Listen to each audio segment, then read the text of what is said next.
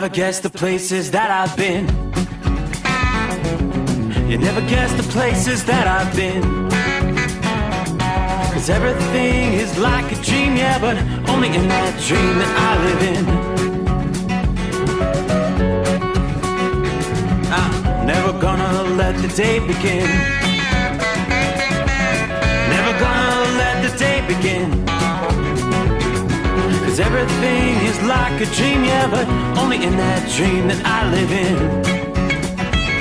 Oh, don't wake me up before you go, and I'll just make this bed my home.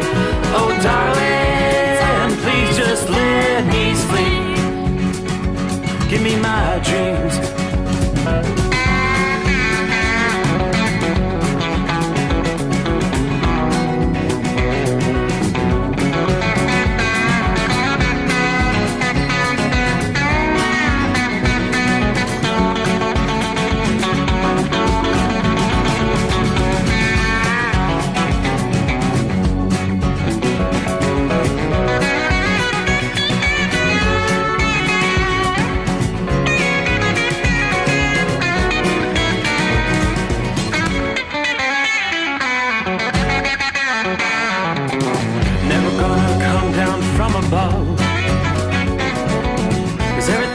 Better from above.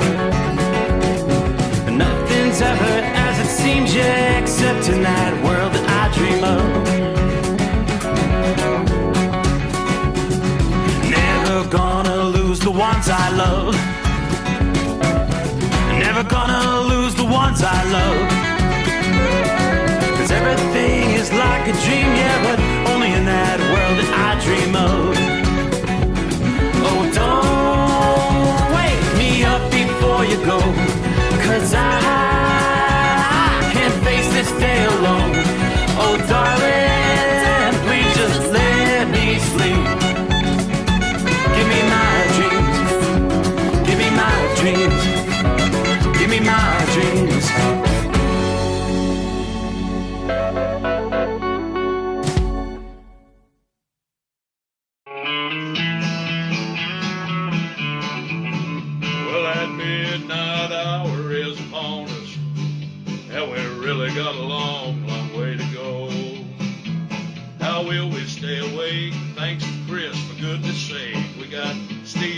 Sommers on the radio. We got that hot shot secret in the diesel. You know it really makes that Detroit come to life. We're gonna hear from all our friends. We're gonna do it all again on this overnight drive.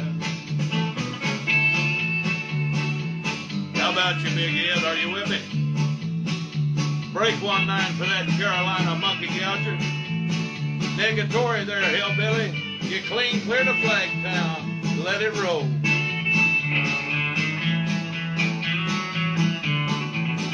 Well, we all tune in to catch the weather, whether rain or sleet or even snow. It don't matter if you're in New York or Dallas. We'll catch it all on that Steve Sommers show. We got that hot shot secret in the diesel. You know it really makes that Detroit come to life. We're gonna hear from all our friends. We're gonna do it all again on this overnight drive. We got that hot shot secret in the diesel. You know it really makes that Detroit come to life. We're gonna hear from all our friends. We're gonna do it all again on this overnight drive. Let's start this overnight drive.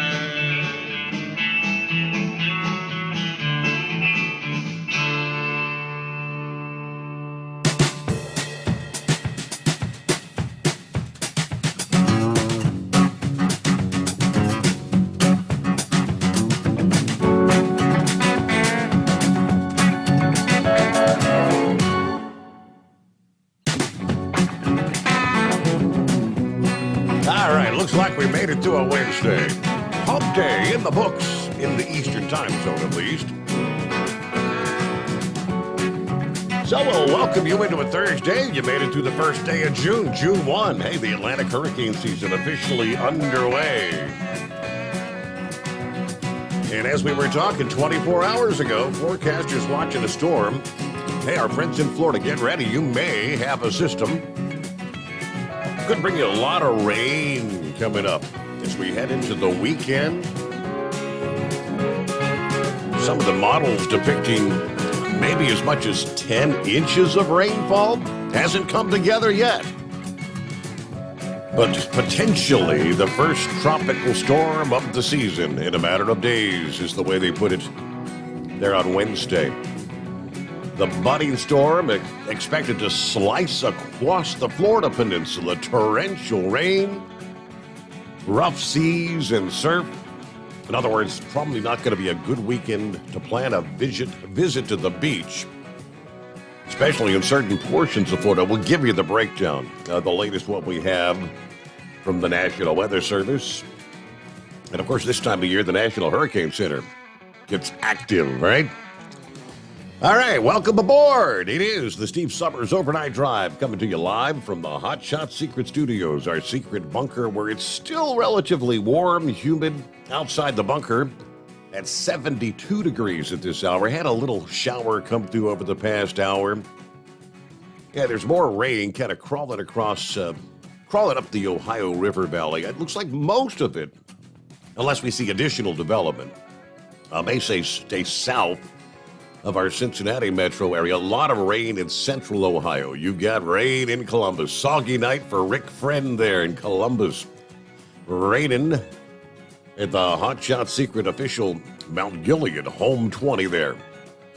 So really rain from Columbus all the way over to Wheeling, West Virginia. There's another cluster of showers and thunderstorms over there in eastern Pennsylvania. Southern Indiana, from right about Evansville, creeping up from Evansville to not quite into Louisville just yet, but you're going to have some heavy rains. Nothing as far as severe weather. Not seeing any warnings coming from these cells, but yeah, just dropping torrential rainfall, maybe some gusty winds, some more scattered showers through western portions of Tennessee. Then we head all the way back, areas that seems like every night this week we've been talking about clusters of thunderstorms and even severe weather impacting parts of Oklahoma and Texas. Once again, that is the case tonight. It's light rain in Oklahoma City, but more heavy showers and thunderstorms from just to the west and south of Oklahoma City, all the way back to just east of Amarillo, there in the Texas Panhandle. There's a lot of those individual cells. Some of those could grow strong. Another cluster of thunderstorms from right about San Angelo to not quite up into Abilene, but some heavy rain. Rain's now east of Odessa, Texas. So a lot of spotty activity. No real one big organized area of showers and thunderstorms. As I look off the eastern seaboard, all right, we had seen some heavy rains from Philadelphia to New York City. Still some rain in the mix between New York and Philly, but the bulk of the precip there is now pushing off the eastern seaboard. So welcome in. It's overnightdriveradio.com. If you're on Facebook, YouTube, if you'd like to listen on your smartphone device or Alexa, simply say, Alexa, activate the Steve Sommers Overnight Drive. On your smartphones, if you have the Android, go to the Google Play Store, and you simply type in overnightdriveradio.com. You need the .com in there. Same with your Apple on the iPhone. Go to the App Store there, overnightdriveradio.com. And, of course, as always, tncradio.live. You have options out there, pretty much the same scenario. The iPhone, the Android, any web-activated device, tncradio.live. All right, so thunderstorms got a rumble into the northeast overnight tonight, and as we head into Thursday, that's going to definitely not only trim the heat, but also pack a punch in terms of possibly more severe weather. Forecasters say the same front that's been responsible for literally hundreds of severe weather incidents over the north central states earlier this week, approaching the Great Lakes region and the central Appalachians as we speak. The combination of the lingering hot, humid air in parts of the Northeast and the extra lift in the atmosphere from the cold front will allow thunderstorm clouds to tower several miles into the atmosphere. These tall columns of moisture not only bring torrential downpours and localized flash flooding, but they could produce, as typically, strong wind gusts and hail in some communities, and obviously cannot rule out an isolated tornado where those strongest cells may develop. Forecasters warn more than 15 million people have been placed under watches through that. That was through the evening hours. And most of those watches, I believe, have expired. Let me double check here. Yeah, not seeing any lingering watches. Really, it's just the flooding concerns, especially in central and western Oklahoma. And we do have a few of those cells I was mentioning back into western Oklahoma and the Texas Panhandle that are still producing severe thunderstorms. But we'll wait for later in the day, Thursday. There's the possibility of more severe weather further to the southeast through the upcoming day. Thursday, heavy, gusty, locally severe storms. Hail, damaging winds, tending to focus probably on the mid-Atlantic region from, say, parts of North Carolina to much of Virginia, Maryland, Delaware, southeastern Pennsylvania, and southern New Jersey. So, again, we'll be talking Philadelphia, Baltimore, Washington, D.C. They could all experience severe weather on Thursday. Disruptions, especially during that Thursday afternoon or evening commute around the major travel hubs. Now, that's going to chop down the heat, as we mentioned, that's been building over the central Appalachians and the Ohio Valley since the Memorial Day weekend. This strong push of cold air from the maritime provinces of Canada, or a backdoor front, first pushed into New England on Tuesday. It reached into the upper part of the mid-Atlantic coast this past day, and this is slashing temperatures anywhere from 15 to as much as 30 degrees in some areas from one day to the next. Yeah, back in Oklahoma, where they've seen lots and lots of rain, and still more. I saw Big Ed had posted some video this past day where I guess he said, I went from running the AC on full-blown max on Tuesday to running the heat on max by Wednesday afternoon. You can't win for losing, just from one extreme to the other. So obviously saw a big cool-off there. After a record high of 98 degrees in Newark, New Jersey on Tuesday, you only hit 71 for your high temperature Wednesday due to that backdoor front. See the big drop in temperatures? Normal high would be Newark would be 77 degrees. So you went from well above normal to several degrees below average. The cooling effect of that backdoor front will be even more dramatic further to the north. Bridgeport, Connecticut, also had a new record of 94 degrees Tuesday afternoon. That front then passed through Tuesday evening, dropping the temperature by 20 degrees in 1 hour's time. Wednesday, then, the high only hit 63, whereas the normal high would be 73. So to close out the week, temperatures should end up being probably within a few degrees of average or normal. Part of the Atlantic coast may be in for another round of rough surf, beach erosion, and coastal flooding as we look toward next week. That's going to depend on the exact track and strength of what we're going to talk more about coming up. The budding tropical system, which right now is all the way down toward Mexico's Yucatan Peninsula. That's where it was Wednesday afternoon. Now, some of the beaches there on the Atlantic side are still recovering from nearly a week's worth of erosion when we had that very slow-moving, non-tropical storm several weeks ago, earlier this spring. So again, we'll give you more on the budding system, the system that's expected to come together. All right, what do they have for us here? Forecasters say there's already some risk that this burgeoning tropical storm which, when it reaches the 39-mile-per-hour sustained winds, will become Tropical Storm Alex. And they're making it sound as though they're pretty confident it's going to reach that at least. Tropical storm, it could cross Florida at the end of the week and then head toward the northern Bahamas over the weekend. Now, the Northwest Caribbean feature, which the Hurricane Center has designated as Invest 91L this past day, will track as a tropical rainstorm initially. As the system comes together, a gradual increase in strength to a tropical depression, and eventually tropical storm is likely now. This is going to be the first tropical depression and storm of the 2022 Atlantic hurricane season. At this point in time, forecasters expect the tropical rainstorm to become a tropical depression over the southeastern Gulf of Mexico on Friday, prior to reaching the Florida Keys and the southern portions of Florida Friday night and Saturday. Then likely to become a tropical storm while crossing Florida, or maybe just to the east of Florida.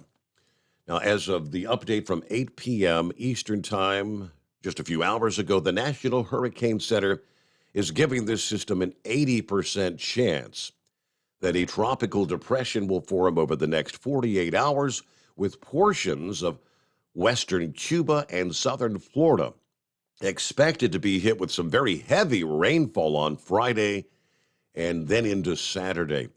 The rate of strengthening, that's going to depend on several factors. You've got the warm water.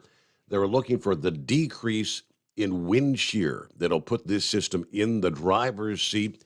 Water temperatures a few degrees above average, generally in the 80s, along the path of this system in the northwestern Caribbean and the southeastern Gulf of Mexico. The Florida Straits as well, and waters just east of Florida. That critical temperature for tropical development, it's about 77 degrees, so you've got plenty warm enough waters in place there. As I mentioned, the wind shear is gradually going to decrease in the path of this storm. That decrease will be assisted by a zone of rising air that circulates around the planet over several weeks. All right, a small or medium amount of wind shear could actually assist in tropical development and strengthening a tropical system in some cases. As the storm moves northeast, flooding rains will begin to impact western portions of Cuba as early as later today, reaching southern Florida as early as Friday. Rainfall amounts 4 to 8 inches anticipated across western Cuba, which could trigger flash flooding and mudslides there. Then as the storm moves into Florida, it's going to bring a large swath of torrential rain from the Florida Keys to the southern and central portions of the Florida Peninsula. The heaviest rain will likely occur in South Florida Friday through Saturday night, where we could see, they're saying, AccuWeather says, storm max totals approaching 20 inches. While the rain will alleviate ongoing drought, obviously too much rain in too short a time, you get from one side of the coin to the other. Flooding becomes you go from drought to flooding. Regardless of whether this becomes a tropical depression or a tropical storm, it will be approaching Florida with drenching downpours and gusty thunderstorms Friday into Saturday, then impacting northern portions of the Bahamas Saturday into Saturday night. Now, you've got to be aware there's the potential for a few tornadoes or water spouts as this system crosses the Florida Peninsula, or maybe passes just to the south of Florida. So obviously, recreational boaters, those working in the offshore fishing and shipping industries, anywhere from northern and western Cuba to Florida and the Bahamas, need to keep a close eye on the development of this particular system. After it passes Florida and the Bahamas, it's likely to spin northeast along the southern Atlantic coast of the U.S. for a few days, for a time next week, probably with the intensity of a strong tropical storm. It all depends on the proximity to the coast and the strength once it's on the Atlantic side of the southeast, which will determine what kind of impacts might we see along the coastal areas from Georgia to the Carolinas and southeastern Virginia. You've got the potential of building seas, rough surf, beach erosion, coastal flooding, and even gusty winds and rainfall. So that's still several days away, obviously subject to change, but there you go. There's a look at what's going on with our travelers' weather as we're underway here on a Thursday morning. Can't believe we're almost to Friday. Hey, looky there. According to the calendar, this Friday will be the first Friday in the month of June. Chris Gabrelchik, boss man at Hot Shot Secrets, slated to join us this Friday morning. So mark it on your calendar. Make sure to be with us 24 hours from now. I get the very latest what's going on with LSI. Summer driving season has arrived. Is your RV all set to hit the road for your summer travels? Yeah, we'll talk about the full line of RV products, whether you've got a diesel or a gasoline-powered RV, and so much more we'll discuss on our Friday morning program. All right, hello to Roy. First out of the box on YouTube. Todd, first out of the box via Facebook this morning. Got the 15 car on board. Happy Thursday, Steve. 74 and clear in Charlotte tonight. Let's see. The guitar-headed man, Gerald, checking in. 70 outside, and the big 63701. Everybody stay safe, and let's roll. Good afternoon. Hammer down. A little wet in the Northeast tonight. There's Larry. Timothy got 73 degrees at his locale. Joe says, morning, Steve, and all the overnight drive listeners. Another warm 73-degree night here in Winchester, Virginia. Everyone stay safe, and as the Big Moose says, keep it between the spotted and the solid. And there's John Ferguson. Hello from Grand Rapids. The GM parts train underway in maybe 6 minutes or so. Hoping for a smooth, easy run to Nashville tonight. We've got 54 degrees currently. So, yeah, you've seen the cool-off there in Grand Rapids, right? 54 tonight. Weren't you at like 73, 74, 24 hours ago? All right, Gerald, yeah, that's one of our top industry headlines we'll get to just ahead. Heartland Transportation by Smith Transportation had a merger acquisition kind of thing. We'll break that down. Hello from Central Florida. There's Richard with us at 75 degrees. Hello. Hello, Steve, and all the listeners. Be safe out there. Morning, Steve. Robert asking, have you talked to Gator lately? Have not spoke to Gator. It's been a long, long time. Hope everything's going well with him. Someone did give us an update on Gator a couple months ago. I don't think he's doing the overnight thing. I believe he's maybe running a different shift now, so... All right, hope all's going well. There's Deborah on board. Morning, Steve. Nice 70 degrees here in Indiana tonight. Everyone be safe out there this morning, especially my special driver. That's called the significant other, right? Everybody have a terrific Thursday. Good morning to the Michigan Madman. Hunter Biden might want to move to Canada. Yeah, I saw something, a headline. I did not put that into my show prep. What was the headline? Something about Pornhub. Yeah, has apparently has some Hunter Biden porn video that's popped up on it or something. Uh-oh. All right. Deborah says, tell the princess I hope all is going well with her. Yes, indeed. Everything I know of doing fine. All right. There's Country Bumpkin checking in from Shelby, Montana tonight. Rock Pick checking in from Rochester, New York with 66 degrees and using the phone tonight. All right, copy in the mail. There's Chevy Guy. Let's see, Bill. Steve, I'm working a jackknife semi, I-70 westbound at the 103-mile marker. Using the right shoulder to get through right now. All right. Give us an update there, Bill. Let's see, I-70 where? Which state? All right. Hello from Mobile, Alabama. Julio is on board. Thank you very much. Mr. Q is listening in. We get a quick timeout. Our number, 844-844-3388. The Steve Sommers Overnight Drive, live from the Hot Shot Secret Studios. You're listening to the Overnight Drive with Steve Sommers. Hot Shot Secret Everyday Diesel Treatment is now available at Travel Centers of America and Petro Travel Centers. Find out today why Hot Shot Secret Everyday Diesel Treatment is becoming the fastest growing diesel treatment among over-the-road truckers. Better fuel economy, more power, less headaches. Stop into your nearest truck stop, grab a bottle of EDT, and feel the difference today. Everyday Diesel Treatment now available at TA and Petro Travel Centers, and learn more at hotshotsecret.com. At Turbo 3000, our founder Andy Matouche firmly believed you should challenge yourself. Put the most money back in your pocket, where it belongs. Four Wheeler magazine took our challenge, and they wrote it did exactly what we said it would do. As fuel prices keep going up, get your Turbo 3000 today. Call us at 888-311-9993. Always free shipping in the USA, and for a limited time, save $45 off total purchase using coupon code STEVESAVES at turbo3000.com. Attention all truckers, Dean Michael, the tax doctor here. I want to talk to you about those dreaded tax problems. I know you want to keep on trucking and not even think about them. Well, let's face it, they're not going away all on their own. You need professional help. I've been helping truckers put their tax problems in the rearview mirror for years. I can help you too. Call me for a free consultation at 888-632-4506 or go to mytaxhelpmd.com. It's like I always say, keep your eyes on the road, I'll keep mine on the IRS. 888-632-4506. How do you sleep on the road?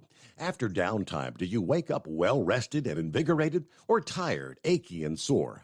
Well, if it's the latter, you're not sleeping on the Big Rig Mattress. The Big Rig Mattress is a hybrid with an individually pocketed spring core that's engineered to deliver the best restorative sleep for your time on the road. Many drivers have said they sleep better over the road on the Big Rig Mattress than they do at home.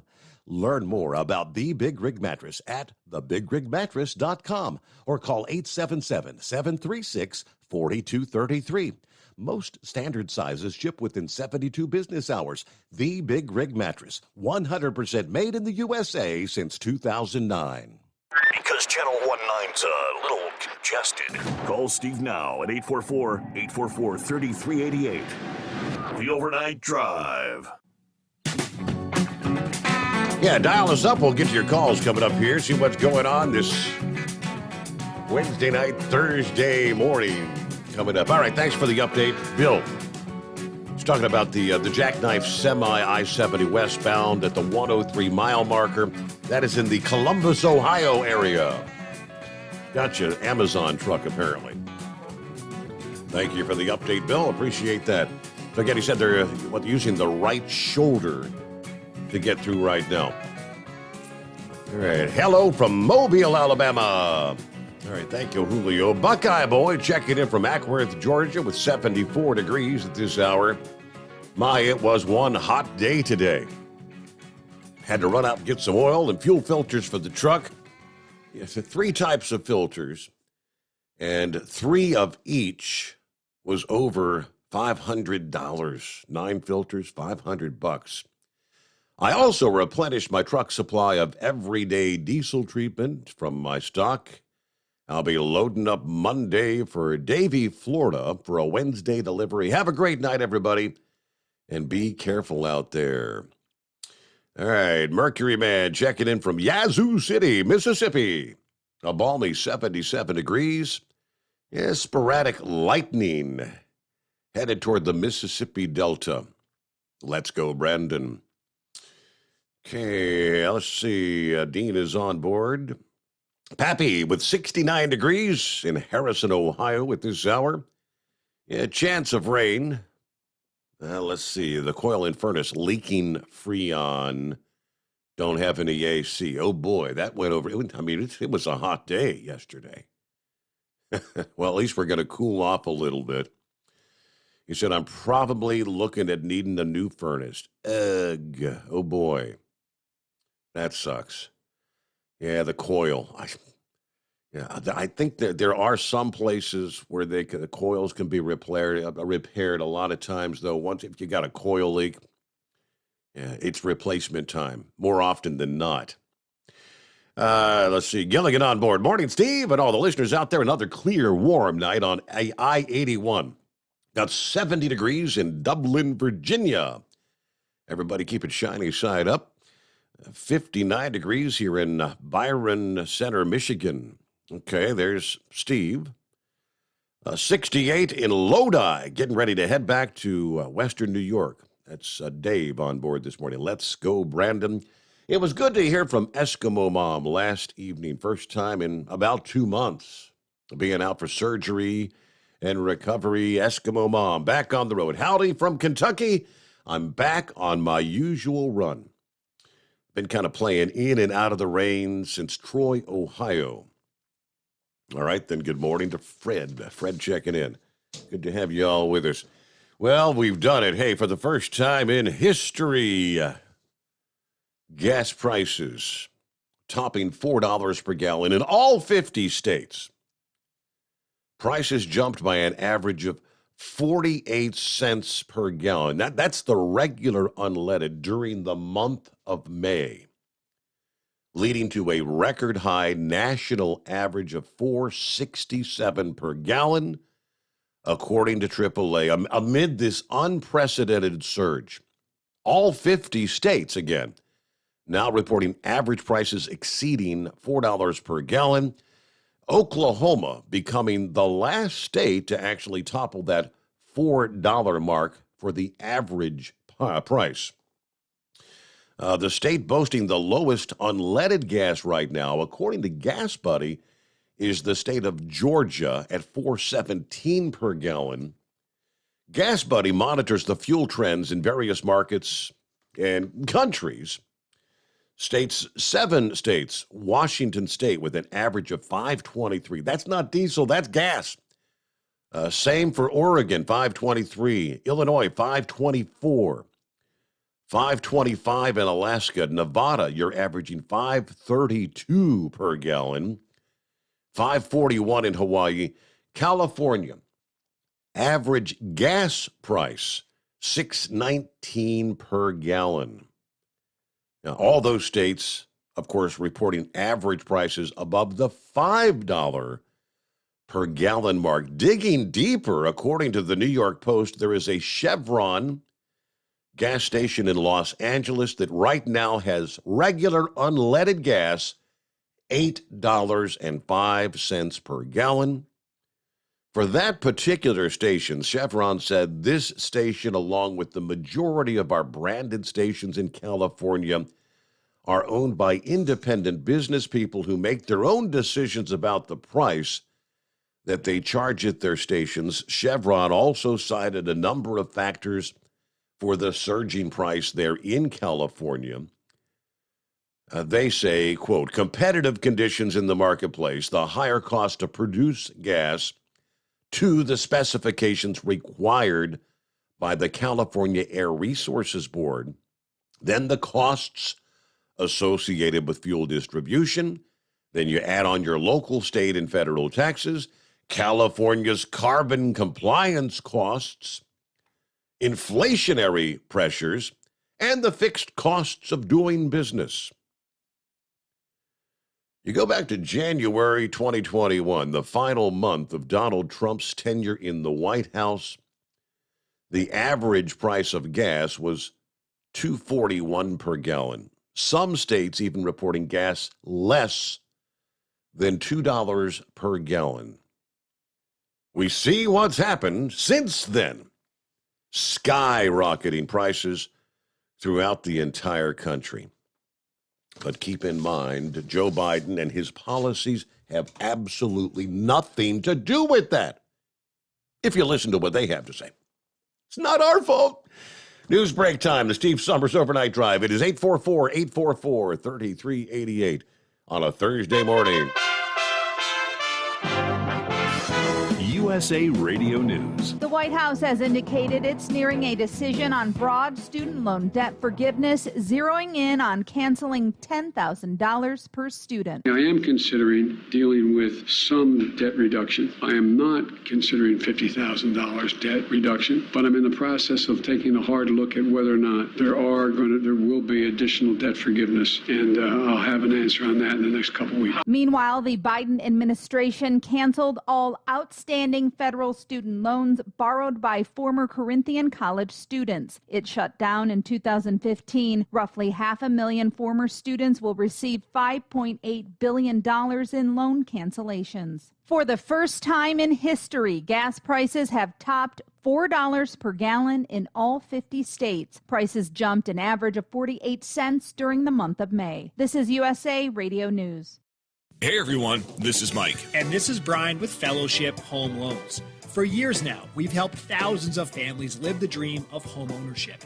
And it's always great to hear from them. How willing they were to work with me, where everybody else just wanted to slam the door in my face. Second thing was just how quick and easy it was to go with Fellowship, because they really put it together quick for me. At Fellowship Home Loans, we don't have clients. We have friends and family. I recommend many people. I have my cousin, I have a friend of work, I have there's a lot of people who really need someone like Fellowship Home Loans. We are here to help. No pressure guaranteed. 800-535-2779. 800-535-2779. I appreciate how quick and easy it was to work with Fellowship Home Loans. What a pleasant experience it was. They really put it together quick for me. Fellowship Home Loans. Welcome home. Intercontinental Capital Group, DBA Fellowship Home Loans, Equal Housing Opportunity Lender, MLS number 60134. Hey, if you're needing to stock up on Hot Shot Secret products, don't forget, use the coupon code Overnight Drive at checkout. You'll get 10% off your entire order at hotshotsecret.com. Hi, this is Pete Matouche. In 1999, my brother started the Turbo 3000. We're proud to continue on with his legacy. The fuel that you've spent your hard-earned money on is completely burned, and that's your profit going right back where it belongs, in your pocket. For our Canadian customers, you can get the Turbo 3000 from manufacturer direct. Call us at 888-567-1007. For a limited time, save $45 off total purchase using coupon code SteveSaves at turbo3000.com. For the last 15 years, the Big Rig Mattress has been manufacturing a premium residential mattress for over-the-road truckers. After your downtime and recuperating on the Big Rig Mattress, you wake restored and without sore pressure points, ready for another day on the road. The main support component of the Big Rig Mattress is an individually pocketed spring core that delivers the optimal amount of support exactly where you need it. Check out thebigrigmattress.com to learn more about this exceptional mattress. Many sizes are stocked and can ship within 72 hours. Custom sizes also available. 100% made in the USA since 2009. The price of diesel is through the roof, so what could be worse? How about high prices and low fuel mileage? Well, there is a solution. Everyday Diesel Treatment by Hot Shot Secret. EDT is a concentrated 6-in-1 fuel additive and cetane improver that immediately adds fuel economy with the first fill-up. It's the best way to maximize every drop of diesel for a better bottom line. Everyday Diesel Treatment available at Pilot Flying J, Love's Travel Stops, and TA Petro Truck Stops. Learn more at hotshotsecret.com. Do you have a Dodge pickup and hate your automatic transmission? Of course you do. LaVon Miller at Firepunk Diesel here, and we specialize in heavy-duty and performance transmissions for your 3/4 or 1-ton Cummins-powered truck. So if you're interested in turning your stock slush box into a towing monster, call us today at 614-733-3744 or visit us online at shop.firepunk.com. To protect her home and family in a disaster, Karen was willing to wade through water, mud, and insurance paperwork. Yeah, I can do this. You go, Karen! By simply understanding and updating what her insurance covers and doesn't cover now, she'll be better prepared no matter when disaster strikes. Learn other simple ways to protect your home and family before a natural disaster at ready.gov. That's ready.gov. A message from FEMA and the Ad Council. For anything diesel, take it to Shy Diesel.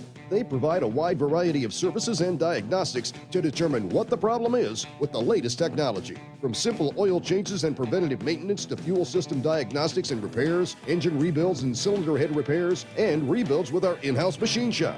They also have on-site DPF cleaning for exhaust issues and DOT inspections. If your diesel is asking for some attention, Scheid Diesel has the specialist you need for anything diesel. Located in Terre Haute and Lafayette, Indiana, and Effingham, Illinois, Scheid Diesel has you covered.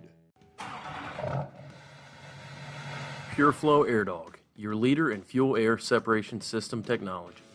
Our systems filter out water, particulates down to 2 micron, and remove all of the air out of your diesel fuel.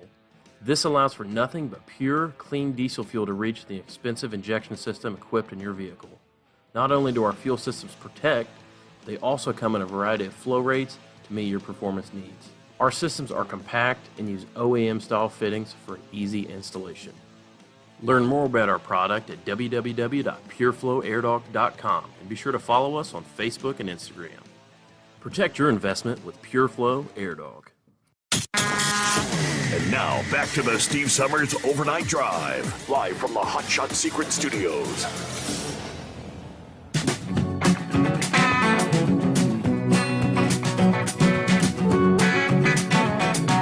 All right, it's 844-3388. Had a couple of other friends check in during the break there. MD Sparks. Morning, Steve. We've got 75 degrees. Clear at this hour in Baxter, Tennessee. Thanks for the update. Hey, Steve, it's Angry Mike. How we doing? I retired from YRC in August of 2020. Bought myself a new boat, and I'm planning on doing a lot of fishing this summer. Very good. Enjoy the retirement. Hope you catch some big ones. All right, I know Grump is on board. He wants to talk about the Second Amendment. Well, it's right up the alley of things we were going to be talking about. As today, as we enter a Thursday from time zone to time zone, the House Judiciary Committee, they tell us, has scheduled a last-minute markup session today to consider and advance a number of new gun control proposals, including a high-capacity magazine ban. The markup session, they say, will consider a bill brought by committee chair Jerry Nadler, a.k.a. the Penguin, which will be entitled the Protecting Our Kids Act. According to the Congressional Quarterly Roll Call, the White House Judiciary Committee made the rare move of scheduling Thursday's markup session on what had been a recess week. Now, this bill includes several gun control proposals Democrat lawmakers have signaled support for in recent years, which will include raising the age to purchase semi-automatic centerfire rifles or semi-automatic centerfire shotguns to the age of 21.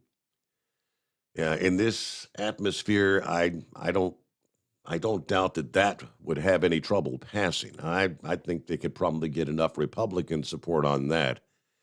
But then again, that's going to bring up the whole discussion about 18-year-olds. You're willing to take them fresh out of high school and throw them into basic training and arm them and drop them into another country. Yeah, that's going to be the discussion. The committee will consider the gun control measures, obviously just days after the shooting in Texas. Of course, they have to give all the details.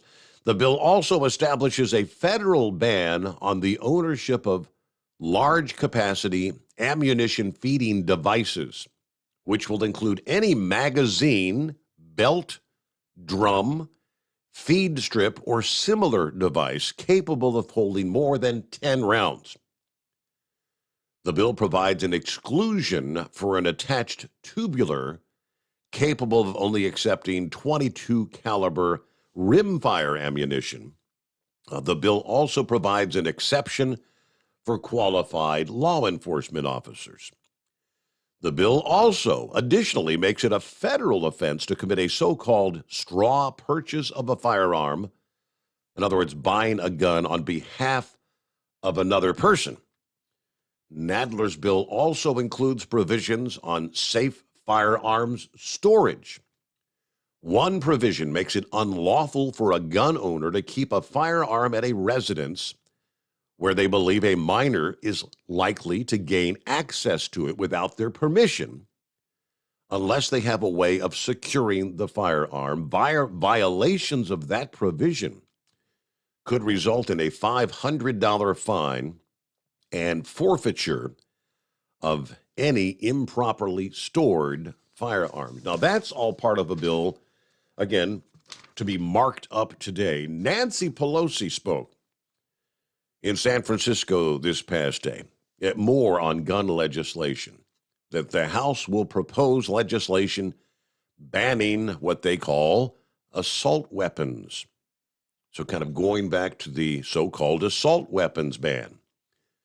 Speaking at an event regarding gun violence prevention, said a bill tackling certain types of rifles will be coming after the House considers new, what they call red flag laws, measures designed to keep weapons from potentially violent people. Then, after they go through the whole markup today, the high-capacity magazines, the minimum purchase age for certain rifles, when we get those through, we will be having a hearing and marking up the assault weapon ban. We're going to try to hit it every possible way.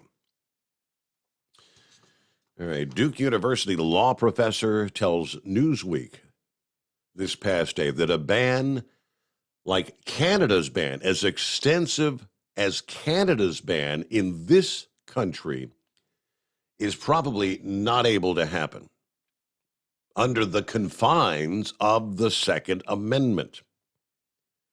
Yeah, recall, or if you had missed that, Canadian Prime Minister Justin Trudeau just announced legislation to freeze the ability to buy, sell, transfer, or import handguns anywhere in the country of Canada. Now, on this side, the Supreme Court has been clear. The Second Amendment protects the fundamental right to have a handgun in your home for self-defense. So even if handgun prohibitions were politically feasible, the courts would strike it down. In other words, in the event that they would garner enough support from both sides of the aisle, it would never stand in the courts, at least as things stand today. So right up Grump's alley, Second Amendment. Morning, Grump, what's happening? Hey, Steve. Protecting Kids Act. Boy, ain't that something? Did they say anything in that whole Protecting Kids Act bill about the 4,900 kids that died on school property as a result of drug use? No, hell no, they didn't say anything about that. They probably didn't say anything about the, protecting kids from the indoctrination of teachers that, are so progressive they just throw out there, hell, just use whatever bathroom you want to use. Mm-hmm. Confuse the hell out of these young kids. But if you want to talk about the Second Amendment, a lot of the things that you just said, Nadler was talking about in the protection of, fining people for not securing a weapon the way they think they should, or having it, having a lock on it of some sort. That's already been adjudicated during Heller. And Scalia made it pretty clear on a 5-4 decision that you have the right to keep and bear arms in your home. And you can keep them however the hell you want to keep them, as long it defeats the purpose of having a weapon for self-defense. Now, they can talk about all they want to talk about as far as the Second Amendment, that, it's just for a militia. No, it's not. It was there. The primary core for the lawful purpose of the Second Amendment was for self-defense. It was a landmark case. They went. Did you know anything about that case? How D.C. come down and said, you can't have a handgun. If you do have a handgun, long gun, whatever in your home, it has to be dismantled and put in different places Well, the hood rats just loved that because, hell, they didn't have to do that, just homeowners, Mhm. and they were breaking in, and stuff like that. By the time you got your gun put together, they done robbed you, Mhm. raped you, shot you, or whatever. So it went up in front of that. But the Federalist Papers come out, 26, 28, and 30 on the Federalist Papers all reference the fact that you have the right of self-defense. And it did not specify, not anywhere, nowhere in the Second Amendment did it say that. But it's, there was a reason. I heard Horse Feathers talking about this, I guess it was last night, talking about, well, they're going to take away ammunition. No, they're not. There again, that's part of the Second Amendment.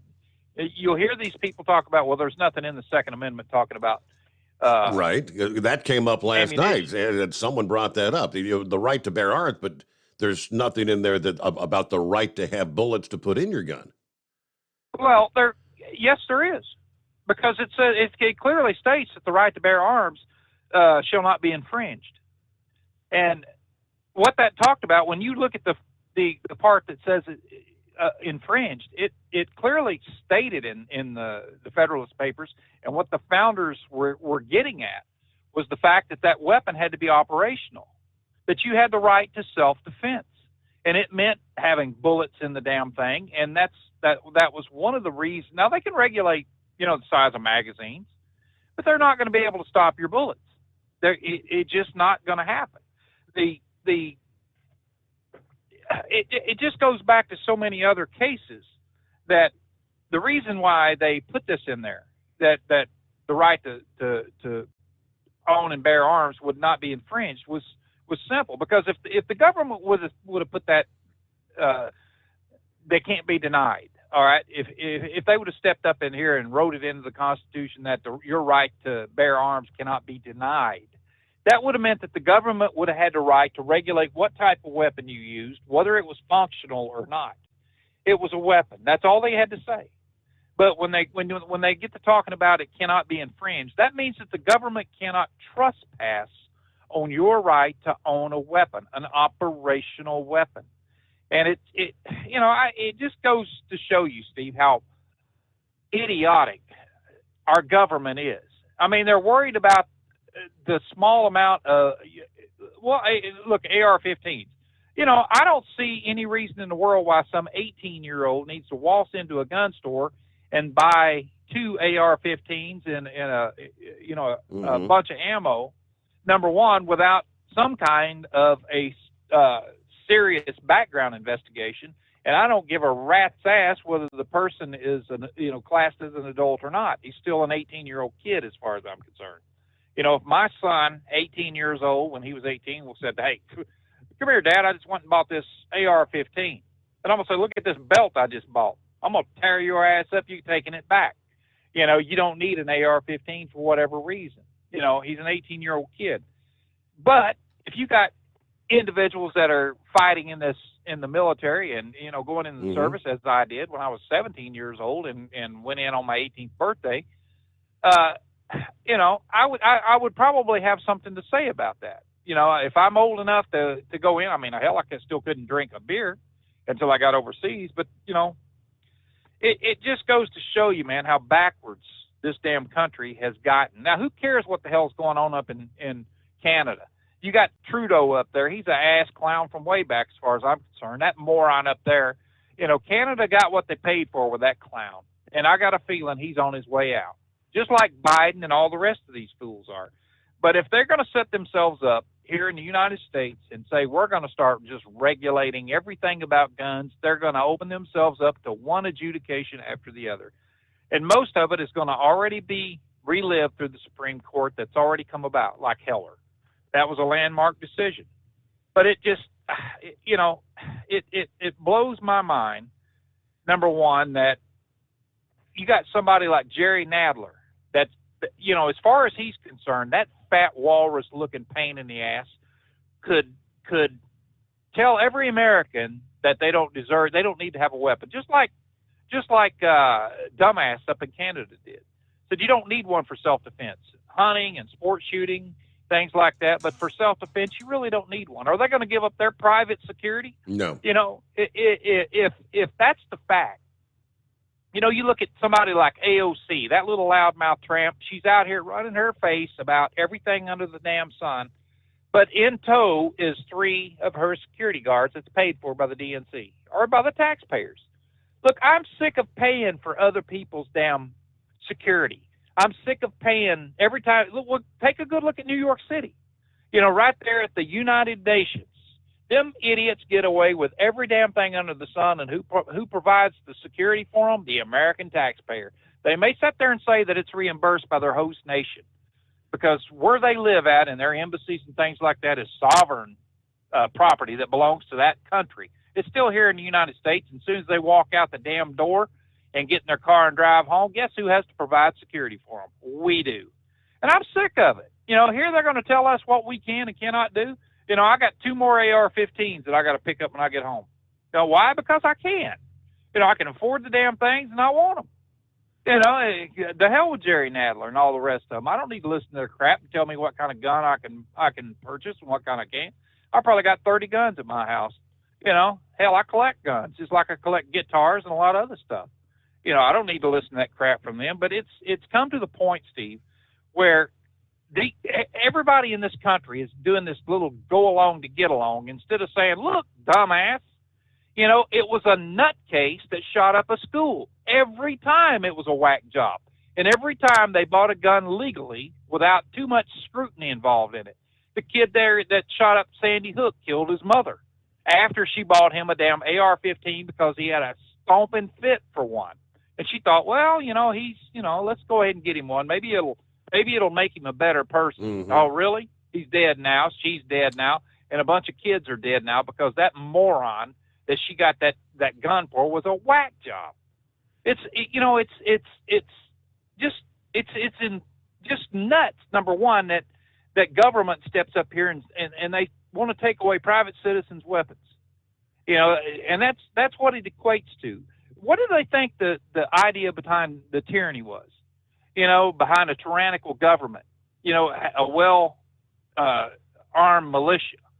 Number one, it was to take away the rights of the citizens. When you remove the weapons from the citizenry, you, number one, have power over that citizen. That citizen has absolutely no means to fight back with, and that's not what the founders wanted. They looked at that and they said, well, hell, let's make sure that the citizens of this country has the right to keep and bear arms. But yet, hey, I don't see any reason in the world why somebody needs a damn 50 cal machine gun or anything else.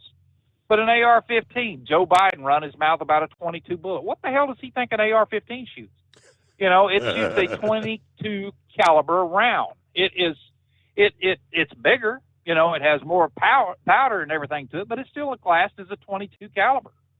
And it just, it's going to get lodged in something. Well, really?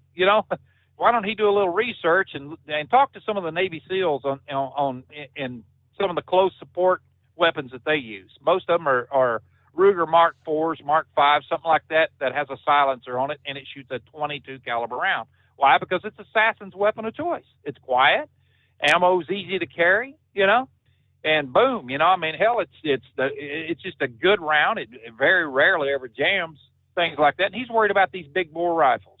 My God, I don't know. They got their security, they got everything, and we've allowed it all to happen. We just keep, rolling over and saying, okay, you got whatever you guys want's fine with us. Let's just go along, get along. If you want to take our guns, that's all right. I understand why. I don't understand why. I don't understand why somebody wants to raise their damn hand and take the oath of office, number one, to uphold and defend the Constitution of the United States against all powers, both foreign and domestic, and number one, turn around and look at the citizens of the United States and say, you don't have that right now because I'm in charge. I'm going to circumvent that Constitution. That's what the Democrats are all about. That's why them dumbasses come out and said, well, let's take a good look at the Constitution here. Is it a living, breathing document that should conform to each and every person that's in office? Yeah, if it's them, that's the way they think. Well, didn't Joe Biden day before? Was he not quoted as saying the Constitution is not absolute? Yes, he said the Second Amendment is not absolute. Well, it's absolutely written into the damn Second Amendment that we have the right to keep and bear arms. The problem with Joe Biden is Joe Biden knows exactly what the damn Constitution says. But when you have half the country this is such a divided nation right now, and they always do this right after the emotional state that falls on one of these mass shootings. You know, what happened during that mass shooting? It took a damn good guy with a gun to stop a bad guy with a gun. It happens every time. You know, and the best that we can hope for is they stick the damn gun in their mouth and blow their freaking brains out, so we ain't got to take them to court and put up with all that crap and listen to all the crap that happened to them as a kid. Grow the hell up, you know, get over it. But it's Joe Biden and company and Jerry Nadler and all the fools that follow along behind him. Why the hell is he still in office? I mean, my God, he looks like he's dead. But he's still running his mouth about the Constitution and about all the weapons and everything that we shouldn't be allowed to have, you know, and everything. And as far as he's concerned, it's anything that shoots. And that's Joe Biden. You know, remember Joe Biden talking about, well, hell, buy a shotgun. Yeah. Look it up on YouTube, you know, buy a shotgun. You know, I told Jill if anybody's out around the house, just step outside on the back deck there and blast off a couple of rounds. Are you out of your freaking mind? You know, it's laughable to listen to these clowns that don't know a damn thing about weapons of any kind, but yet they want to dictate to us because they have private security that we don't need them, that everybody's safe and sound. Really?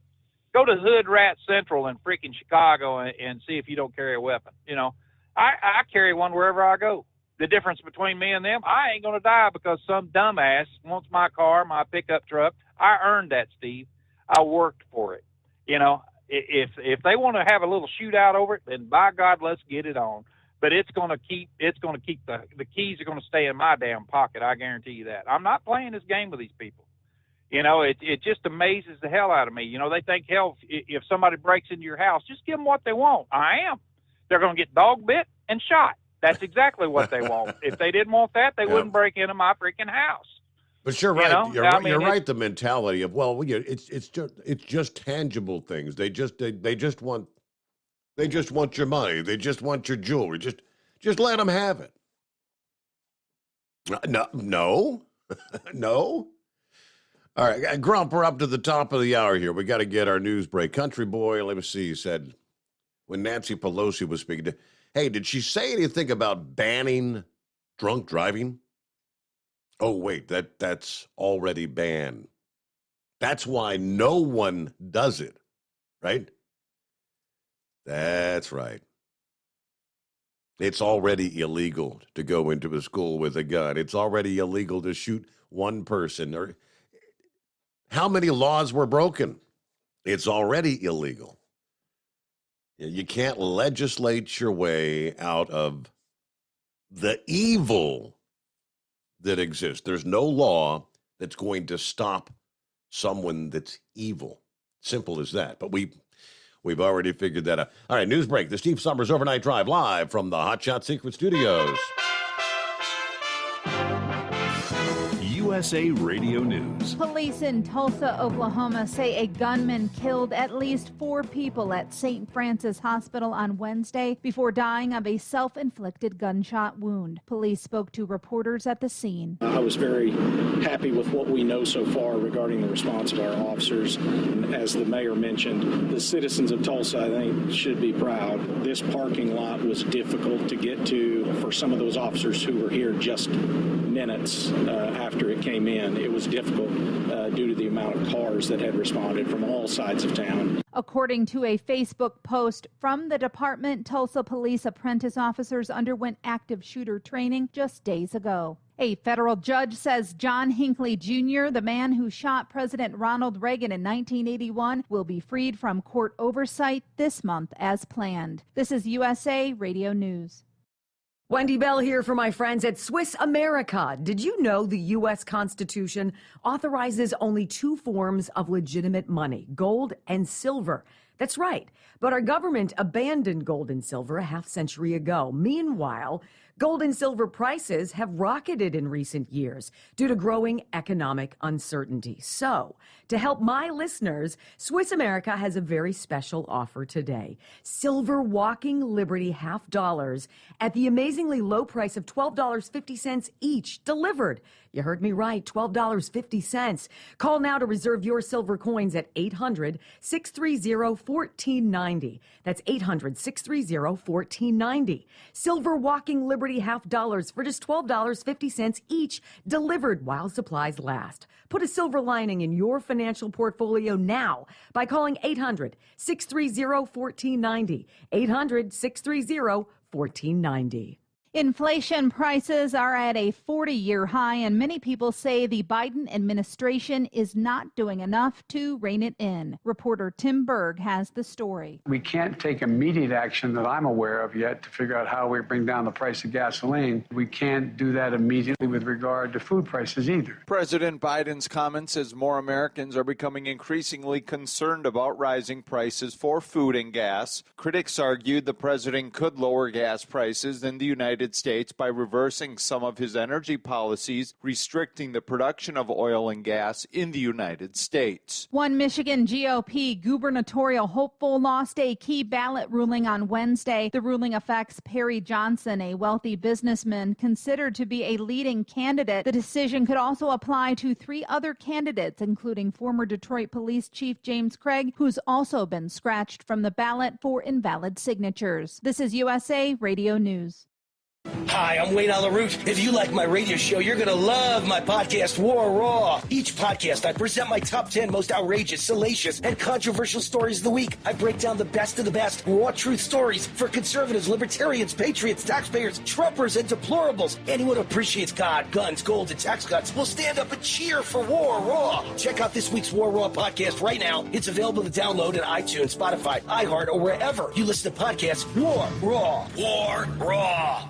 Job openings remained near record highs, according to a report released Wednesday from the Bureau of Labor Statistics. U.S. job openings decreased slightly to 11.4 million on the last business day in April. About 4.4 million Americans quit their jobs in April. New hires held at 6.6 million.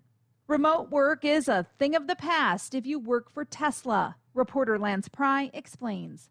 Tesla employees should pretend to work somewhere else if they're not willing to return to their offices. That was a tweet by CEO Elon Musk on Wednesday. He went on to say in a leaked memo obtained by Bloomberg, anyone who wishes to do remote work must be in the office a minimum, and I mean minimum, of 40 hours per week or depart Tesla. That's a far cry from Twitter's policy right now, which is optional. A New York judge has rejected a request from former Alaska Governor Sarah Palin to be granted a new trial in her defamation suit against the New York Times. U.S. District Judge Jed Rakoff wrote in a court decision on Wednesday that Palin, who sued the Times for defamation and lost earlier this year, failed to introduce, quote, even a speck, unquote, of evidence suggesting she should be granted a new trial in the case. And actor Bill Cosby faces sex abuse charges again as his civil trial gets underway. For USA Radio News, I'm Katie Lewis. At Hot Shot Secret, we share the science behind common diesel problems and their solutions. For example, diesel particulate filter regeneration. The DPF catches particulates left over from combustion. The DPF regeneration cycle cleans the filter with temperatures exceeding 1,000 degrees Fahrenheit. A computer sensor triggers the DPF regen, which is often accompanied by a loss of power and fuel economy. The frequency of DPF regens are in correlation to the cleanliness of the fuel burn. Under heavy operation with the dirty burn, DPF regens can occur multiple times per day. Hot Shot Secret Diesel Extreme Fuel Additive promotes a more complete combustion, creating fewer emissions and therefore fewer DPF regens. Vehicles using Diesel Extreme experience 83% less DPF regens. Hot Shot Secret Diesel Extreme is available nationwide at truck stops, Fine Farm and auto stores, and online at hotshotsecret.com. Hot Shot Secret, powered by science.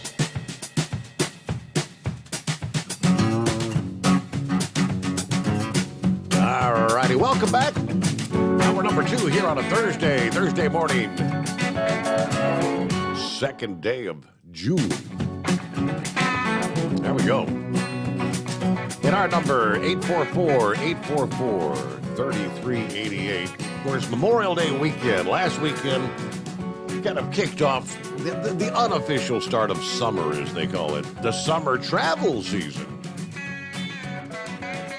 Are you ready for the summer travel season from hell?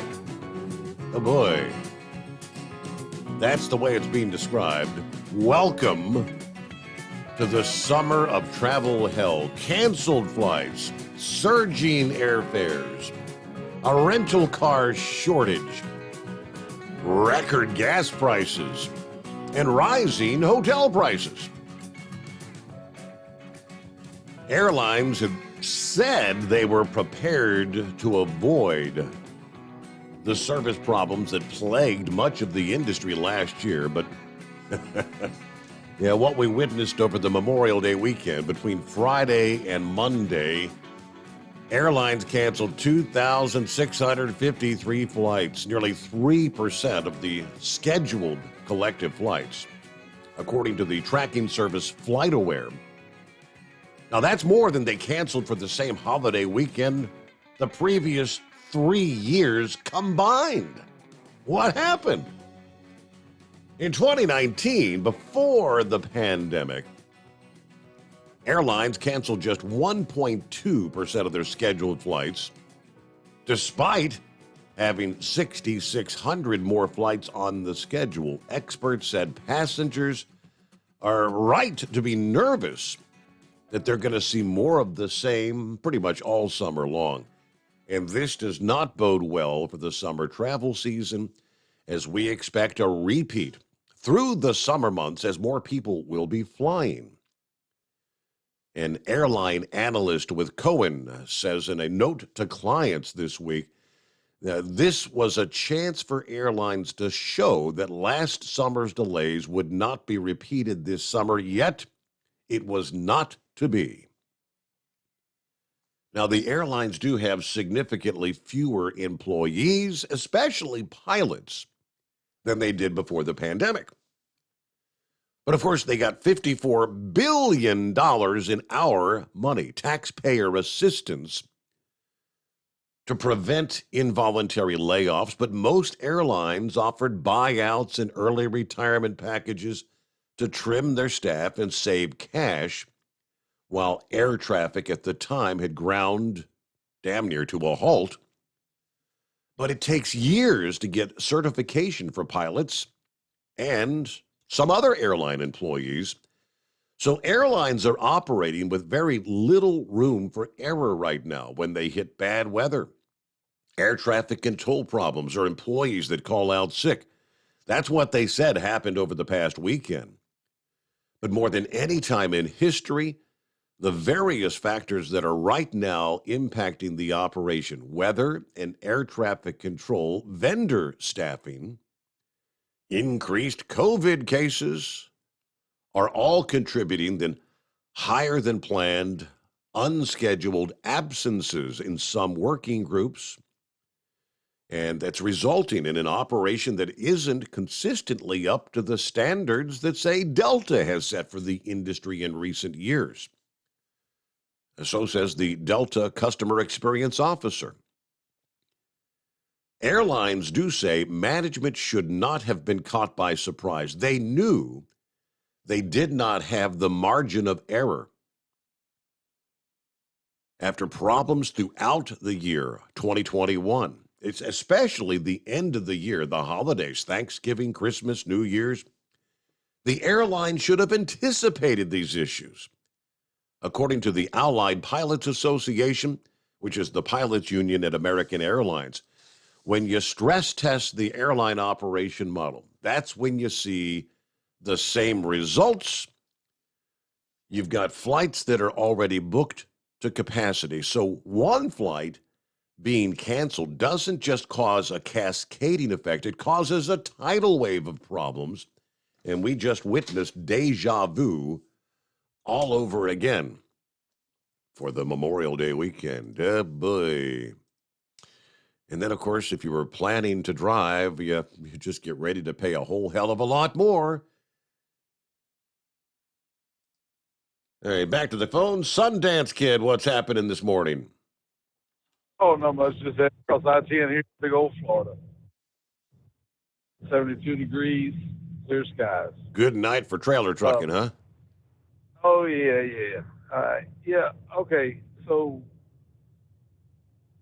can you go over the amount of gun sales over the last, say, 8 years?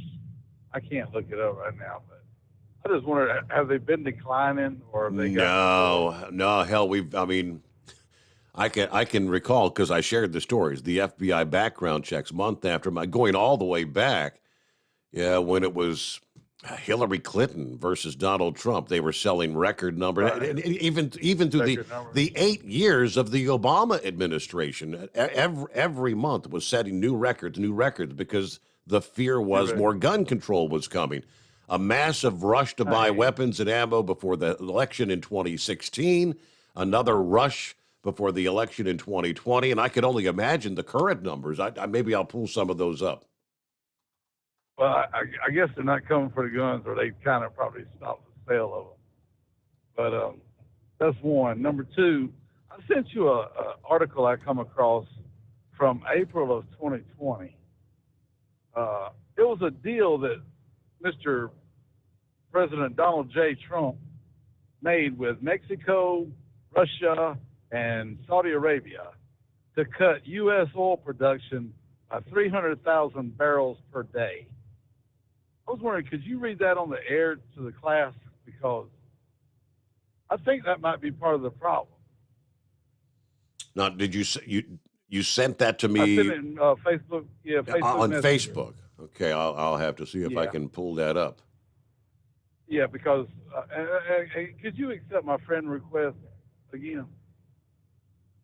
Let me see here. I'll see if what's the name? Is it? Brett D. McCrory. Okay. Yeah, and it's in Facebook Messenger to Steve Sommers. But if you could read that to the class, because he negotiated a deal to cut U.S. oil production 300,000, and we may still be under that treaty. So if we did that, okay, well then that might be part of our problem here, and we can't do nothing about it because we did with Russia, Saudi Arabia, and Mexico, and the United States. So you're trying to allude that Donald Trump's a part of the problem today? Well, if you could read that article to the class, and we can all. Well, I'm not seeing the article. I'm seeing several things that you sent me, but there's nothing coming through.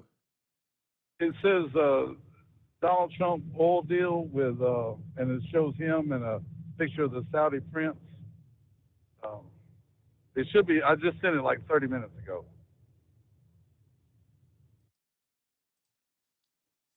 I'll see if I can pull it up. Maybe send it to me in an email. I mean, that's the easier. Steve at hotshotsecret.com. I pay very little attention to my messenger. I hardly ever check that because I get so many messages via that. So, okay, Steve at hotshotsecret.com. Mm-hmm. Oh, and by the way, I couldn't find it in the pilots, and I talked to Chris about it when I called in one time. I can't find the stiction eliminator, so I went online and I've got it coming to me every month, the diesel treat and the stiction for every oil change. So it's $72 a month, and I don't have to order it again. It's on automatic. All right, good deal. So no waiting in line. All right, send that in my email. No waiting in line. Thank you. I will. Think so. All right, Sundance Kid. I think I had blocked him. I wonder why. All right, so I'll wait and see when he gets him. I think it was because he's still he's one of those that wants to blame Donald Trump for everything that's going on. You know, Joe Biden inherited these problems. You know what I mean? Be interesting to see the developments yesterday. You know, Saudi Arabia hasn't even been taking phone calls from Joe Biden. Yeah, going back months and months ago. You know, right about the time that Russia started the whole invasion with Ukraine, we started to see the skyrocketing prices. Yeah, they wouldn't even take his damn call. Now, yesterday, Saudi Arabia says they are prepared to raise oil production in the event that Russian output falls substantially because of the sanctions. And especially this week, I guess the European Union just agreeing to new sanctions. This, according to the Financial Times. Discussions had been held about an immediate increase in production from Saudi Arabia and the United Arab Emirates, which may be announced today, Thursday, at the OPEC Plus meeting. OPEC Plus, of course, that's the OPEC members plus their allies led by Russia, no less. Production increases that were scheduled for September may be brought forward to July and August, according to what they're saying. Saudi Arabia, the top producer in OPEC, has previously rebuffed calls by Biden to boost output by more than the gradual increases that they had agreed to with the OPEC Plus group, of course, again, which includes Russia.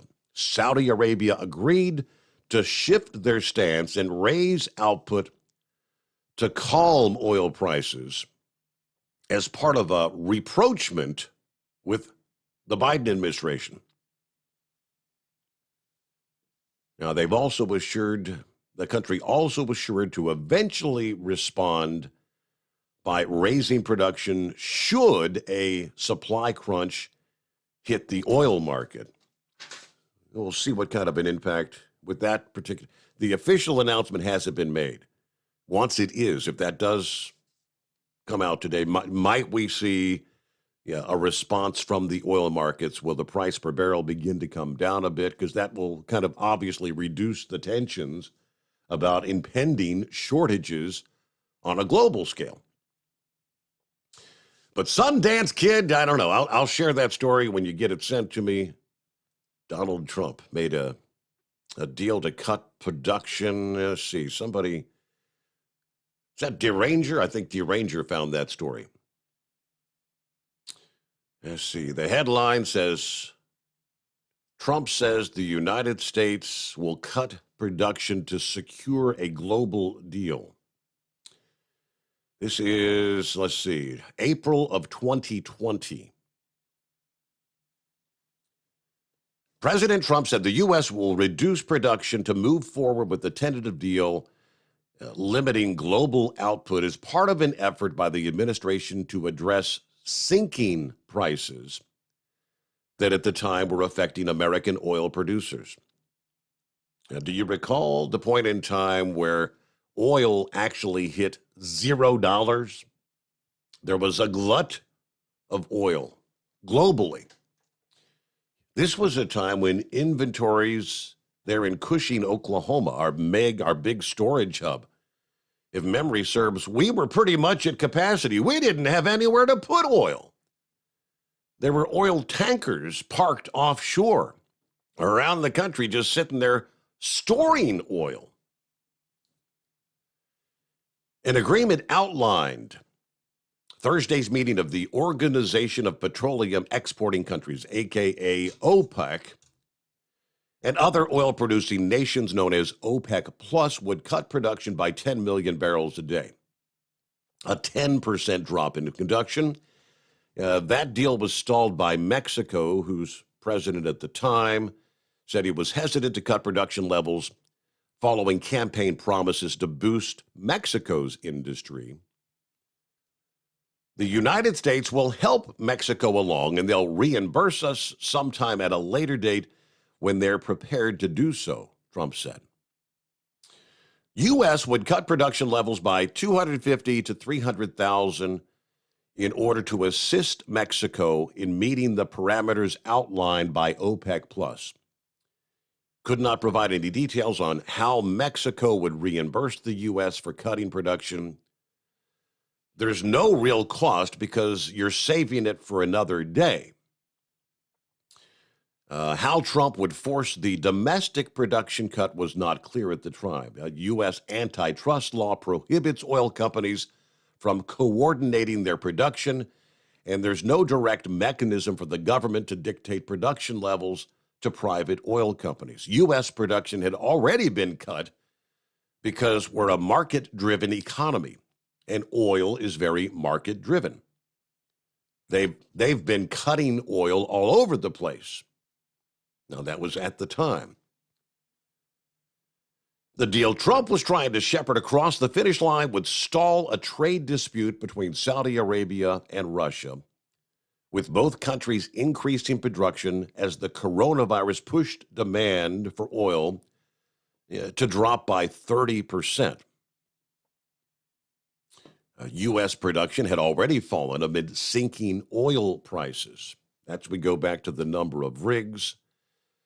Honestly, Sandman, I don't think that particular deal has anything to do with what's going on today. Just look at where prices were in 2021, where the final days of the Trump administration versus what Joe Biden did starting with day number one and has done every day since being sworn in as president. He continues to stifle the growth, to stifle production.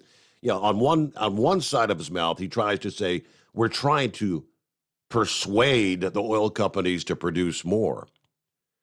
But in the background, he's canceling oil leases. I mean, do we have to rehash all that again? I'm pretty confident that's why I defriended you on Facebook. You're one of those guys like the minister that wants to say Donald Trump is responsible for the problems we have today, to which I say, wake the hell up. Wake up and smell the coffee, pal. Get a grip on reality. And we'll be back into Live from the Hot Shot Secret Studios, the Steve Summers Overnight Drive. For the last 15 years, the Big Rig Mattress has been manufacturing a premium residential mattress for over-the-road truckers.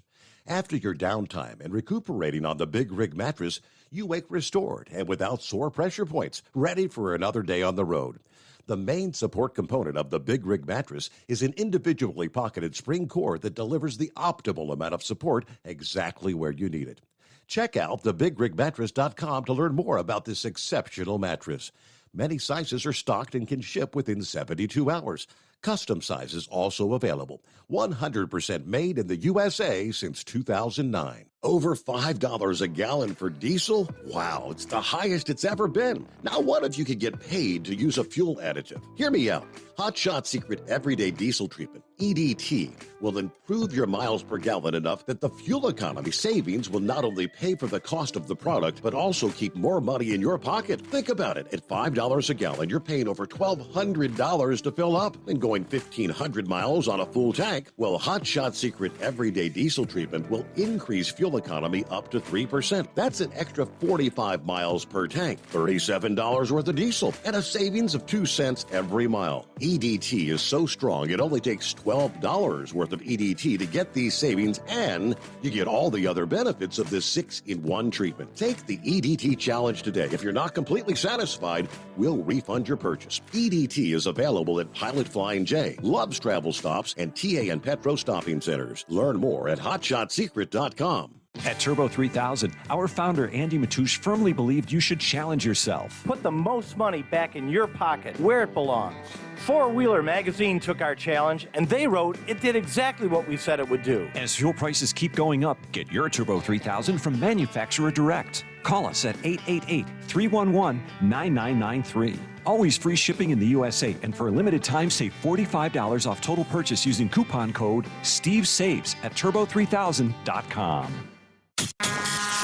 And now, back to the Steve Summers Overnight Drive, live from the Hot Shot Secret Studios.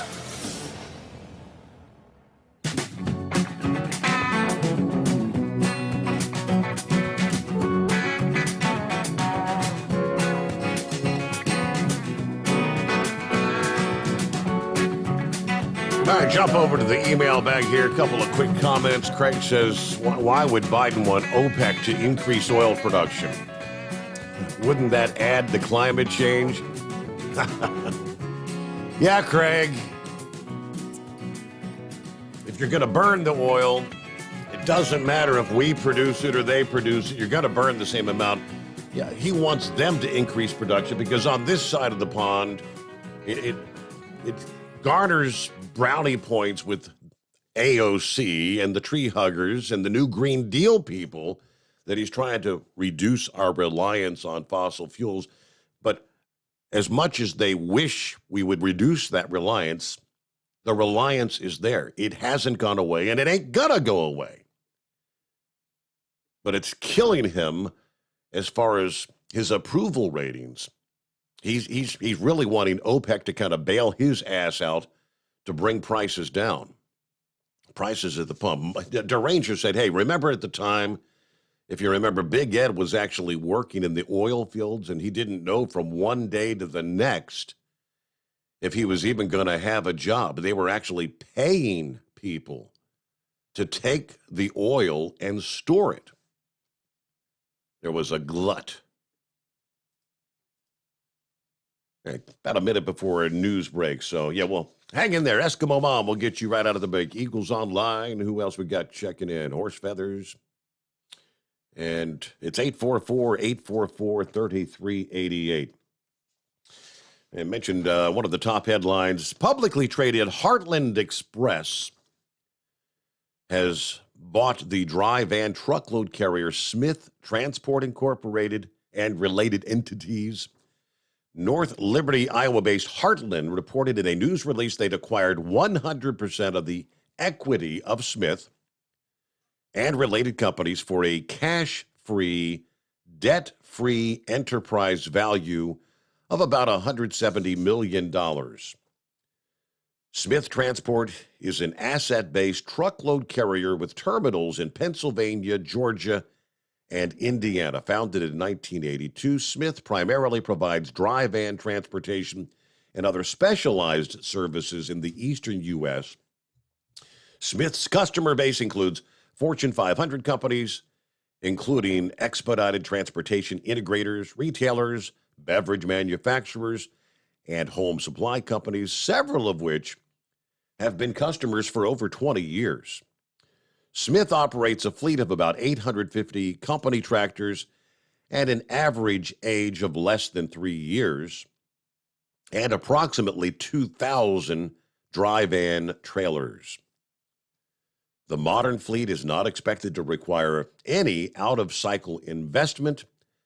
According to the news release, the Smith companies, they say, will continue to operate from Roaring Spring under the leadership of Todd Smith as president and the ongoing support from the founder, Barry Smith. One of the industry headlines. All right, let's get a news break. The Steve Sommers Overnight Drive, live from the Hot Shot Secret Studios. USA Radio News. House Speaker Nancy Pelosi told a crowd Wednesday in her hometown of San Francisco that the lower chamber will propose legislation banning so-called assault weapons in the coming weeks. The Hill reported a bill tackling certain types of rifles would come after the House considers red flag laws. On Thursday, the House Judiciary Committee is also preparing to field a slate of anti-gun bills.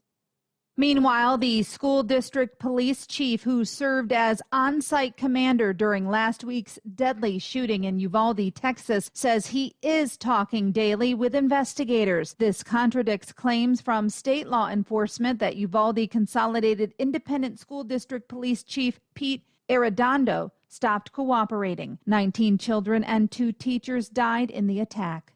You're listening to USA Radio News. Hi, this is Dr. Joel Wallach, and I want to tell you that arthritis is not a genetic thing. It's not a disease of aging. Neither is osteoporosis. Get a hold of my book. It's all in your head. It goes into the 25 different diseases you get when you have osteoporosis of the skull. These are all reversible. You take the Healthy Bone and Joint Pack, the MSM, vitamin D3, stay away from all the bad foods, including gluten, and guess what? You'll regrow all your bones, including your skull and your legs and your hips and everything else. Contact us at usaradiohealth.com.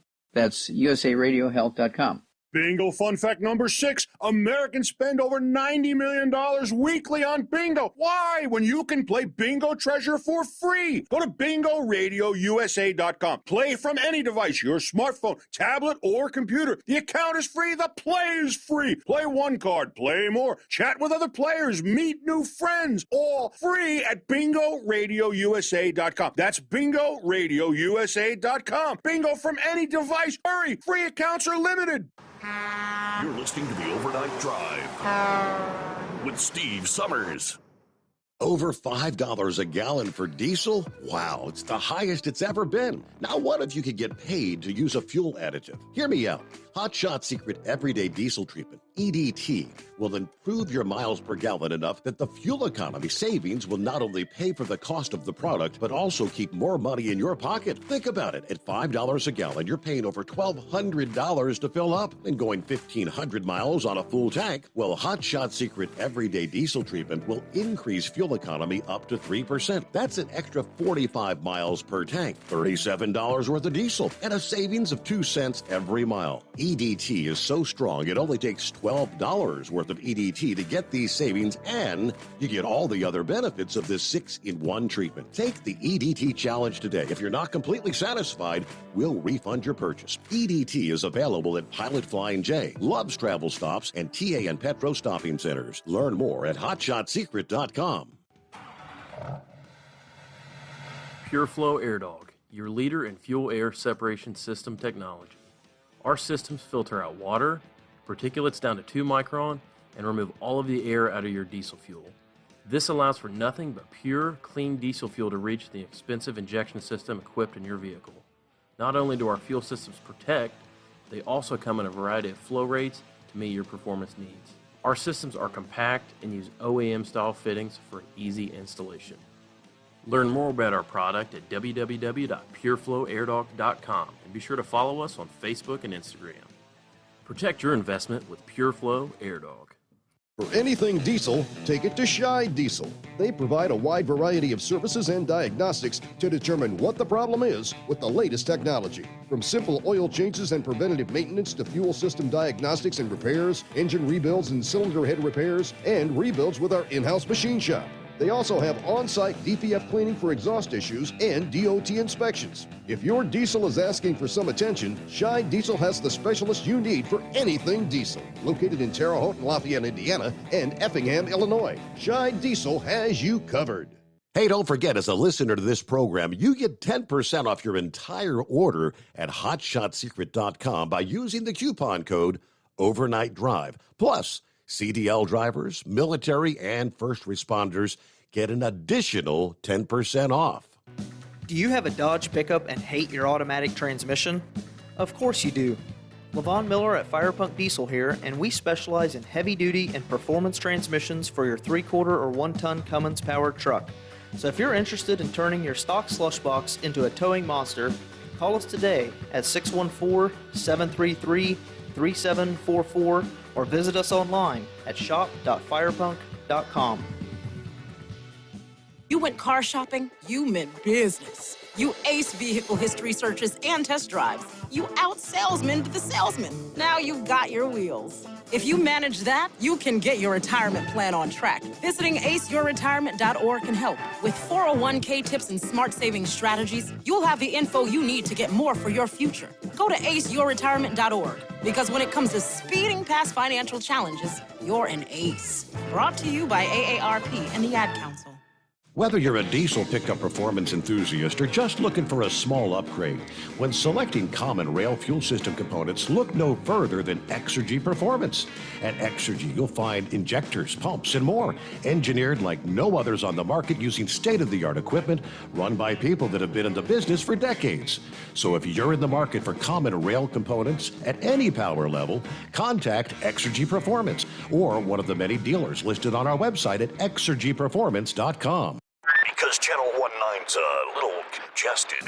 Call Steve now at 844-844-3388. The Overnight Drive.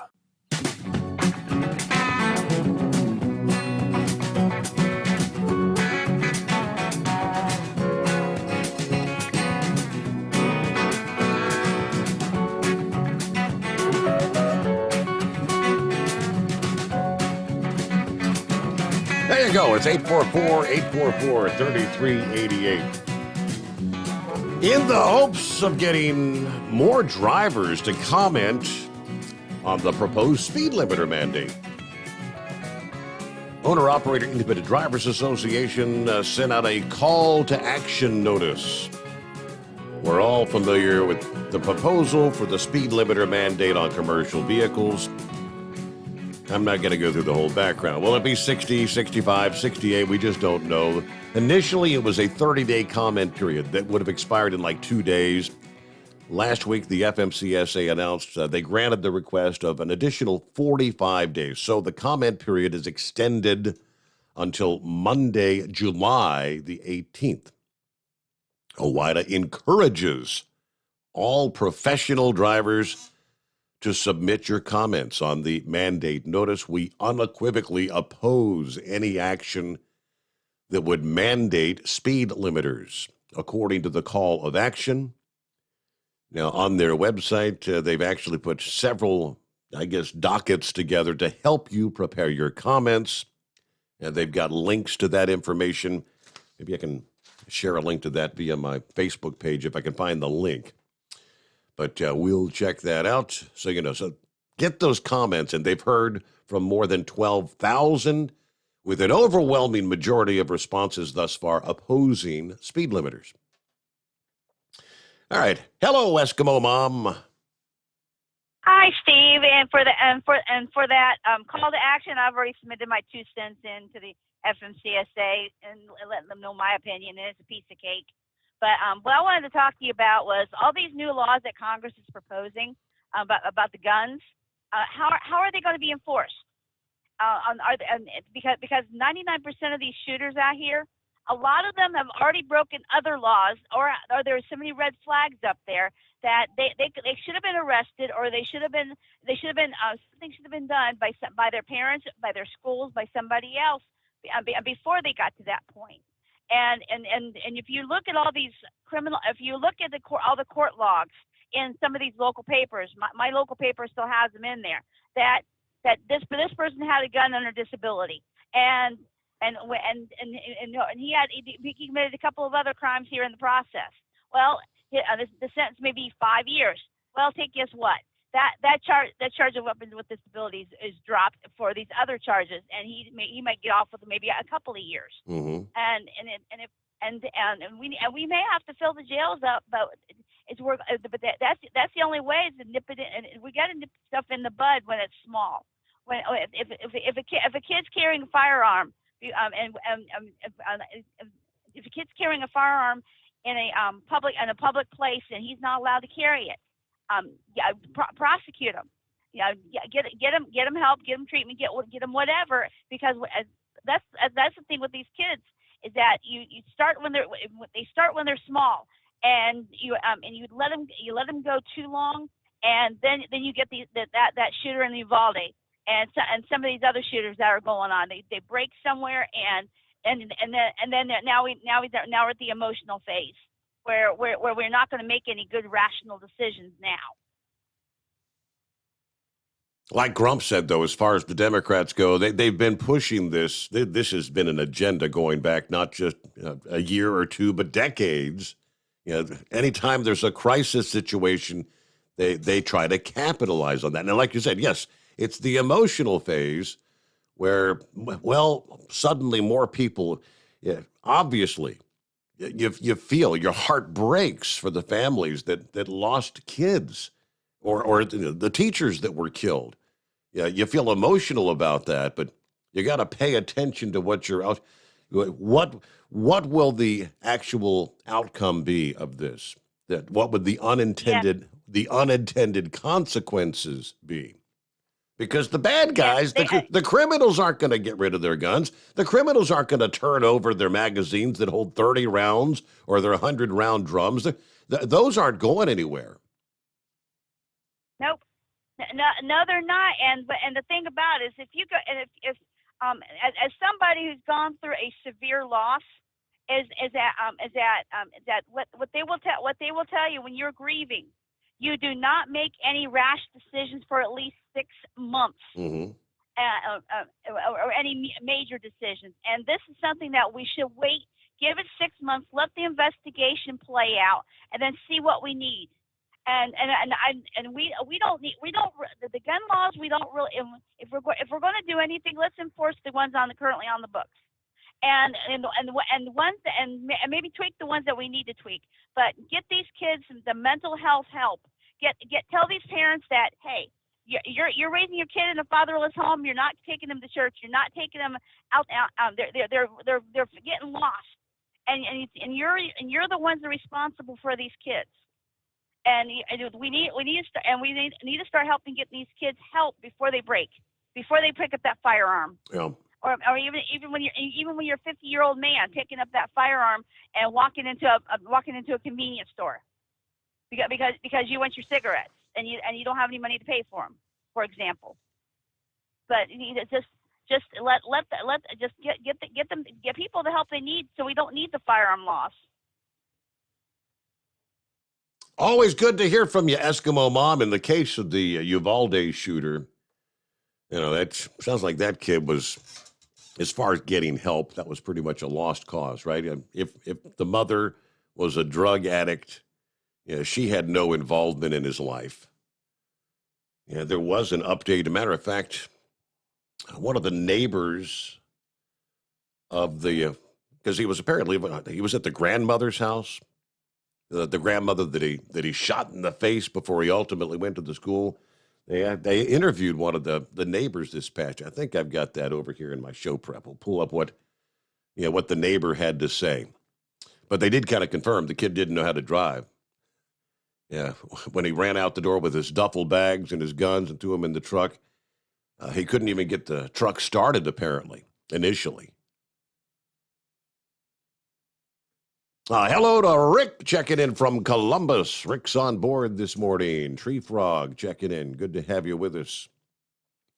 Gerald, how's everything going on your end? All right, chatting back and forth via the YouTube. And our number is 844-844-3388. See what's going on with horse feathers this Thursday. Morning, Your Honor.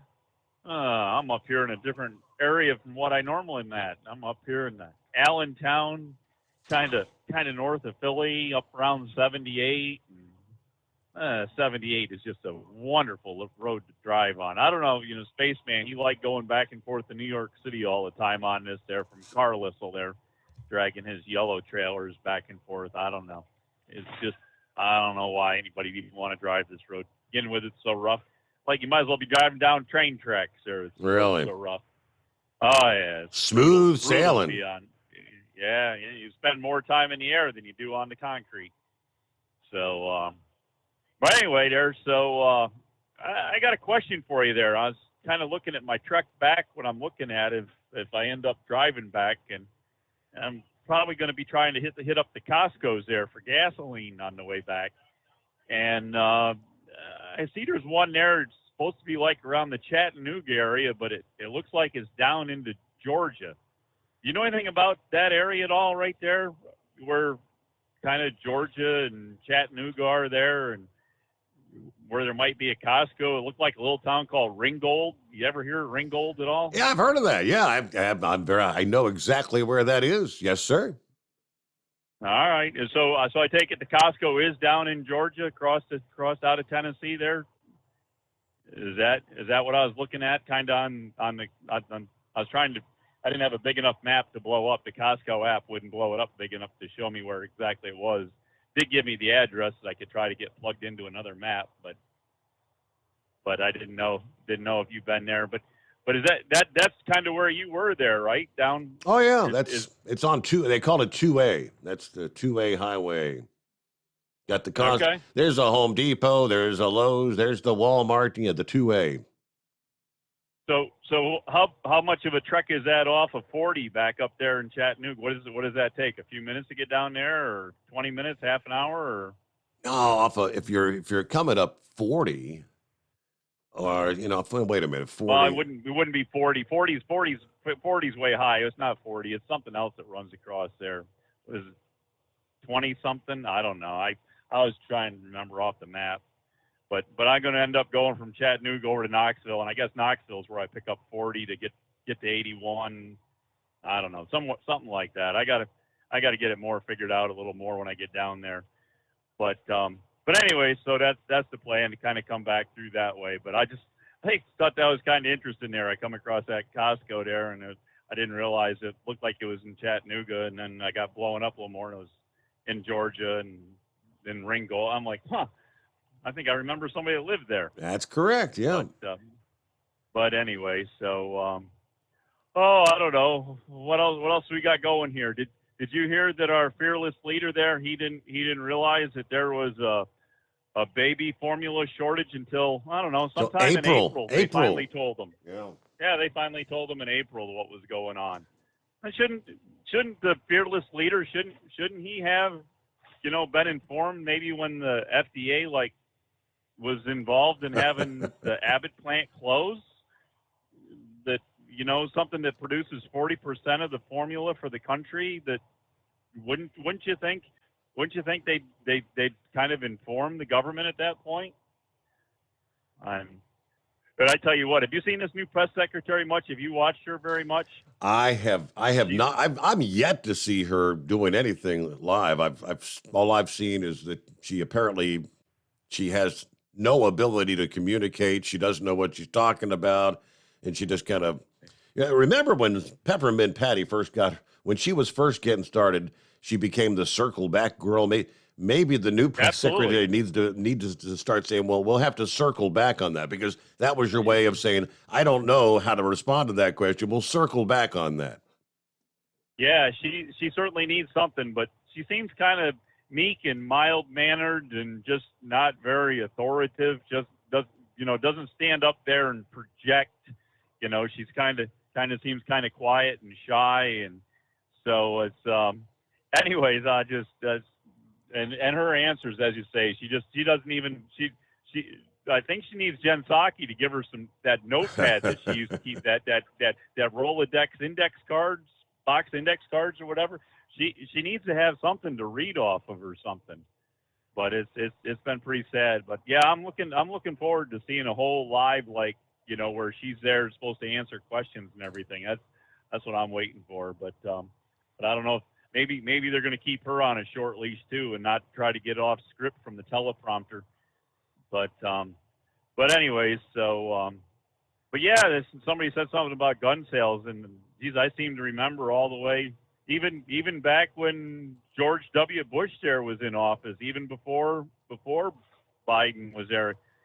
Even he was a pretty good promoter to the gun sales effort. That every time he said something about guns or something, everybody was out there buying more, and so I think Grump made a pretty good point about the ammunition. I was just throwing it out there to ask the question. I didn't have the answer. I didn't completely know any answers about it. But here's the next question: if they still have to allow it to be sold, can they tax it? I mean, can they put a tax or a levy or something on? I would guess it wouldn't be a levy, but can they tax it or somehow that would make the price of it that the average person wouldn't be able to afford it, even if it's available. Now it has to be available, but can they make it so can't that afford it? It's unaffordable, kind of like gasoline. Yeah, there you go. Jeez, you're reading my mind. Even diesel fuel, but anyways, so I don't know. That's about all we got going for you. So, well, one last thing. Now, this is the first week of the month, and Friday's coming along, like tomorrow. Yes. Is Boss Man Monsignor going to be slated to be with us? Yes, that is correct. All right. Well, I'll have to make sure when I get down there to Alabama, I check in there to see what's going on there, because be kind of interesting to see. But yeah, this venture, I'll end up having to place another order there to Mount Gilead to get some more product to install into this one if I bring it home. But you're right about the rental cars there. Last thing there, you're right about the rental cars, because I was looking to drive down in case I drive this other vehicle back, which is what I'm planning on doing, and I could not at a reasonable price get a one-way rental vehicle, if I could even find one, to go one direction. Now, a lot of people didn't have any problem with me renting a vehicle as long as I brought it back to them. But if I wanted to rent a vehicle and leave it at a different location, they're like, nope, no, we don't have any that do that anymore. So there's definitely a shortage of rental vehicles that you can't just go and get one and go where you want to go with it if you want to leave it somewhere. But anyways, that's kind of what I've come across, and we're hoping the flights don't get delayed and that. They're talking about thunderstorms in the afternoon in the Baltimore area now, so I don't know where exactly we're going to be at, but hopefully we'll get our bird in the air and fly down there, and there won't be some woman hanging onto the nose cone or something saying, marry me, marry me. And hey, I guess, one last thing after the one last thing. What's this deal with the Elvis people in Graceland and all that? And they want to not allow the people in Vegas to use the Elvis impersonation thing and to be able to do all the weddings. Did you catch that? That's a new one. I have not seen a thing on that. No, sir. Yeah, they want to put the kibosh on Vegas. Anybody in Vegas using any type of Elvis impersonation or likeness or any type of thing that references Elvis, they want it all to go away. And people out there are saying everybody's going to be on the unemployment line because that's a big industry out there. Everybody does how many? Everywhere you turn, there's an Elvis impersonator. Yeah. Yep, they want to put the kibosh on it. Something about there's some anniversary or something, and we got this movie coming out, and I don't know. They said something he'd be like 87 years old now or something if he was still alive. So I don't know. I'll see what I can dig up on find. it. Yeah. Yeah. All right. Well, safe travels. Yep. You'll let us know. All right, but you have to get a quick 2-minute time out here. Let's see. He was asking about gun sales in the United States. For the most part, they kind of rely on background checks. An individual background check could be one gun sale. It could be 2 or 3. So if you just use the solid background checks, after a record year in 2020, gun sales dipped slightly last year. Still, with nearly 19 million guns sold. 2021 was the second highest year for gun sales in the United States, behind only 2020, when estimated gun sales topped 21 million. The previous record year was 2016, with about 16 million guns sold. Total estimated gun sales fell 13% between 2020 and 21, but they remained higher than they were in 2019, up nearly 40%. Total number of guns sold last year in 21 was more than double the number sold in the year 2001. Matter of fact, sales in the United States rose by about 155% between 2002 and 2021. They've got the chart here, the graph, I guess you'd call it. It goes all the way back to the year 2000, when it was about, 7.5 million. 2001, just shy of 8 million. Numbers kind of held pretty fairly steady. 2002, 3, 4, 5. Started going up a little bit in 06. Started to see a real spike.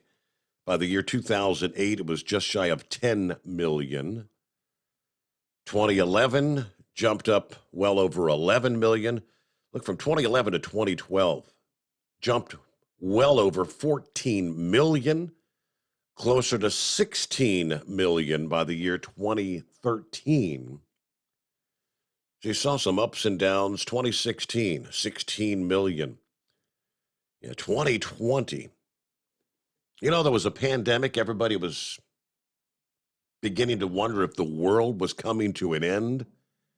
Shelves were bare. This COVID-19, we're all going to die. Jumped up to damn near 22 million gun sales in 2020.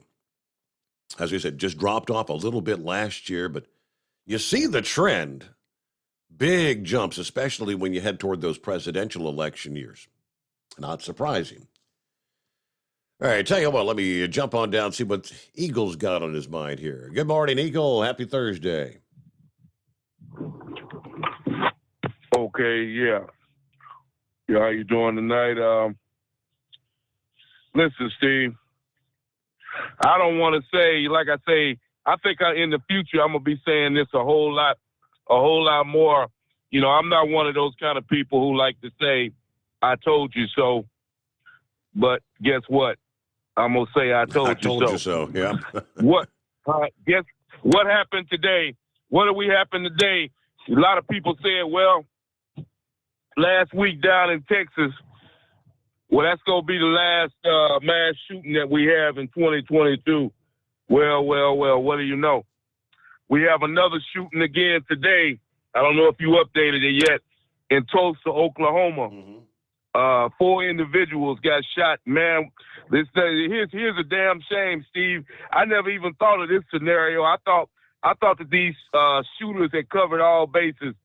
I thought they had covered everything when they shot up schools, when they shot up churches, when they shot up shopping malls.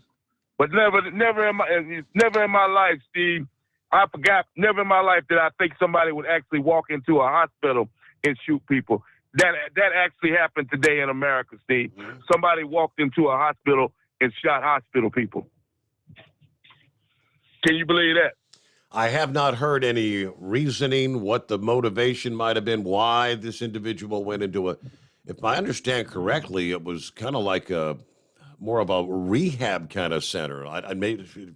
We'll have to wait and see what prompted this guy to go in there.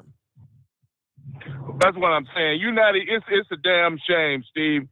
You're not even safe going into a hospital area. This is how bad things have gotten. It's almost like the Wild Wild West in America right now. We got some serious problems right now in the USA, and it's not going to stop.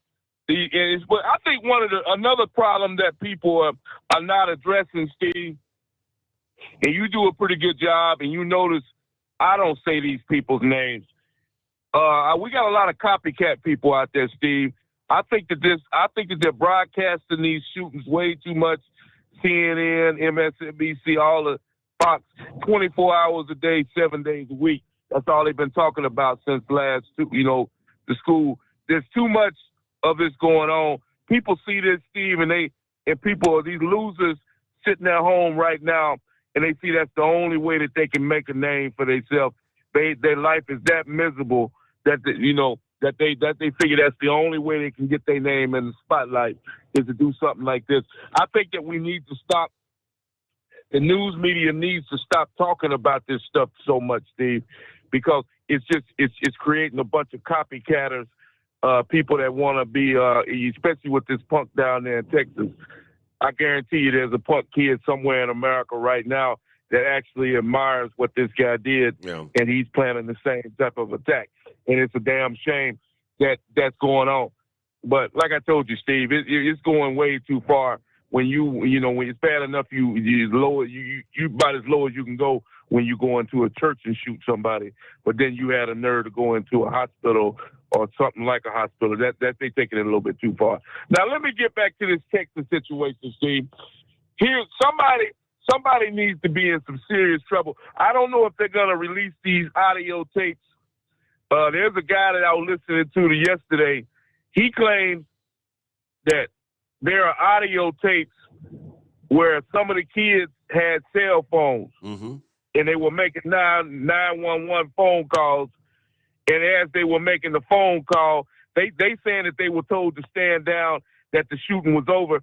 But I haven't heard the phone call, but there's a guy who said he heard the phone calls, and he said that as he was talking, as the 911 operator was talking to one of the kids, she heard a gunshot, and this so-called shooter shot one of the kids.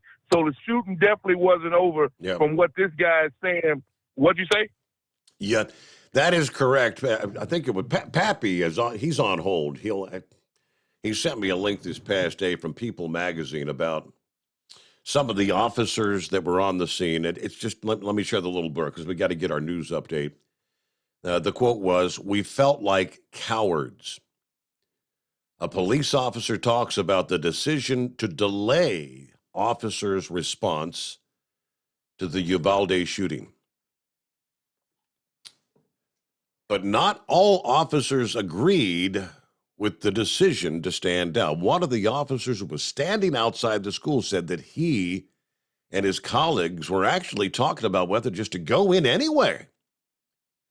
He said there was almost a mutiny, the officer tells.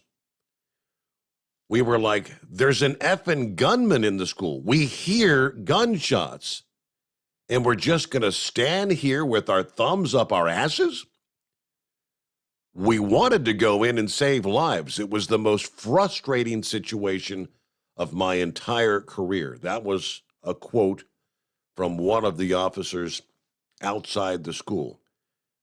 And as he said, we're like, there's an effing gunman in the school. We hear gunshots, and we're just standing here with our thumb up our asses. We'll return after the news break. The Steve Sommers Overnight Drive. USA Radio News. Police in Tulsa, Oklahoma say a gunman killed at least 4 people at St. Francis Hospital on Wednesday before dying of a self-inflicted gunshot wound. Police spoke to reporters at the scene. I was very happy with what we know so far regarding the response of our officers. And as the mayor mentioned, the citizens of Tulsa, I think, should be proud. This parking lot was difficult to get to for some of those officers who were here just minutes after it came in. It was difficult due to the amount of cars that had responded from all sides of town. According to a Facebook post from the department, Tulsa police apprentice officers underwent active shooter training just days ago. A federal judge says John Hinckley Jr., the man who shot President Ronald Reagan in 1981, will be freed from court oversight this month as planned. This is USA Radio News. Wendy Bell here for my friends at Swiss America. Did you know the U.S. Constitution authorizes only 2 forms of legitimate money, gold and silver? That's right.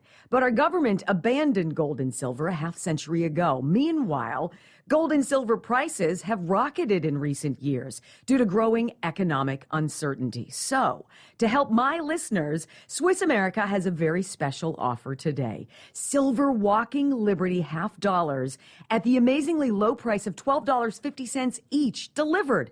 You heard me right, $12.50. Call now to reserve your silver coins at 800-630-1490. That's 800-630-1490. Silver Walking Liberty $half for just $12.50 each, delivered while supplies last. Put a silver lining in your financial portfolio now by calling 800-630-1490. 800-630-1490. Inflation prices are at a 40-year high, and many people say the Biden administration is not doing enough to rein it in. Reporter Tim Berg has the story. We can't take immediate action that I'm aware of yet to figure out how we bring down the price of gasoline. We can't do that immediately with regard to food prices either. President Biden's comments as more Americans are becoming increasingly concerned about rising prices for food and gas. Critics argued the president could lower gas prices in the United States by reversing some of his energy policies, restricting the production of oil and gas in the United States. One Michigan GOP gubernatorial hopeful lost a key ballot ruling on Wednesday. The ruling affects Perry Johnson, a wealthy businessman considered to be a leading candidate. The decision could also apply to 3 other candidates, including former Detroit Police Chief James Craig, who's also been scratched from the ballot for invalid signatures. This is USA Radio News. Hi, I'm Wayne LaRouche. If you like my radio show, you're going to love my podcast, War Raw. Each podcast, I present my top 10 most outrageous, salacious, and controversial stories of the week. I break down the best of the best, raw truth stories for conservatives, libertarians, patriots, taxpayers, Trumpers, and deplorables. Anyone who appreciates God, guns, gold, and tax cuts will stand up and cheer for War Raw. Check out this week's War Raw podcast right now. It's available to download on iTunes, Spotify, iHeart, or wherever you listen to podcasts. War Raw. War Raw. Job openings remained near record highs, according to a report released Wednesday from the Bureau of Labor Statistics. U.S. job openings decreased slightly to 11.4 million on the last business day in April. About 4.4 million Americans quit their jobs in April. New hires held at 6.6 million. Remote work is a thing of the past if you work for Tesla. Reporter Lance Pry explains. Tesla employees should pretend to work somewhere else if they're not willing to return to their offices. That was a tweet by CEO Elon Musk on Wednesday. He went on to say in a leaked memo obtained by Bloomberg, anyone who wishes to do remote work must be in the office a minimum, and I mean minimum, of 40 hours per week or depart Tesla. That's a far cry from Twitter's policy right now, which is optional. A New York judge has rejected a request from former Alaska Governor Sarah Palin to be granted a new trial in her defamation suit against the New York Times. U.S. District Judge Jed Rakoff wrote in a court decision on Wednesday that Palin, who sued the Times for defamation and lost earlier this year, failed to introduce, quote, even a speck, unquote, of evidence suggesting she should be granted a new trial in the case. And actor Bill Cosby faces sex abuse charges again as his civil trial gets underway. For USA Radio News, I'm Katie Lewis. At Hotshot Secret, we share the science behind common diesel problems. For example, Stiction. Found throughout the oil system, stiction is the sticky friction that negatively impacts your engine's ability to function at an optimal level. The molecular structure of oil is a hydrocarbon. The engine's extreme heat, tight tolerances, and high pressure cause the oil to break down and release hydrogen, leaving behind varnish, a carbon-based deposit. The varnish clings to the engine's moving parts, creating drag on the turbocharger, oil pump, and pistons. Symptoms of stiction include a rough idle and the loss of fuel economy and performance. Hotshot Secret Stiction Eliminator delivers a 98% clean rating in third-party scrub tests. Its synthetic cleaner plus nano lubricant contains no harmful solvents and is formulated to be left in the engine to safely dissolve stiction for thousands of miles. It works as you drive. Stiction Eliminator is available at truck stops, Tractor Supply, O'Reilly's Auto Parts, and online at HotShotSecret.com. Hot Shot Secret. Powered by science.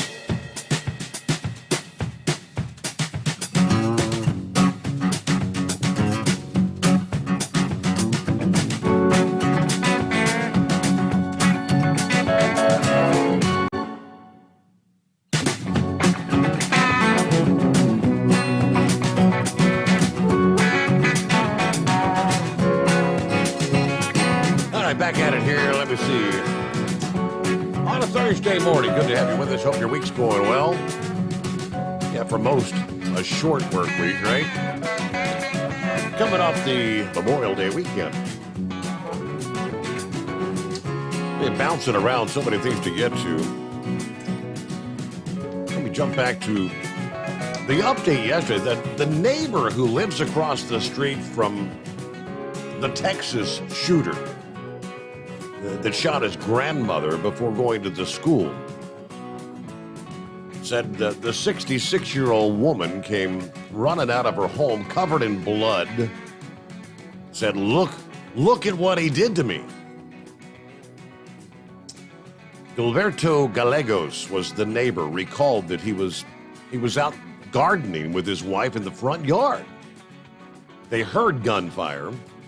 Soon after gunshots, Ramos ran out of the house carrying some bags, jumped into his grandmother's truck, describing how Ramos initially appeared to have trouble starting the vehicle. He said, I thought it was strange because he doesn't know how to drive. Ramos then sped off, and the grandmother then emerged from the home, blood running down her face. She was delirious, in obvious pain. Then said to me, look at what he did to me. She never mentioned his name, but my wife and I knew who she was talking about. It was her grandson, Salvador. They took him, I guess he took her into the enclosed back porch while his wife called 911. She was in shock, blood everywhere. I did the best I could. The grandmother was ultimately airlifted to a hospital in San Antone, where she was upgraded to good condition on Tuesday. of this week?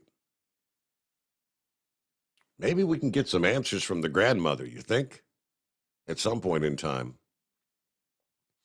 All right, let's see. We'll get to Always Moving coming up here. Pappy's on the line. I mentioned, hey, Pappy, what's happening? What's the word?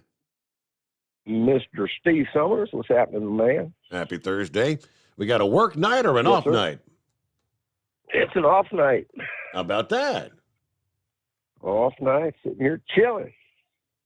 Got 3 fans going, trying to keep the house cool. Yeah. So when did you discover the Freon leak? Well, a few days ago, I went down to the laundry room, and there's water all over the damn floor, right? I'm like, they got it. Maybe the drain line, was clogged, so I replaced it. And drain line was working. I'm thinking, cool, took care of that problem. Went down the next day, and there's water on the floor. So I took the panel off the furnace, a half inch of water laying down in there, leaking out. And like, what the heck?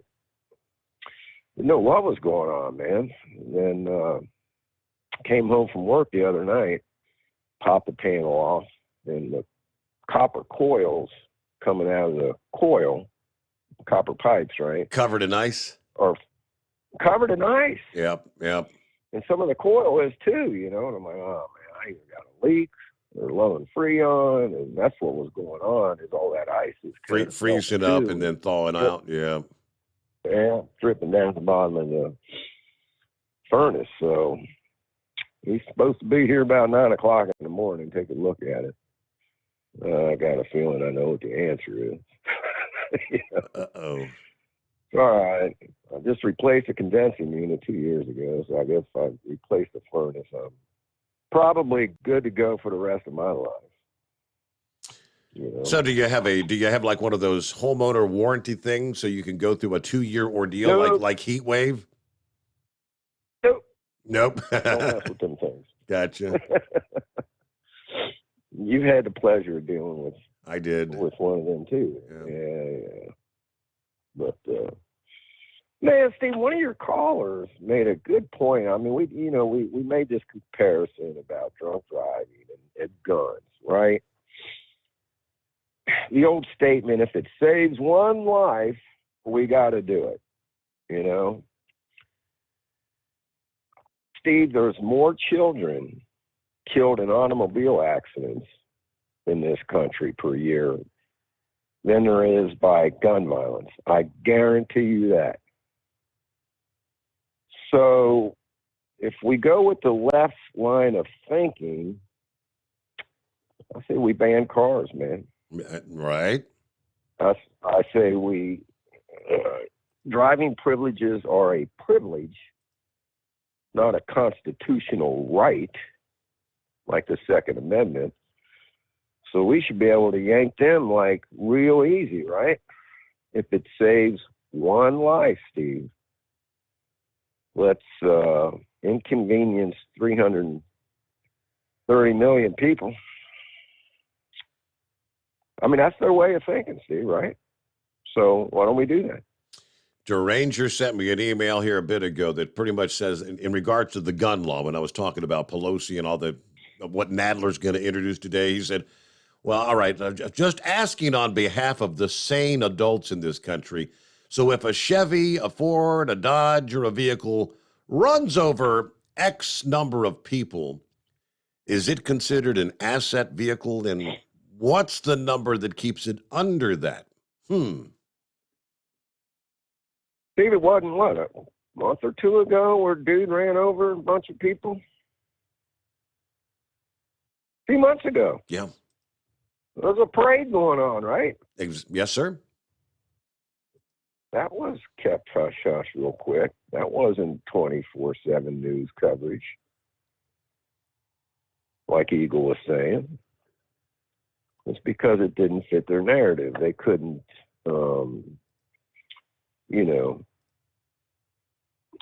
excuse me, they couldn't advance their narrative over that.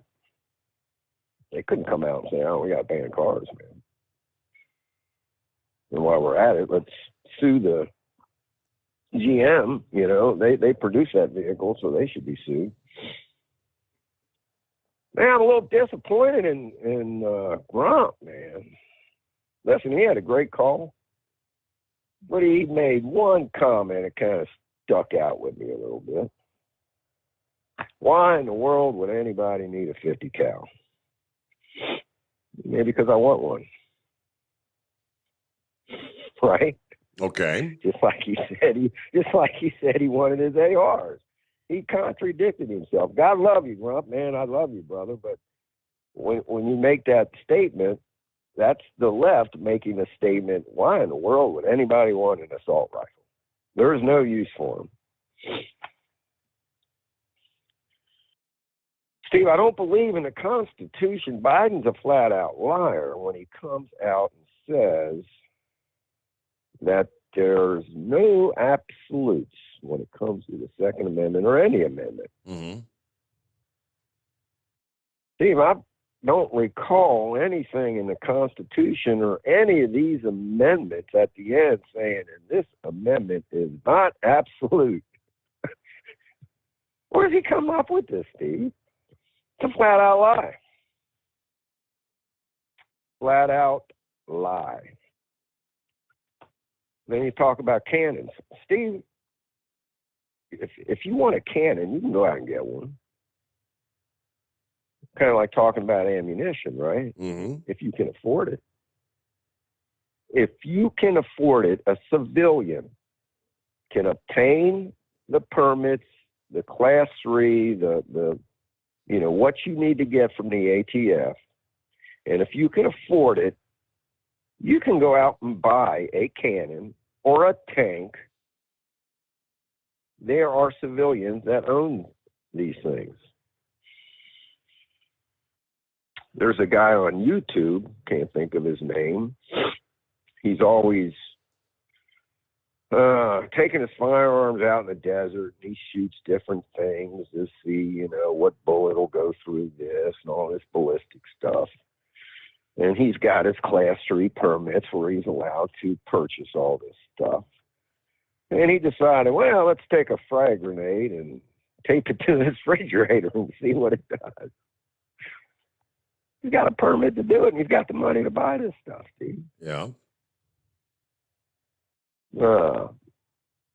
Just in case you didn't know, most people know that if you want to go out and buy a machine gun, you can do it. You just got to obtain the permits and have the money to do it. The going rate for an M16 is about $30,000 now. You really want one, you can go get one, as long as you don't have a criminal history. Dan Bongino made a great little statement in one of his broadcasts, Steve. He's like, you know what?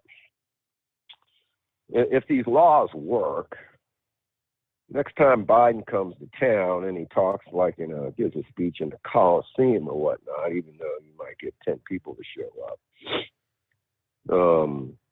Instead of having all the magnetometers in where everybody comes in and goes through these things and make sure nobody's carrying a firearm, Steve, we'll just pass a law saying on this day, nobody's allowed to carry a gun in the Coliseum when Joe Biden comes in town to give a speech.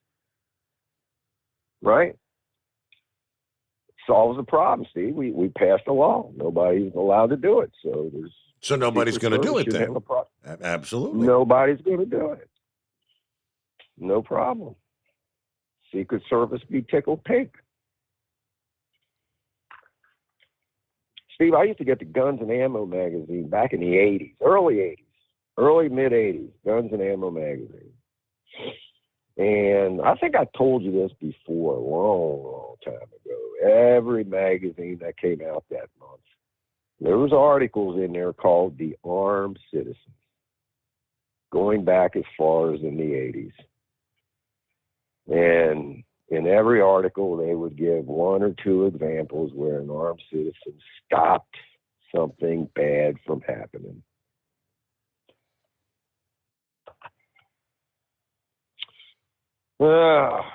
What else is going on, man? Hey, I got the pool up and running. I did get that accomplished this past day. Yes. Yeah. Oh, man. Finally, success. All you got to do. Yeah. You're going to have to get you one of them heated covers. You got one of them? The heat cover thing? You just throw it on there, let the sun solar cover. Yeah, we had one on there the last few years. They dry rot. They don't take long. Yeah, I had to toss it out last year. It dry rotted. Right. Yeah, I'm sure that water's a little cold. I have not ventured in, but yes, I'm sure it's chilly. Yeah. Stock up on your chemicals, right? Wasn't there something going on with the chemicals a little while ago, last year? That's still supposed to be a problem. Yeah, the chlorine and whatnot. Yeah, there's still supposedly shortages of that. I haven't even. I had enough left from last year. I've got enough to get me through the season as far as chlorine goes. Now I'm going to need some alkalinity and probably some pH or whatever, but I don't think there's any issues with that. Yeah, each day you got to kind of go out there and dip the old thing in there and hold it up and see if all them levels are correct. Yep. Add a little bit of this, add a little bit of that. All right, good times, man. Hey, reference to the cops. Yeah, there was a officer that was one of the first ones on the scene down there. I guess he gave an interview with People Magazine, and Steve, I still don't get it. I mean, I'm sure there was a lot of cops frustrated down there, like he was saying, what the heck, man, we're getting orders not to go in. And they said they're hearing shots though. Yeah, and what I Steve, I'm telling you, when you're en route to that situation, right? You're driving there. Your first thought is when you're scanning the school as you're pulling up and you're trying to pick a point of entry to go in. And did this order come out before anybody? I mean, I can't see how this order would have came out before anybody even got on scene. I mean, there's no way that you can tell me that the officer's driving there, that the chief came on, whoever this guy was, and said, hey, we're not going in. Don't go in. I find that hard to believe. And Steve, if it was me, I don't know if I'd flat out come out and defy chain of command, but I tell you, I didn't hear that order. Shit. My radio was down. Yep. My radio was down. I didn't hear none of that. I was concentrating on going in. Wow. All right. Well, I guess if I had to guess, that would probably explain why they're saying the chief or whatever is no longer cooperating with the investigation. He ain't got nothing to say. I mean, yeah. That just don't make sense, Steve. And then I get, man, these cops that hear that, if they did hear it and they're standing there, they're like, man, I disobey orders, I go in and something happens, something bad happens, man, you're going to get hang out to dry, man. But, that's totally opposite of everything that's being taught in training now is to get in there now, and for that order to come out. To end the threat. End the threat, right? Yeah. It's my understanding. I could be wrong, but I heard this. I mean, it's hearsay because I just heard it. I don't know if it's fact. But the tactical team that actually showed up, the Border Patrol, the federal guys, right? Yeah. Hey, screw this. We're going in. They defied that order. I could be wrong, but I did hear that from somebody. I said when the Border Patrol showed up, they went in. So we'll see what happens. I mean, there's sooner or later we're going to find out. Yeah. This is going to come out. What the heck happened here, man? And do you hear Biden or what's the press secretary? They asked her a question about fortifying these schools. Mm-hmm. And she made the comment that, well, that's not the administration's way of dealing with things. Pretty much said no. No, our goal is to Not- take the guns. that's not how we're Our gonna goal is deal to with get that. the guns out of people's hands. Yeah. Take the guns. Yeah. So, all right, my man. Thanks a bunch. All right. Have a good night. Good luck with the unit in the morning. Hope for the best. Like I said, there's always a possibility. When I had my inside unit, I had the same thing. I had a Freon leak, and you had to bring the sniffer tool out, and he was looking. And it's now what if the leak is in this area, it can be repaired, but if it's in the elbow or the corner or whatever, I can't fix that. Of course, he couldn't fix it. So, good morning, always moving. How's your week going? Fabulous and amazing. Thanks for taking my call. Hey, just off the top of my head, did they ever decide in Pennsylvania if it was Dr. Oz or the other guy that won? The recount supposedly started on Tuesday of this week, I believe. So, no, I haven't heard an update, but yeah, the recount was supposed to begin on Tuesday. Oh, okay. I hadn't heard, and it just kind of popped in my head while I was on hold. As far as the shooting goes, you'll never know until the final comes down. But I think if stuff happens, like what they are saying, as a patrolman there or as a policeman there and as the chief there, and based on what has happened in other cases around the country, I would be scared to death that they're going to charge them with the murders and say that they were culpable in the murders by, I guess, I don't know if you'd call it negligent homicide or by not whatever. going in. Yeah. I see that one coming down the path. And that's, I don't know the guy. I don't know if he's talking to whoever, and I don't know what happened. I wasn't there, but I would certainly be very, very leery of that at this point. That, well, why didn't you go in? Therefore, you're culpable of the murder, and they'll just charge them with all of them because they don't know the order in which they died until they, for the most part.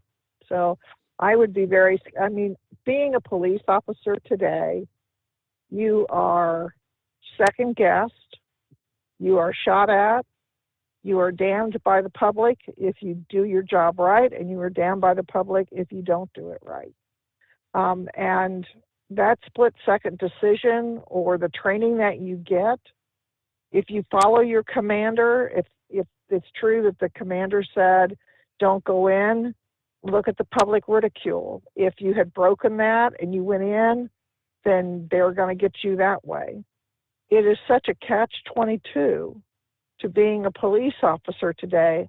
I don't understand how anybody would want to do it in any way, shape, or form. And it's sad because you definitely need them. And what they do, they should be paid scads and scads of money. I mean, that is such a intense job, and you have to leave it there and not bring it home. I mean, the pressure that they're under, you know what? I think the government should get each of them a subscription to a Peloton biking machine. Yeah. So they can get rid of their, stress and keep them in good physical health. I think that's what the government should do with the government's own money. Oh, that's right. They don't do that. No, they don't. The senators and stuff, they're not going to pay for all that anyway. And there is no clear-cut answer to any of it. I thought I was a little confused listening to Grump. He made a lot of very, very good points. Pappy just made a very, very good point about, well, we'll just pass a law and nobody can bring a gun and boom, that'll fix the problem. Nobody will bring I've a gun. said that for years. Mm-hmm. Yeah, I mean it's already illegal to kill somebody. Did that stop him? No. It's illegal to do this. Did that stop him? No. There's already a ton of rules and laws in place, but that doesn't seem to stop people. Hey, it's illegal from to doing whatever. It's illegal to drive without a license, and lo and behold, hey, he jumped in that pickup and drove to that school without a license and crashed it, didn't he? Sure enough. Yeah. Sure enough. But that's right. But I will say and this is from my work, and I don't do that much, but my interaction with the behavioral health adolescents where I work, sometimes you have to sit constant with them. I tell you, and even just the patients that come on our floor, when you hear the background of how they have been raised, how they have been treated, and I stay as far away from all of that as I can, but there's some things that you can't help but overhear. Some things you can't help but be a part of when you work in that situation. People are sick. I mean, they are really, really sick. And what they do to children make your hair stand up on end. Yeah. And I have touched on this in the past on here. And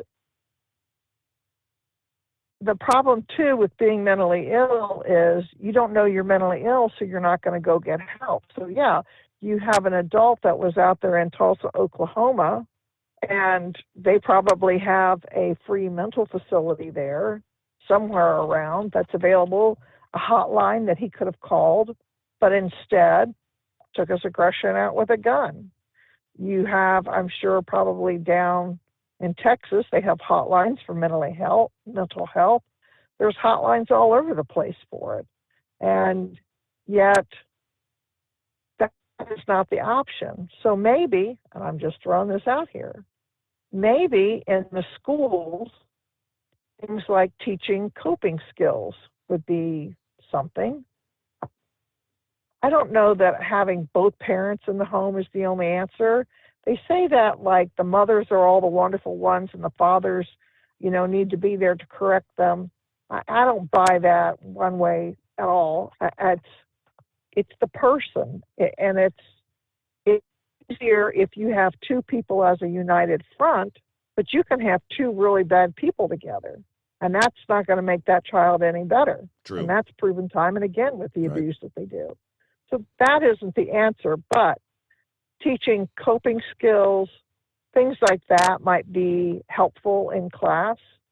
I don't know. I don't think that there is a one-size-fits-all solution. I don't think it's ever.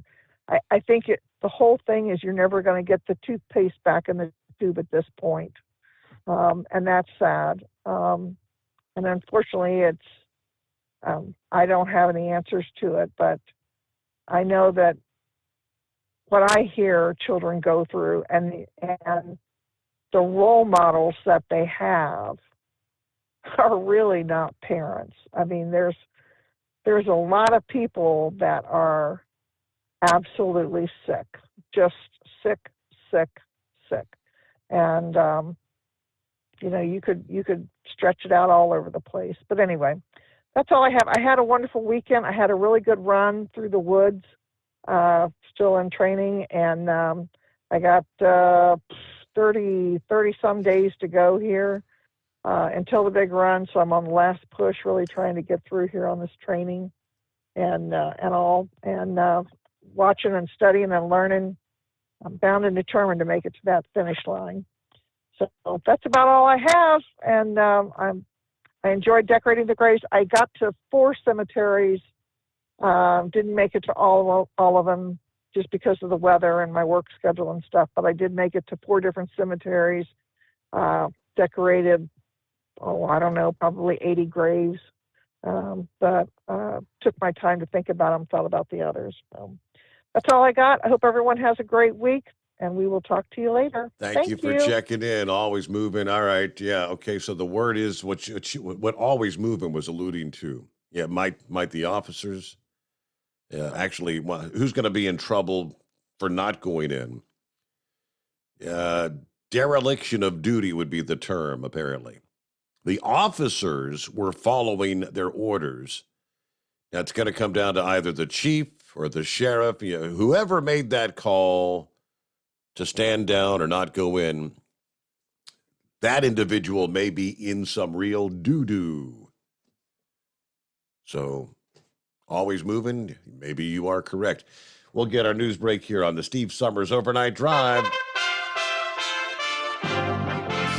USA Radio News. The White House has indicated it's nearing a decision on broad student loan debt forgiveness, zeroing in on canceling $10,000 per student. I am considering dealing with some debt reduction. I am not considering $50,000 debt reduction, but I'm in the process of taking a hard look at whether or not there will be additional debt forgiveness, and I'll have an answer on that in the next couple weeks. Meanwhile, the Biden administration canceled all outstanding federal student loans borrowed by former Corinthian college students. It shut down in 2015. Roughly 500,000 former students will receive $5.8 billion in loan cancellations. For the first time in history, gas prices have topped $4 per gallon in all 50 states. Prices jumped an average of 48 cents during the month of May. This is USA Radio News.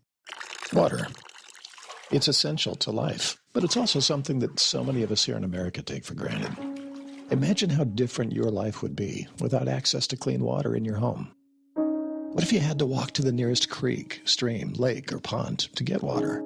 Suddenly, going to work and school wouldn't be an option because you and your children would have to spend your days collecting water. This is the day-to-day reality of most families living in the world's poorest countries. But what if I told you that you can change that reality for just pennies a day? Through our water projects, Food for the Poor is working to meet the need for water in 17 impoverished countries. But it won't happen without you. Incredibly, it only takes $15 to provide a child access to clean water for life. $15. Decades and decades of access to water for a child. Give the life-changing gift of water now. Just text USA Radio to 91999. Text USA Radio, all one word, to 91999. Hey, if you're needing to stock up on Hot Shot Secret products, don't forget, use the coupon code Overnight Drive at checkout. You'll get 10% off your entire order at hotshotsecret.com. Hi, this is Pete Matouche. In 1999, my brother started the Turbo 3000. We're proud to continue on with his legacy. The fuel that you've spent your hard-earned money on is completely burned, and that's your profit going right back where it belongs, in your pocket. For our Canadian customers, you can get the Turbo 3000 from manufacturer direct. Call us at 888-567-1007. For a limited time, save $45 off total purchase using coupon code SteveSaves at turbo3000.com. For the last 15 years, the Big Rig Mattress has been manufacturing a premium residential mattress for over-the-road truckers. After your downtime and recuperating on the Big Rig Mattress, you wake restored and without sore pressure points, ready for another day on the road. The main support component of the Big Rig Mattress is an individually pocketed spring core that delivers the optimal amount of support exactly where you need it. Check out thebigrigmattress.com to learn more about this exceptional mattress. Many sizes are stocked and can ship within 72 hours. Custom sizes also available. 100% made in the USA since 2009. The price of diesel is through the roof, so what could be worse? How about high prices and low fuel mileage? Well, there is a solution. Everyday Diesel Treatment by Hot Shot Secret. EDT is a concentrated 6-in-1 fuel additive and cetane improver that immediately adds fuel economy with the first fill-up. It's the best way to maximize every drop of diesel for a better bottom line. Everyday Diesel Treatment, available at Pilot Flying J, Love's Travel Stops, and TA Petro Truck Stops. Learn more at hotshotsecret.com.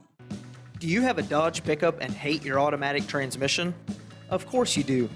Levon Miller at Firepunk Diesel here, and we specialize in heavy-duty and performance transmissions for your 3/4 or 1-ton Cummins-powered truck. So if you're interested in turning your stock slush box into a towing monster, call us today at 614-733-3744 or visit us online at shop.firepunk.com. To protect her home and family in a disaster, Karen was willing to wade through water, mud, and insurance paperwork. Yeah, I can do this. You go, Karen! By simply understanding and updating what her insurance covers and doesn't cover now, she'll be better prepared no matter when disaster strikes. Learn other simple ways to protect your home and family before a natural disaster at ready.gov. That's ready.gov. A message from FEMA and the Ad Council. For anything diesel, take it to Scheid Diesel. They provide a wide variety of services and diagnostics to determine what the problem is with the latest technology. From simple oil changes and preventative maintenance to fuel system diagnostics and repairs, engine rebuilds and cylinder head repairs, and rebuilds with our in-house machine shop.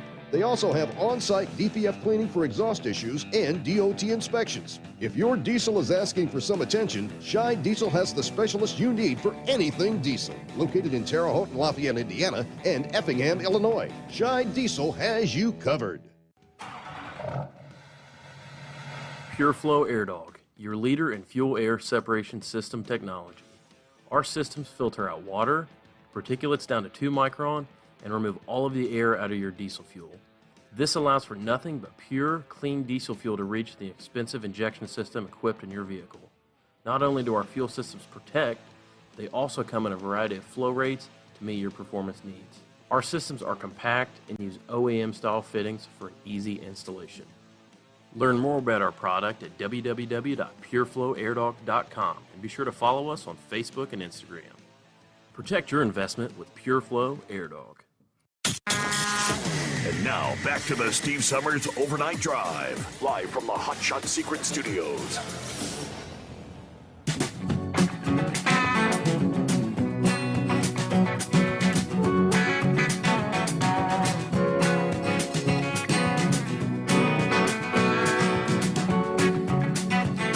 All right, another item Always Moving was asking about was Pennsylvania. I pulled up updates from the past day. Looks like as far as the recount goes, there are some counties that have already completed their recount. The deadline for each county to complete their recount, June 7th. All right, report from the Philly Inquirer says more counties are beginning and some are finishing their recounts. Forest, Fulton, Pike, Wayne counties all began their recounts on Tuesday morning, and they had them completed by, I guess, yesterday afternoon. As with other counties that have reported results, some numbers have shifted, but the differences are just ever so slight. McCormick picked up 1 vote in Fulton and 2 in Wayne in the recount, but lost 4 votes in Pike. Dr. Oz gained 4 votes in Wayne, but lost 3 in Pike. The recount didn't change the results in Forest at all. The numbers do not include undated mail ballots because the status of those votes is still in question. The courts are going to have to rule on that. Pike County has 16 undated Republican mail-in ballots. Wayne has 11. Neither county has opened those ballots to know how they would even affect the results if they are ordered to count them. One worker said Forest County does not know how many undated Republican mail-in ballots they had. Fulton County reported having none. But Pennsylvania law requires counties to begin their recount as of yesterday. And some counties actually started last Friday. Many instead chose to start yesterday. The recount could take just hours for many counties, especially the smaller counties. In the larger counties, it may take several days. But all of these recount numbers are still unofficial, not finalized until the counties certify them. Either way, counties must report their results by next Tuesday, and the final official results will be announced, they say, by next Wednesday. Now, what about those undated mail-in ballots?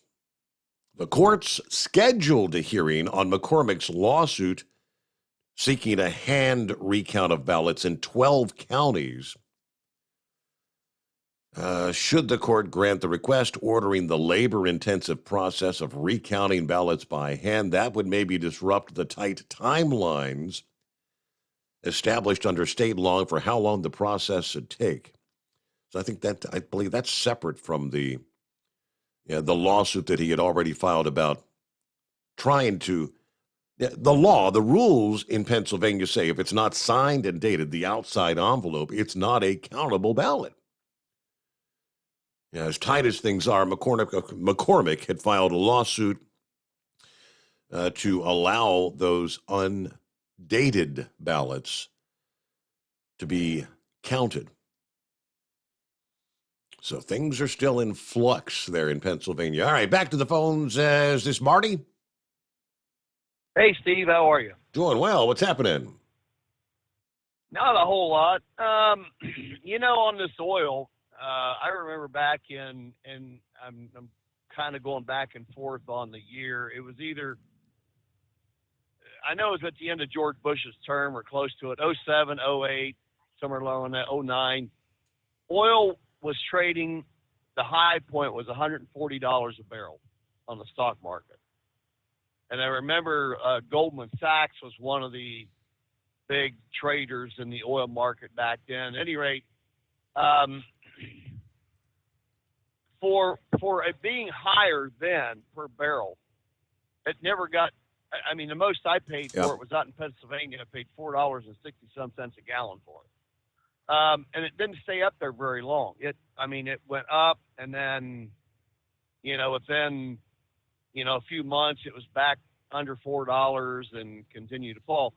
But you look at one of the things that's happened in that time frame, and this is on the retail side of it, is that, as you recall, when the economy went bust at the later part of Bush's second term, Flying J, they went bankrupt. They were in bankruptcy for a long time, and then the government under Obama finally let them be, merged in with, or Pilot was allowed to buy them. So, the consolidation in the truck stop fuel industry. So that took one player, instead of there being four players in the market at the time, there's now three. So, you have less players in the market, less competition. That's one thing on the retail side. But, I think what's going on, or I know one of the things that's going on here too, is that there's less and less, I read this article here the other day, there's less and less ultra low sulfur oil that is more easily converted into ultra low sulfur diesel. Mm-hmm. So the scarcity of that is another thing that's kind of adding to this. Look, I'm sure there's some, profit taking, everywhere that people can get it. But the Biden administration, they made it clear from day one. They made it clear on the campaign trail. He was going to get us off of oil. He didn't care what it was going to take to do it. I remember one of his campaign stops that he was with, told a young lady, "Hey, don't you worry," winked at her and smiled, and we're going to bankrupt these oil companies, to save the environment.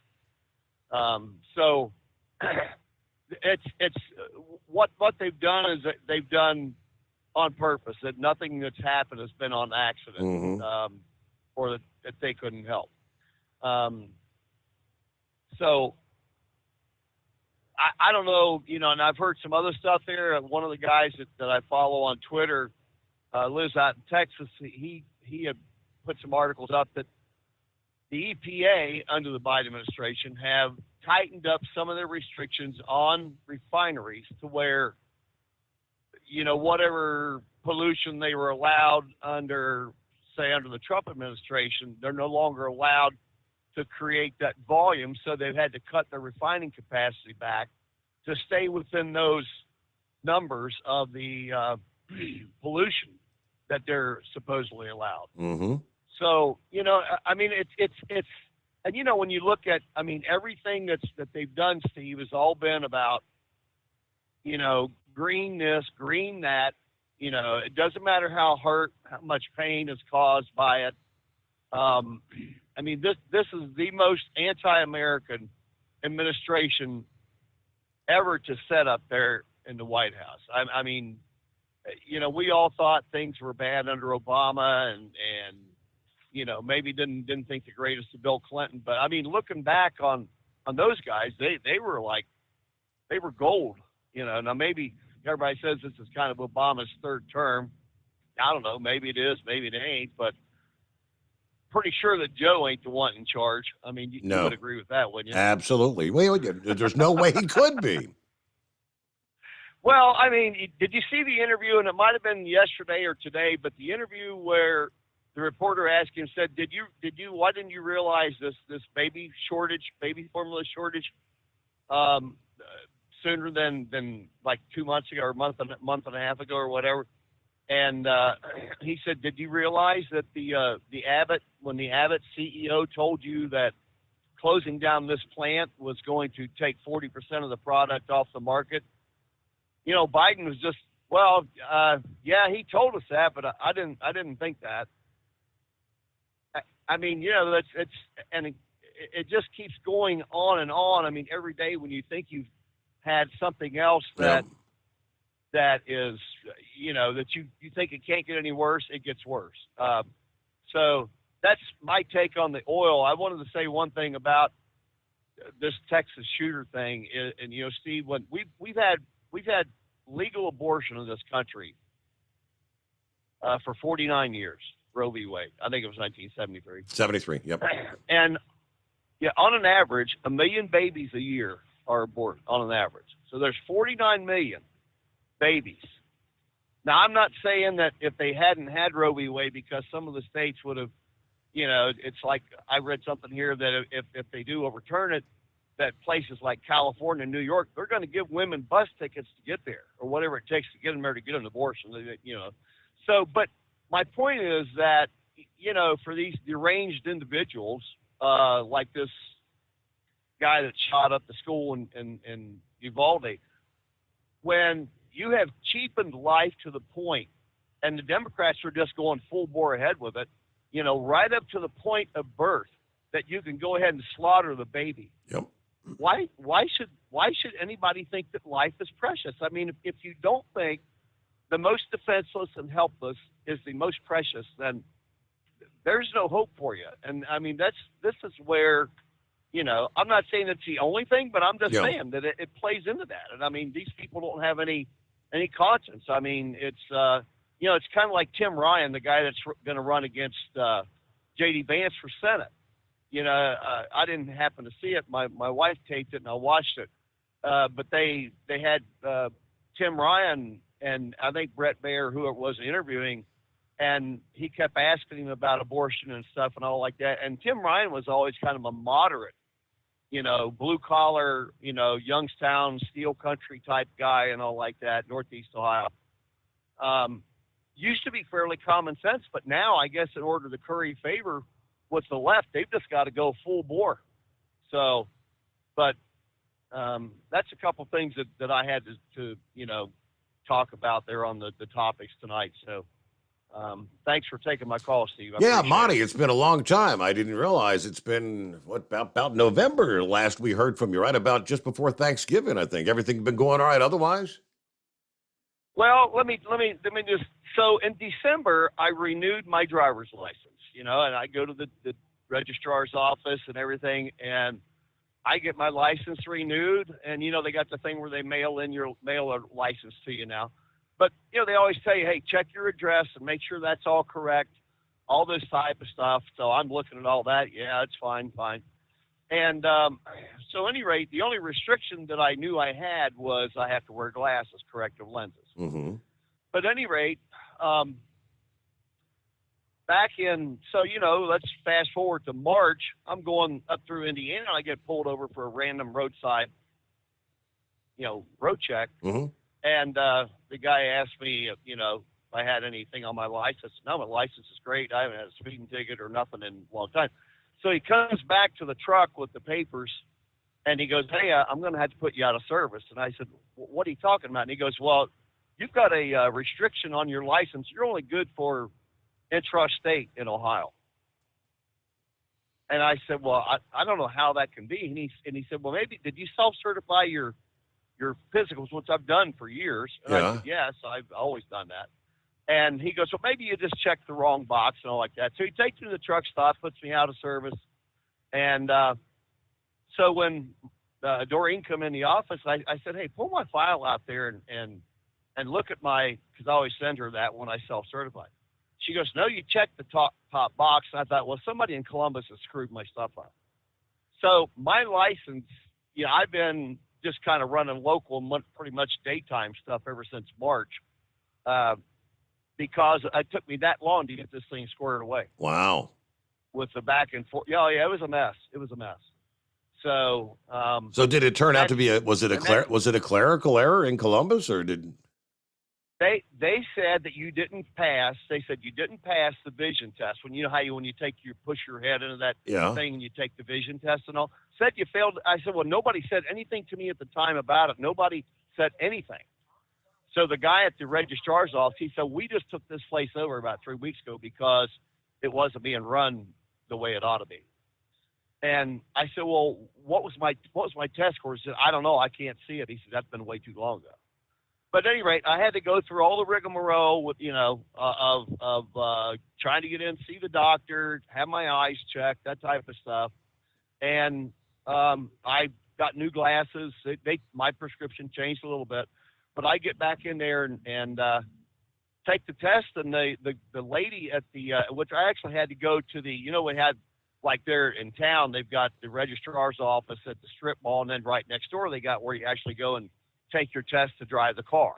So I had to go there and then come back over to the other side, which it really burnt me up because I think somebody, whoever the lady was that gave me the test there, I don't remember, and I don't think she's working for the new company, but I think she actually goofed up my test or something, or did something, because the woman that took my test over there, she said, well, you aced that test with no problem. Then how much did your prescription change? I said, not that much. And I think the biggest change was in my bifocal, my reading, which when you're taking that test, you're not actually doing but you're actually looking for like distance or whatever. So the way they've got the machine set up. Right. So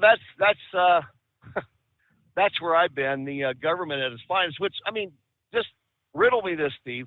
How is it that I could drive, and I was thankful that I could, don't get me wrong, but how is it that I could drive all over the state of Ohio in that time frame?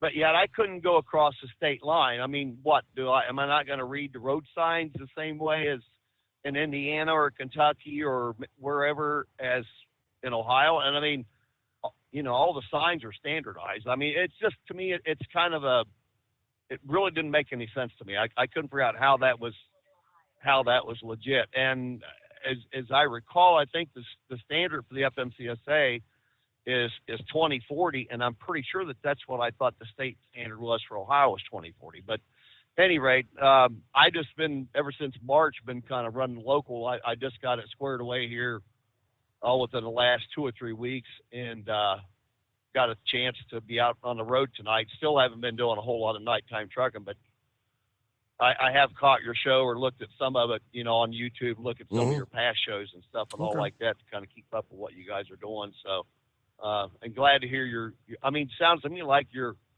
doing well with it, Steve, and I'm really happy for you, buddy, for sure. Hey, good to hear from you. You'd crossed my mind a time or two. I wondered whatever happened to Monty. So thanks for checking in. Yeah. So at any rate, one other thing, if I could, on the parking, which I don't know, election years, not much gets done, but on the parking bill, I think at the time there's like 31 co-sponsors, but whether or not it goes anywhere, it remains to be seen. Nobody looks to see a whole lot of stuff done on election years. So in other words, don't hold your breath on seeing anything get done. All right. Till after the election. Then maybe we'll see. Thank you much, Monty. All right, we're up to the top of the hour, midnight hour, as a matter of fact, on the West Coast. It is the Steve Sommers Overnight Drive, live from the Hot Shot Secret Studios. USA Radio News. Police in Tulsa, Oklahoma say a gunman killed at least 4 people at St. Francis Hospital on Wednesday before dying of a self-inflicted gunshot wound. Police spoke to reporters at the scene. I was very happy with what we know so far regarding the response of our officers. And as the mayor mentioned, the citizens of Tulsa, I think, should be proud. This parking lot was difficult to get to for some of those officers who were here just minutes after it came in. It was difficult due to the amount of cars that had responded from all sides of town. According to a Facebook post from the department, Tulsa police apprentice officers underwent active shooter training just days ago. A federal judge says John Hinckley Jr., the man who shot President Ronald Reagan in 1981, will be freed from court oversight this month as planned. This is USA Radio News. Wendy Bell here for my friends at Swiss America. Did you know the U.S. Constitution authorizes only 2 forms of legitimate money, gold and silver? That's right. But our government abandoned gold and silver a half-century ago. Meanwhile, gold and silver prices have rocketed in recent years due to growing economic uncertainty. So, to help my listeners, Swiss America has a very special offer today. Silver Walking Liberty $half at the amazingly low price of $12.50 each, delivered. You heard me right, $12.50. Call now to reserve your silver coins at 800-630-1490. That's 800-630-1490. Silver Walking Liberty $half for just $12.50 each, delivered while supplies last. Put a silver lining in your financial portfolio now by calling 800-630-1490. 800-630-1490.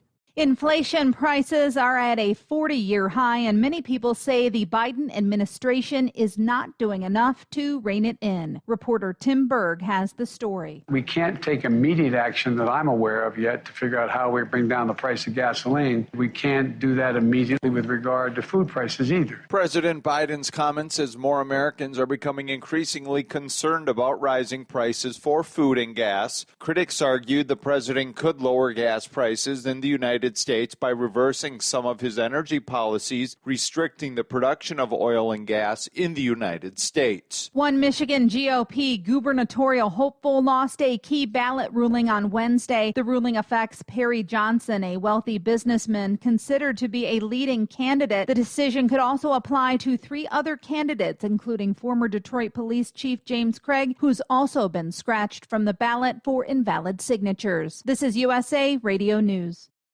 Hi, I'm Wayne Alaroot. If you like my radio show, you're going to love my podcast, War Raw. Each podcast, I present my top 10 most outrageous, salacious, and controversial stories of the week. I break down the best of the best, raw truth stories for conservatives, libertarians, patriots, taxpayers, Trumpers, and deplorables. Anyone who appreciates God, guns, gold, and tax cuts will stand up and cheer for War Raw. Check out this week's War Raw podcast right now. It's available to download at iTunes, Spotify, iHeart, or wherever you listen to podcasts. War Raw. War Raw.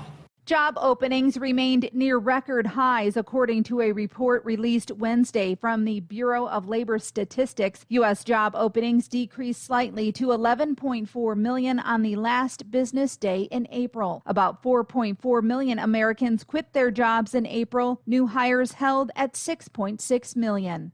Remote work is a thing of the past if you work for Tesla. Reporter Lance Pry explains. Tesla employees should pretend to work somewhere else if they're not willing to return to their offices. That was a tweet by CEO Elon Musk on Wednesday. He went on to say in a leaked memo obtained by Bloomberg, anyone who wishes to do remote work must be in the office a minimum, and I mean minimum, of 40 hours per week or depart Tesla. That's a far cry from Twitter's policy right now, which is optional. A New York judge has rejected a request from former Alaska Governor Sarah Palin to be granted a new trial in her defamation suit against the New York Times. U.S. District Judge Jed Rakoff wrote in a court decision on Wednesday that Palin, who sued the Times for defamation and lost earlier this year, failed to introduce, quote, even a speck, unquote, of evidence suggesting she should be granted a new trial in the case. And actor Bill Cosby faces sex abuse charges again as his civil trial gets underway. For USA Radio News, I'm Katie Lewis.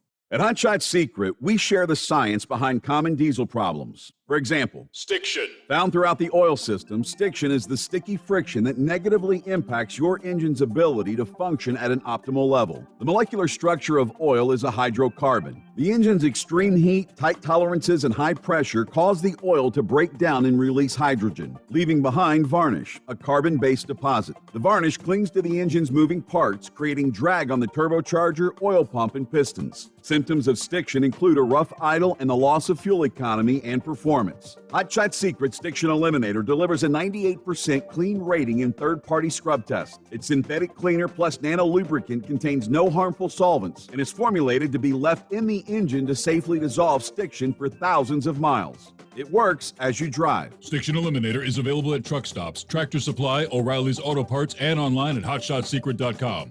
Hot Shot Secret. Powered by science. We know you'd like to be cuddled up real tight with a sweet little thing all night. But instead, you've got Steve Summers. It's the Overnight Drive. Well, that midnight hour is upon us, and we really got a long, long way to go. How will we stay awake? Thanks to Chris, for goodness sake. We got Steve Summers on the radio. We got that hot shot secret in the diesel. You know, it really makes that Detroit come to life. We're gonna hear from all our friends. We're gonna do it all again on this overnight drive. How about you, Big Ed? Are you with me? Break 1-9 for that Carolina monkey gouger. Negatory there, hillbilly. You clean clear to Flagtown. Let it roll.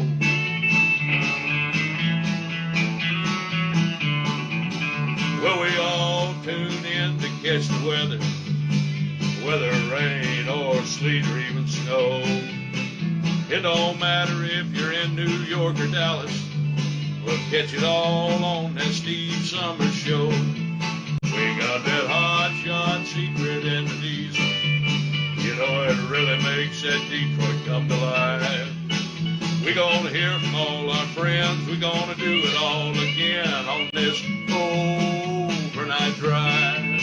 We got that hot shot secret in the diesel.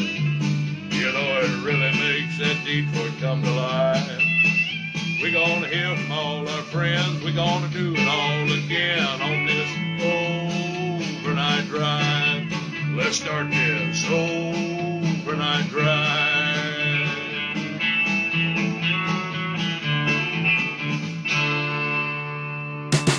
All righty, thank you, Big Moose. Welcome in to the second day of June, our friends on the West Coast. We're at 12:09, 3:09 in the Eastern Time Zone. I was talking earlier about Saudi Arabia announcing that they may officially, sometime today, even announce they, with the United Arab Emirates, may be boosting oil production. Interesting, so I went over to the Oil Price Information Service just to check on it, in case any impact on prices at this point. Yeah, it looks like over the past 24 hours, down a couple bucks per barrel on both the West Texas Intermediate and the Brent. Yeah, both had been at about 115 a barrel. Brent was at 116. Now looking at 113 for the West Texas, 114 on the Brent. But what caught my eye was a story from late this past afternoon, Citibank. And Citibank is saying oil prices have no reason to be where they are. Way overpriced. Brent crude trading yesterday at over 116 per barrel should be closer to $70 per barrel. That, according to Citi's global head of commodity research, Ed Morse, who spoke with Bloomberg. Morse, which has been one of the most bearish pundits said we saw demand growth at 3.6 million barrels per day at the beginning of the year. Citing recession fears and economic slowdown, cities now estimating demand growth for oil at 2.2 million barrels per day year on year. That would be down 1.4 million barrels per day from what they were thinking at the start of the year. But since then, oil prices have surged 50%, much of which, as far as the oil price per barrel, Russia's invasion of Ukraine and the Western sanctions that kind of roiled the energy markets. Now, on Tuesday, a Reuters poll showed a consensus from analysts for Brent averaging just over 107 per barrel in the second quarter. Some experts look at 130 per barrel in the aftermath of the European Union's partial ban on Russian imports just this past weekend. But it's all overblown, he says. I'd say it's more in the $70 range versus the $120. If you look at the fair value for oil, if you look at the flowing curve, it is exaggerated. Wednesday, oil prices continued to rise with the reopening of China's key financial hub, Shanghai, after 2 months of lockdown. At the same time, more in line with Citi's $70 valuation based on demand, the OPEC Plus Joint Technical Committee yesterday reduced their global oil demand forecast for the year by 200,000 barrels a day. They now expect demand growth to be 3.4 million barrels per day. This is the second month in a row OPEC has downwardly revised their growth projections based on these demand predictions. When OPEC Plus meets today, he says, I don't think they're going to raise their production quotas. Now, there were some unnamed OPEC Plus sources cited by Reuters yesterday that they were on track to leave their existing modest increases in place to spare some production capacity issues. But if oil were at $70 per barrel, prices would be more akin to where they were, well, prior to the Russian invasion of Ukraine. All right, let's get back to the calls here. I'm not seeing a name. Who we got on the line? Curtis, a.k.a. Doc Plate. They're talking about the gun bans. If you watch on YouTube, there's a gentleman that owns his own Harrier jet.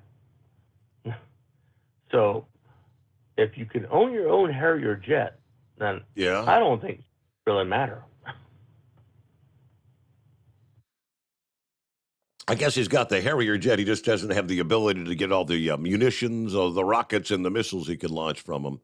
I guess the same would be, because I know you can look up people that actually own tanks.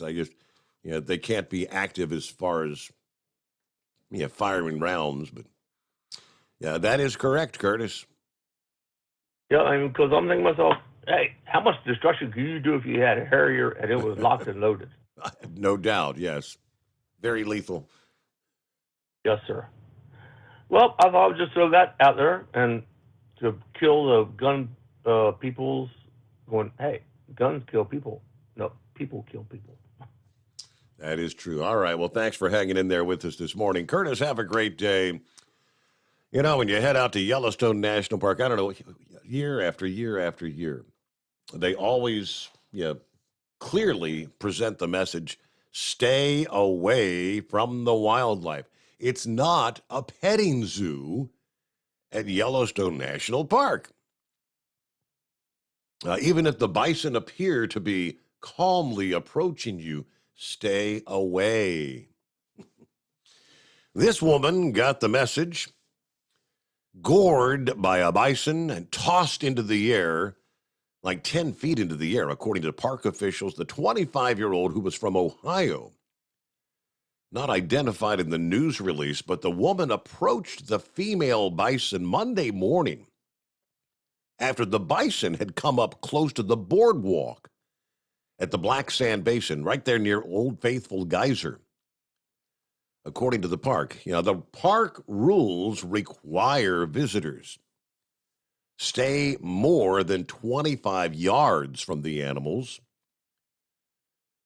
The largest mammals in North America, they're very unpredictable. And these, believe it or not, they can run speeds of 35 miles per hour. They can jump several feet. There's anywhere from estimated 2,300 to as many as 5,500 bison that live in the park. They have injured more people than any other animal, according to the park. When the visitor came within 10 feet of the animal, I guess the bison sprung into action, impaled her, and tossed her in the air 10 feet. Woman had puncture wounds and other injuries, taken to a hospital in Idaho. Two other people who were also close to the animal when it gored the woman did not say if they were injured, but the warning is stay 25 yards, not feet, but yards away from bison, elk, the bighorn sheep, and moose. Stay at least 100 yards, yes, a football field, away from bears and wolves. It's not a petting zoo. All right, let's get back to the calls here. See what's going on with Philip this morning. What's happening, Philip? Hey, buddy, how you doing? Doing all right? Doing all right. Happy Thursday. Hanging with them. Yes, sir. Yeah, just driving down here on good old I-4, making my way down. Hey, Steve, have you heard anything on that storm down there south? Any? Yeah, it sounds like you're in store for maybe a lot of rain here in a few days. They're saying southern Florida could pick up 15, 20 inches in some places. Yeah, that's what I'm hearing. Today is going to be the telltale sign. They got it's going to be out over open water. When it gets over open water, then we're going to see how she's going to put together. But we'll see how it plays out. And I know yesterday they were talking about 10 to 12 inches in Miami, around in there, if it comes down that far. It depends on where it hits. If it hits us high or it hits us low, we don't know. So hopefully it's just a rainmaker. I don't care about just being a rainmaker. I don't want to be into that status where I'm going to be blowing around everywhere. So yeah, I mean, that wind kicks you in the tail. Hurricane Center gives it an 80% chance. There's an 80% chance of being a tropical storm, and when it gets over there, what I was reading earlier, I guess like on the east side of Florida, it's expected to be a strong upper level tropical storm. So I mean, that could be, in other words, approaching almost hurricane strength. Yeah, when it hits out on the other side of Florida, it's going to hit the Gulf Stream, and when it hits the Gulf Stream, it's going to. Now I talked about it the other day. The warmth of the water. If it's warm up top on the water, it's not going to be strong. But if it goes deep into the water, the warmth does, then it's going to blow up. And that's the way the Gulf Stream is. If you look at the south or the east side of Florida, the Gulf Stream runs up and down the United States on that east side, and that Gulf Stream is just warm water. It's like bath water all the way down, and it goes way down deep. And when it hits that, it's just going to blow up and go out the other side. Now, I had heard a rumor that it was going to go up into South Carolina, possibly in that area, after it gets done with us. But I don't know. It's all up in the air. The models, this year, the models are junk. I've never seen more disagreement this year than I have in any of the past years. Usually they line up pretty good, but there's a lot of disagreement between the Euro and the GFS. Now, any idea why that would be? Have they changed the programming or whatnot? Did the inputs for the models something different than it's been in the past? I don't know. I couldn't tell you. I know that I'm hearing a lot of it is the ensembles. The ensembles are basically the mini computers. When you see a model on a weather prediction, there's 50 ensembles that are inside of that make that total model up. So it's like 50 little computers working together to figure out what the model is going to be. And they aren't really lining up like they usually do, and they've had strong disagreement with this year. I mean, I've heard it all on the weather forecast on Mike's weather page. I've heard it on the local forecasters in my area, like Local 6 down here in Orlando area. They've talked about it, Tom Sorrells and those guys. And it's just, I don't know if they changed the programming on it or what they've done with the programming, or the software. But yeah, it's been crazy. I'm hoping it gets its stuff figured out because a lot of people depend on it. But I want to throw something out, Steve. I'm seeing, we had talked about with the fuel prices and everything that a lot of companies would be merging, and smaller trucking companies and owner-operators are probably going to take a bite with the fuel. But what's happening is with a lot of this situation is even though these LTL companies have the fuel surcharge in place, and it's going to, that's covering their fuel costs, you're seeing a lot of companies still merging with other companies. And I don't know, have you heard anything about Ward Trucking merging with somebody? I touched earlier on it was Heartland that overtook Smith yesterday. That one you mentioned isn't ringing a bell. Okay, so Ward Trucking, they work in LTL, and they're a pretty good-sized company. And for years up in Illinois, in the Chicagoland area, there's been a company called Quality Cartage. And I work for that company, and it's a good company. Strong company, a family-owned company. And Ward Trucking came in there a few years ago, and they've been doing their cartage service for them. Well, Ward has now taken over Quality and merged it into their trucking company. And it's pretty big for Quality because that those people at Quality have worked hard all those years with a bunch of different trucking companies to keep going. And I don't know if it's going to be good for them or bad for them. I hope it's good for them. But Ward is a pretty big company, and I was really surprised yesterday because I heard it from a friend of mine. And I asked him, I said, is this public? He said, yes, it's public. And so that's the reason I'm telling you about it. But, it's just kind of the littler mom and pop outfits are going to be eaten up in this deal with this oil and all this. I'm not saying Quality did. Quality had their stable. They didn't need to deal with the oil. They survived a lot of stuff over the years. They didn't, the diesel part of it didn't hit them. It was one of those deals. It's, we got to make a decision. We're going to stay in it or we're going to get out of it, as far as, the family want to keep going, so, but hopefully they get it off the ground going good and Ward keeps it going good. And, it just surprises me, though, with the industry. You got the big guys, out there, and like Old Dominion and Averett and all those guys on the LTL side, and Saia. And I think you're going to see a lot more of that, Steve. So, but that's all I pretty much got today, buddy. I appreciate you, and y'all have a good one. Thank you. All right. Thank you so much, Philip. Thanks for checking in this morning. Hey, we'll be back into the Steve Summers Overnight Drive live from the Hot Shot Secret Studios. Live from the Hot Shot Secret Studios, the Steve Summers Overnight Drive. For the last 15 years, the Big Rig Mattress has been manufacturing a premium residential mattress for over-the-road truckers. After your downtime and recuperating on the Big Rig Mattress, you wake restored and without sore pressure points, ready for another day on the road. The main support component of the Big Rig Mattress is an individually pocketed spring core that delivers the optimal amount of support exactly where you need it. Check out thebigrigmattress.com to learn more about this exceptional mattress. Many sizes are stocked and can ship within 72 hours.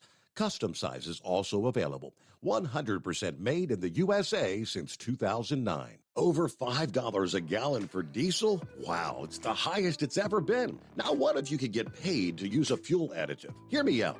Hot Shot Secret Everyday Diesel Treatment EDT will improve your miles per gallon enough that the fuel economy savings will not only pay for the cost of the product, but also keep more money in your pocket. Think about it. At $5 a gallon, you're paying over $1,200 to fill up and going 1,500 miles on a full tank. Well, Hot Shot Secret Everyday Diesel Treatment will increase fuel economy up to 3%. That's an extra 45 miles per tank, $37 worth of diesel, and a savings of 2 cents every mile. EDT is so strong, it only takes $12 worth of EDT to get these savings, and you get all the other benefits of this 6-in-1 treatment. Take the EDT challenge today. If you're not completely satisfied, we'll refund your purchase. EDT is available at Pilot Flying J, Love's Travel Stops, and TA and Petro Stopping Centers. Learn more at hotshotsecret.com.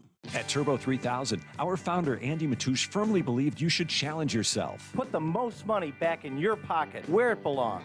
Four Wheeler magazine took our challenge, and they wrote it did exactly what we said it would do. As fuel prices keep going up, get your Turbo 3000 from manufacturer direct. Call us at 888-311-9993. Always free shipping in the USA, and for a limited time, save $45 off total purchase using coupon code STEVESAVES at turbo3000.com. And now, back to the Steve Summers Overnight Drive, live from the Hot Shot Secret Studios.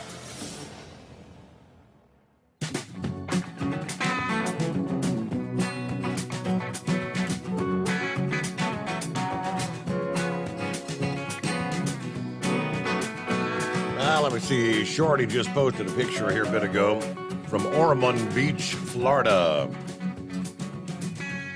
at the Love's Travel Center. Regular unleaded at $4.72, diesel at $5.68 per gallon. Oh, and 9/10. Isn't it time to scrap that 9/10 thing? At 5.68.9, it's 5.69 per gallon, right? I think that's way outdated, antiquated, whatever.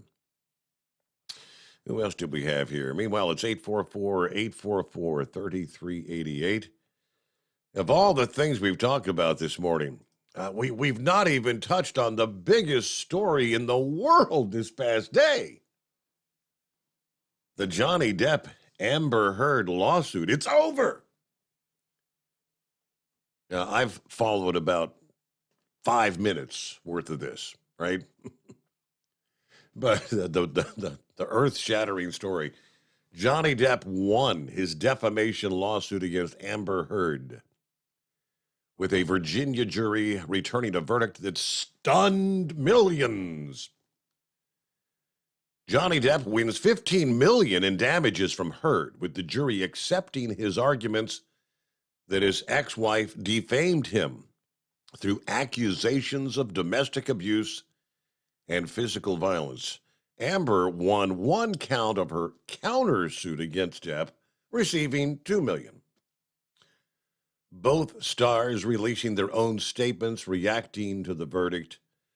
I'm not going to bore you with all that, but it was the verdict that shocked the world.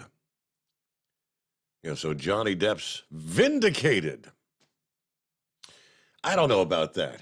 Yeah, we'll see what Hollywood studio is going to be willing to take Johnny Depp on, because the one undoubtedly detrimental thing that the trial did unveil, if you've seen any of it, like I said, I've followed about 5 minutes, but I've seen all these various TikTok posts of the trial and some of the pictures that have been brought out. Yeah, Johnny Depp had big time problems with alcohol, and when you're seeing photographs of Johnny Depp passed out in the corner in his tuxedo, from drugs, and I mean just a lot of things that it may or may not be hard for Hollywood to bring him back in. I guess time will tell. Meanwhile, back to the phones we go. Let's see. We got to get a news break first, though. All right, my apologies. I look at the clock, and it's 3:30 a.m. Eastern Time, 12:30 on the West Coast, here on the Steve Summers Overnight Drive. USA Radio News. Police in Tulsa, Oklahoma say a gunman killed at least 4 people at St. Francis Hospital on Wednesday before dying of a self-inflicted gunshot wound. Police spoke to reporters at the scene. I was very happy with what we know so far regarding the response of our officers. And as the mayor mentioned, the citizens of Tulsa, I think, should be proud. This parking lot was difficult to get to for some of those officers who were here just minutes after it came in. It was difficult due to the amount of cars that had responded from all sides of town. According to a Facebook post from the department, Tulsa police apprentice officers underwent active shooter training just days ago. A federal judge says John Hinckley Jr., the man who shot President Ronald Reagan in 1981, will be freed from court oversight this month as planned. This is USA Radio News. Balance of Nature's fruits and vegetables in a capsule, changing the world one life at a time. Before I started taking Balance of Nature, I was so exhausted, and they found nothing wrong. Everything was good, just no energy. For years, I was so worn out. Well, I want to tell you, Balance of Nature has been so good for me. I'm 84 years old, and I feel like I'm 30. I want to scream with happiness. I feel like I'm 30 years old now. So I want to thank Balance of Nature for everything, because this has been the best thing I've ever done. Experience the Balance of Nature difference for yourself. Right now, Balance of Nature is offering free shipping and 35% off on any new preferred order. Call 1-800-2468-751 or go to balanceofnature.com and use discount code USA. You're listening to the Overnight Drive with Steve Summers. Over $5 a gallon for diesel? Wow, it's the highest it's ever been. Now what if you could get paid to use a fuel additive? Hear me out. Hot Shot Secret Everyday Diesel Treatment, EDT, will improve your miles per gallon enough that the fuel economy savings will not only pay for the cost of the product, but also keep more money in your pocket. Think about it. At $5 a gallon, you're paying over $1,200 to fill up and going 1,500 miles on a full tank. Well, Hot Shot Secret Everyday Diesel Treatment will increase fuel economy up to 3%. That's an extra 45 miles per tank, $37 worth of diesel, and a savings of 2 cents every mile. EDT is so strong, it only takes $12 worth of EDT to get these savings, and you get all the other benefits of this 6-in-1 treatment. Take the EDT challenge today. If you're not completely satisfied, we'll refund your purchase. EDT is available at Pilot Flying J, Love's Travel Stops, and TA and Petro Stopping Centers. Learn more at hotshotsecret.com. PureFlow Air Dog, your leader in fuel air separation system technology. Our systems filter out water, particulates down to 2 micron, and remove all of the air out of your diesel fuel. This allows for nothing but pure, clean diesel fuel to reach the expensive injection system equipped in your vehicle. Not only do our fuel systems protect, they also come in a variety of flow rates to meet your performance needs. Our systems are compact and use OEM-style fittings for easy installation. Learn more about our product at www.pureflowairdog.com and be sure to follow us on Facebook and Instagram. Protect your investment with PureFlow Air Dog. For anything diesel, take it to Scheid Diesel. They provide a wide variety of services and diagnostics to determine what the problem is with the latest technology. From simple oil changes and preventative maintenance to fuel system diagnostics and repairs, engine rebuilds and cylinder head repairs, and rebuilds with our in-house machine shop. They also have on-site DPF cleaning for exhaust issues and DOT inspections. If your diesel is asking for some attention, Scheid Diesel has the specialist you need for anything diesel. Located in Terre Haute and Lafayette, Indiana, and Effingham, Illinois, Scheid Diesel has you covered. Hey, don't forget, as a listener to this program, you get 10% off your entire order at hotshotsecret.com by using the coupon code Overnight Drive. Plus, CDL drivers, military, and first responders get an additional 10% off. Do you have a Dodge pickup and hate your automatic transmission? Of course you do. Levon Miller at Firepunk Diesel here, and we specialize in heavy-duty and performance transmissions for your 3-quarter or 1-ton Cummins power truck. So if you're interested in turning your stock slush box into a towing monster, call us today at 614-733-3744 or visit us online at shop.firepunk.com. You went car shopping, you meant business. You ace vehicle history searches and test drives. You out-salesmaned the salesman. Now you've got your wheels. If you manage that, you can get your retirement plan on track. Visiting aceyourretirement.org can help. With 401k tips and smart saving strategies, you'll have the info you need to get more for your future. Go to aceyourretirement.org, because when it comes to speeding past financial challenges, you're an ace. Brought to you by AARP and the Ad Council. Whether you're a diesel pickup performance enthusiast or just looking for a small upgrade, when selecting common rail fuel system components, look no further than Exergy Performance. At Exergy, you'll find injectors, pumps, and more, engineered like no others on the market using state-of-the-art equipment run by people that have been in the business for decades. So if you're in the market for common rail components at any power level, contact Exergy Performance or one of the many dealers listed on our website at exergyperformance.com. Because Channel 19's a little congested. Call Steve now at 844-844-3388. The Overnight Drive.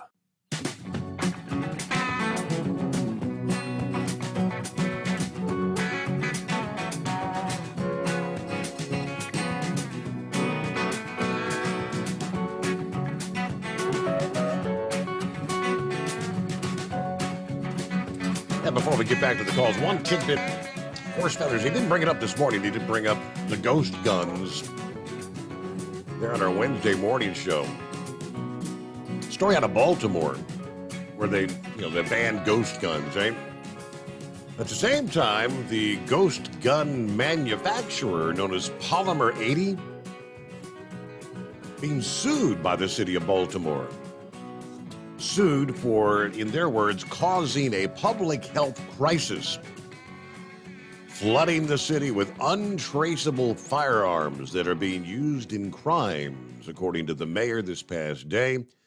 Polymer 80, that's a Nevada-based gun manufacturer that sells these kits for customers to put together firearms on their own. Many of the weapons don't have serial numbers, so it's all but impossible to track or regulate them.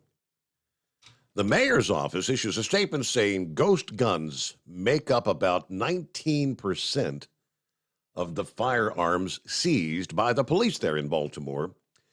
Officials say the company intentionally undermines federal and state firearms laws, designing, manufacturing, selling, and providing ghost gun kits and parts to buyers who do not undergo background checks.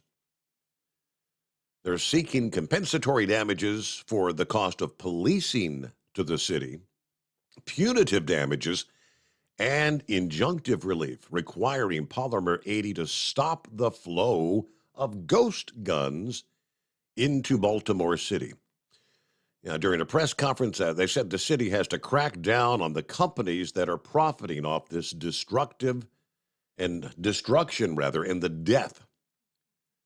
We all know that ghost guns continue to be a huge challenge for Baltimore, I guess all over the country. They are a growing menace, and quite frankly, it's all across the country. Now, the mayor's office said Baltimore police, prior to the year 2018, had never recovered what they call a ghost gun.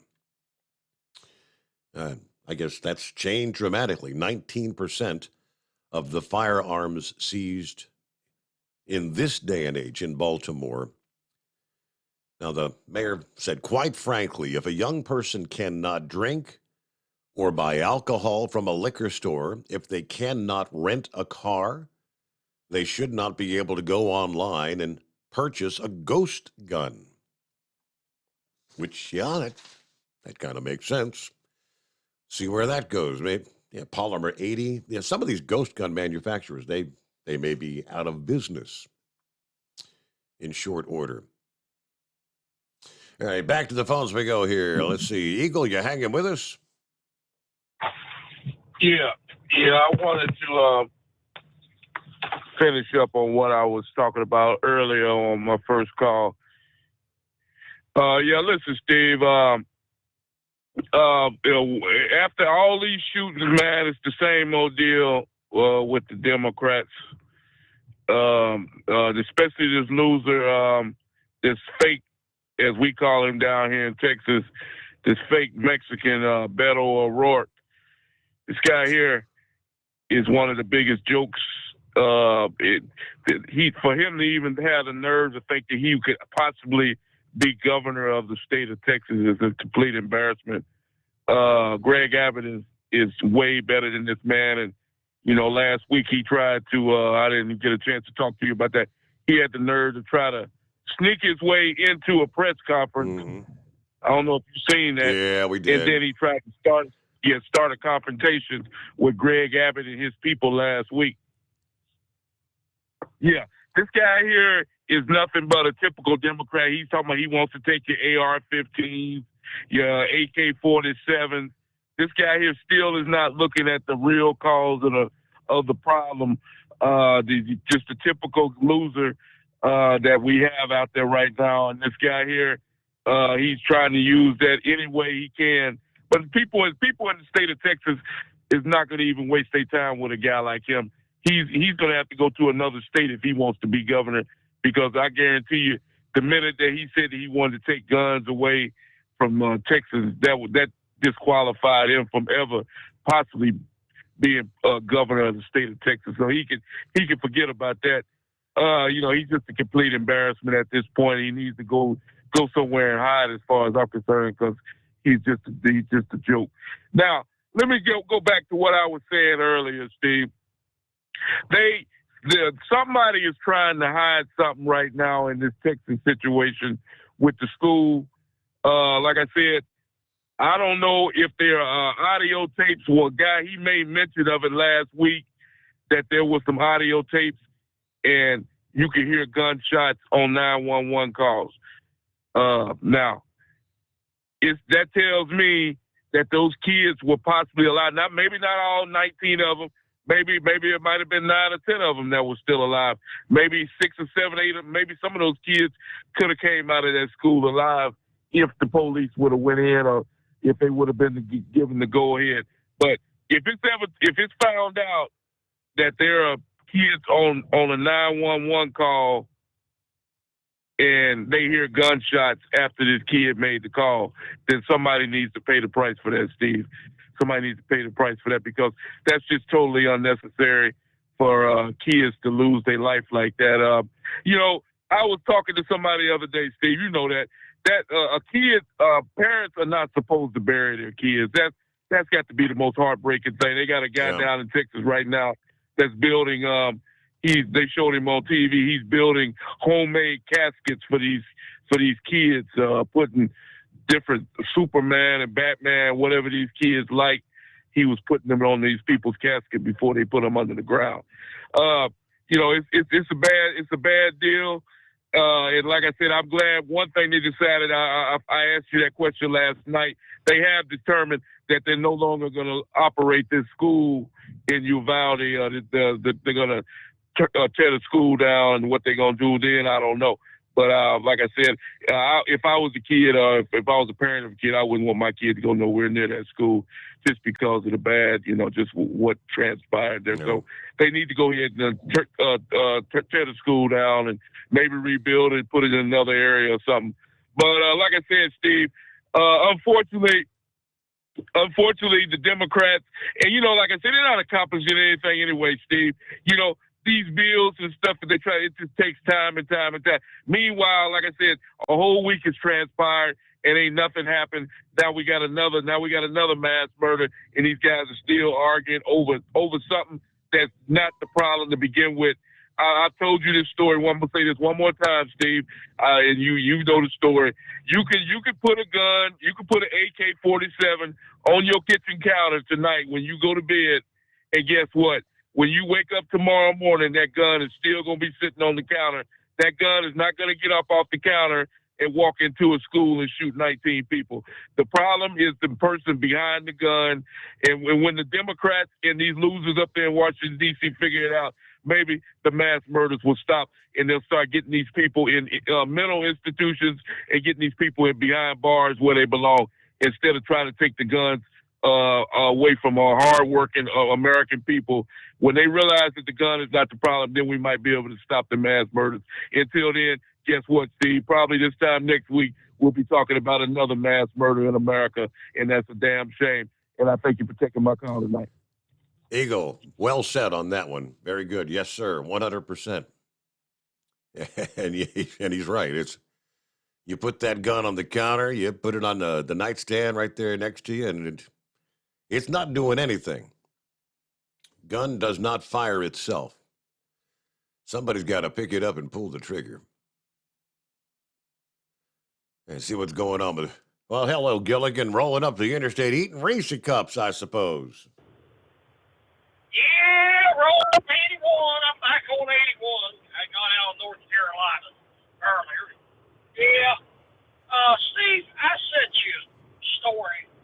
Well, I sent you a link for an attack that happened in 95 that I'm sure most of your listeners remember. People say it's the guns, it's the magazines, it's this, that. You remember the sarin gas attack in Japan? Right. In 95? Yep. Yeah, you sent me the Tokyo subways, yeah. Yep. Now, Japan has very strict gun control laws. It's almost impossible to acquire a firearm in the country of Japan. Look at them scumbags up in Boston with the pressure cooker bombs. Yep. You know, these animals will figure out a way to kill me. I lost signal last night, and I started to say I applied to Winchester City Police back in the early 90s. And unfortunately, I did not have the education, and that's why they didn't hire me. I could have got in on another police department. I found out later, but then I decided to take another career path.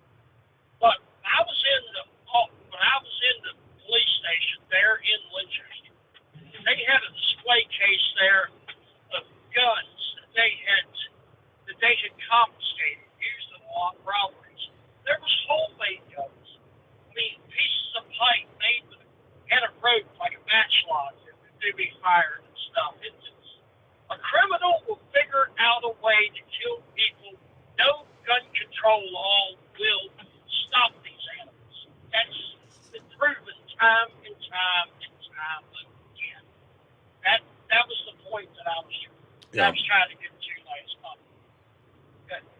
Well, I sent you two other links. I think I've got two DA of the Week nominees.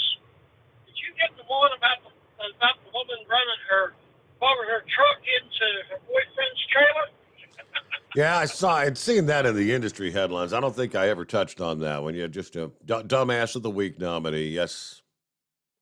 Yeah, there's one that definitely deserves at least a nomination. Yeah, get mad at her boyfriend, runs her truck into her boyfriend's trailer. The girl that one of his daughters calls her mom. Their mom shows up, comes over, and I think they got into a big altercation. And her mugshot shows where she got hit upside the head and had a black eye. And her mugshot. I said, well, good for her.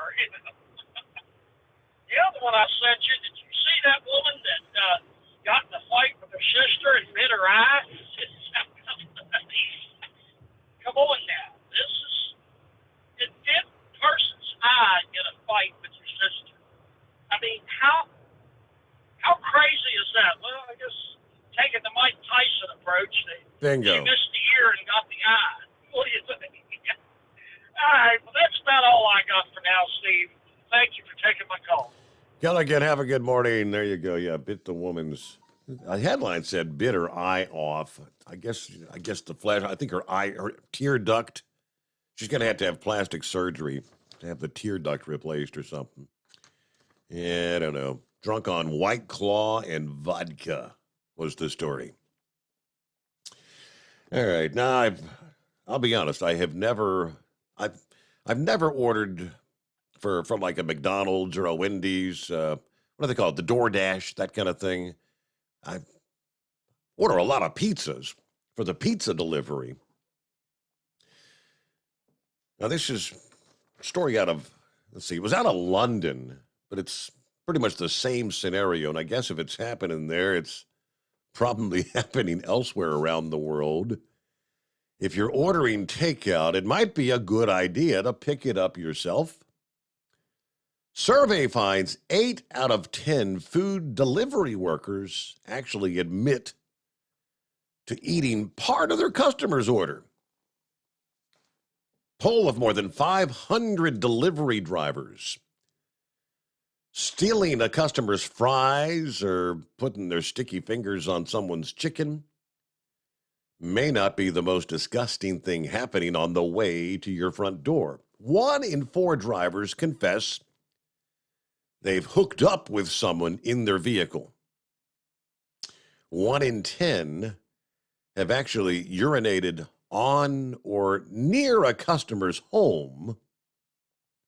You know, here's your food, you go back in, shut the door, they go around the corner and whiz. Oh, you got to go. Another 10% that say they have had to urinate in a bottle while making their deliveries. More than a quarter, 27%, add that they've had some less than professional conversations with the people they deliver goods to. Other actions some drivers actually admit to that would infuriate customers include intentionally damaging packages. 23% admit to that. Stealing packages, admitted by 17%. Some opening, then resealing packages, also 17%. What's the deal with all this bad behavior? While delivery drivers may not be saints, the survey finds plenty of them have good reasons to be angry. Researchers found many customers are not treating their workers with courtesy or respect.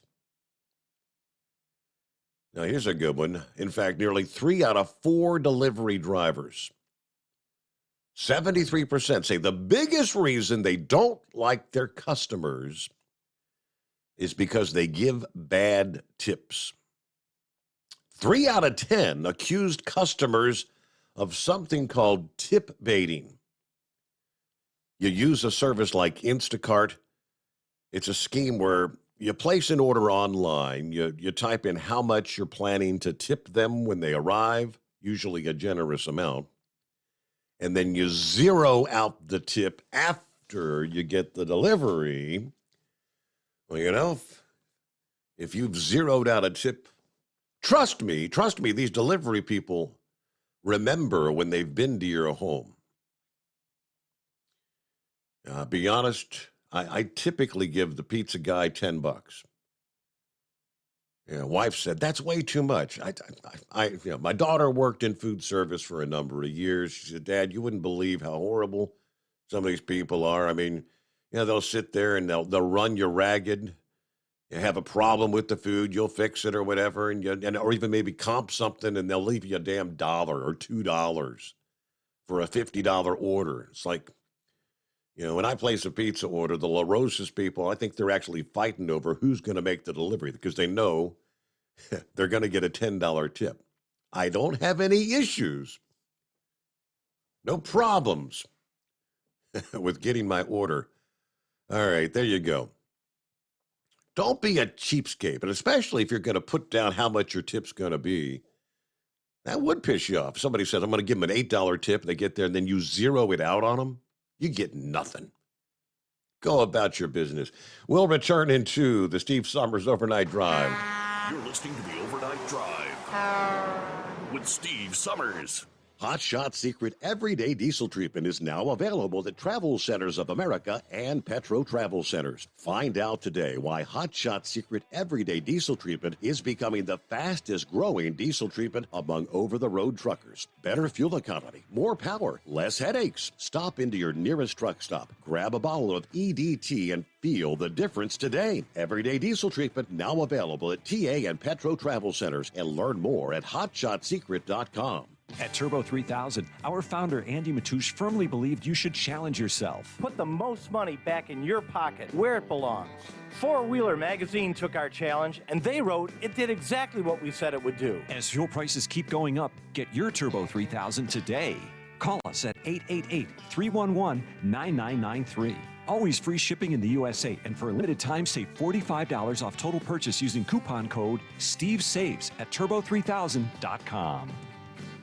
Attention all truckers, Dean Michael, the tax doctor here. I want to talk to you about those dreaded tax problems. I know you want to keep on trucking and not even think about them. Well, let's face it, they're not going away all on their own. You need professional help. I've been helping truckers put their tax problems in the rearview mirror for years. I can help you too. Call me for a free consultation at 888-632-4506 or go to mytaxhelpmd.com. It's like I always say, keep your eyes on the road, I'll keep mine on the IRS. 888-632-4506. How do you sleep on the road? After downtime, do you wake up well-rested and invigorated or tired, achy, and sore? Well, if it's the latter, you're not sleeping on the Big Rig Mattress. The Big Rig Mattress is a hybrid with an individually pocketed spring core that's engineered to deliver the best restorative sleep for your time on the road. Many drivers have said they sleep better over the road on the Big Rig Mattress than they do at home. Learn more about the Big Rig Mattress at thebigrigmattress.com or call 877-736-4233. Most standard sizes ship within 72 business hours. The Big Rig Mattress, 100% made in the USA since 2009. Because Channel 19's a little congested. Call Steve now at 844-844-3388. The Overnight Drive. I was scouring through social media here, and I came across the scoop. Horse Feathers brought it up earlier. Said something about the Elvis thing in Las Vegas. I had not seen that. TMZ had the story. The licensing company that's looking to kick the Elvis impersonators out of the wedding chapels is making an epic blunder. Well, at least so says a couple of lookalikes that are not ready to leave the building. Jesse Garrett and Dean Diamond, both of whom have worked countless weddings over the years. They say Elvis would roll over in his grave if he knew what this Authentic Brands Group, which they handle all the licensing for the Elvis estate, if he knew what they're trying to pull off. They say Elvis was a giving man. He would have been humbled to know his legacy lives on through their work. So this is a slap in the face for those trying to keep his spirit alive. You know, their circle of impersonators discussing what will our next steps be. Dean says the city of Vegas has their bag, and as does the governor in Nevada. Jesse wants to get his fellow lookalikes all together and picket this new Elvis biopic to send a message. These guys aren't strangers to the big-name wedding game. Jesse was the one that married Joe Jonas and Sophia Turner. Dean's the guy who married Kourtney Kardashian and Travis Baker a couple months ago. Anyway, Authentic Brands Group, which handles all licensing for the Elvis estate, apparently has fired off some sort of cease and desist letter to all the chapels in Las Vegas. Yeah, I guess telling them cease and desist. No more Elvis impersonators in the chapel. Okay, the Elvis impersonators will not go down without a fight. How about that?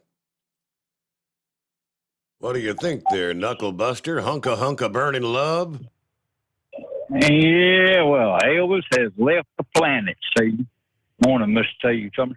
I believe Priscilla and Lisa Marie don't even own the Elvis estate anymore. You know, but don't quote me on that. Mm-hmm. I think we have a lack of integrity. You know, most of them waiters and waitresses want a 20% tip, and that's what I give them. Even if they get bad service, you know, they're still trying to make a living just like I am. So that's why Mama Knucklebuster or Tennessee and I make our own bread, our own ice cream. We pretty much just cook for ourselves. I don't care if we're eating out anywhere. Did you see where Aaron Rodgers and Tom Brady defeated Patrick Mahomes and Josh Allen in the match golf event? I did not pay any attention to the golf event, no. How about that? Yeah. So they're not only good at football, Aaron they're Rodgers, good at golf, huh? Yeah, well, Aaron Rodgers had to sunk a clutch birdie to clinch a win there. It wasn't up to Tom to do it there, right? So he needs to get better at his golf game if he's gonna play with Aaron all the time there. Well, them ghost guns, as they call them, Casper, the friendly ghost guns. That's what horse bring feathers on call them Ghostbusters there, you know. If you have the right knowledge, the money, and the right machinery, you can build your own gun. It don't make no difference. You can build it. You don't have to buy one. You can just build your own. But I don't have the equipment. I've got the knowledge, I'm pretty sure, but I don't know about the money and the equipment to do it there. But they do. They make water blasters that will pop a hair off of a gnat's ass at 1,000 yards. See, you ain't got to have a little old .22 rifle to shoot somebody there. That Snake Oil Willie commercial you got there, and she said she's 84 and feels like she's 30. Is that what it says? I think it was, yeah. Yeah, well, she's full of Sam Houston Institute of Technology, buddy. I don't know anybody 84 that feels like they're 30. My mama's 93, and I told her the Bible says she could live to be 120. She said, I don't want to live to be that old, okay? You know, I could really care less about them rich people there. You know, that Depp and Heard, I don't even really know who they are, but I mean, I've heard people talking about them there. You know, that's crazy. Rich people got more problems than you and I got, Steve. That's why I could care less about them there. That 9/10 of a penny, they need to outdate that thing there, so get rid of it there. Mm-hmm. And I'm glad that shooter in Oklahoma, he killed himself. He should have done that before he went to the hospital down there. And that'd be the same way with those people that OD. Go out somewhere where ain't nobody gonna see you and get ready to get it done there, right? Now, let's get some good stuff in here too. The VA is coming out with a life insurance in January 2023. So those of you that are in the VA, you need to check into that if you want to get some life insurance. June is Post-Traumatic Stress Disorder Awareness Month, and it's horse feathers go to the VA all the time. It's not horse feathers, but what's his one out in New Mexico? Heat wave. Heat wave, yeah. Yeah, he can get him 20% off of his coffee down there in June this month, too. So I try to avoid them down there. My doctor told me, he says, if you get sick, don't come down here. And, well, this man received his diploma 60 years late, Steve, over $4.80. He got suspended from school, didn't take his last test, and he didn't pay the $4.80 late fee for a late book from the library. So finally somebody broke down and paid it for him there. I think one of his kids or something did. But he had to go back and take a test, and they still had his original diploma in a filing cabinet. Imagine that. After all those years. Yeah, $4.80, and you too lazy to go pay for a late book. Well, you know, 60 years ago, $4.80 might have been like $400 to me today. Yeah, I know that's right. Well, I read word from Wallet Hub, 2022's best and worst places to raise a family. Well, Cincinnati came in number 93, and this is going to affect Birmingham. Birmingham was at 179, and where I live right outside of Memphis is 180. He needs to make sure he carries his water blaster with him down there after he gets off that plane there. So, don't carry it on your carry-on baggage. Just check it in your baggage they throw around back there. But I got news for him. He would definitely enjoy meeting and greeting Bobby Sue there. So, but we'll leave all that for another day there. And you know, I didn't see Chicago on that best and worst places to raise a family either. So I don't know. That don't make no sense either. You know, why is Chicago never make these best and worst places? Got a clue for that one? If you were looking at the best, they wouldn't be on the list. If they had the worst, I think, they might have been in the top 10, right?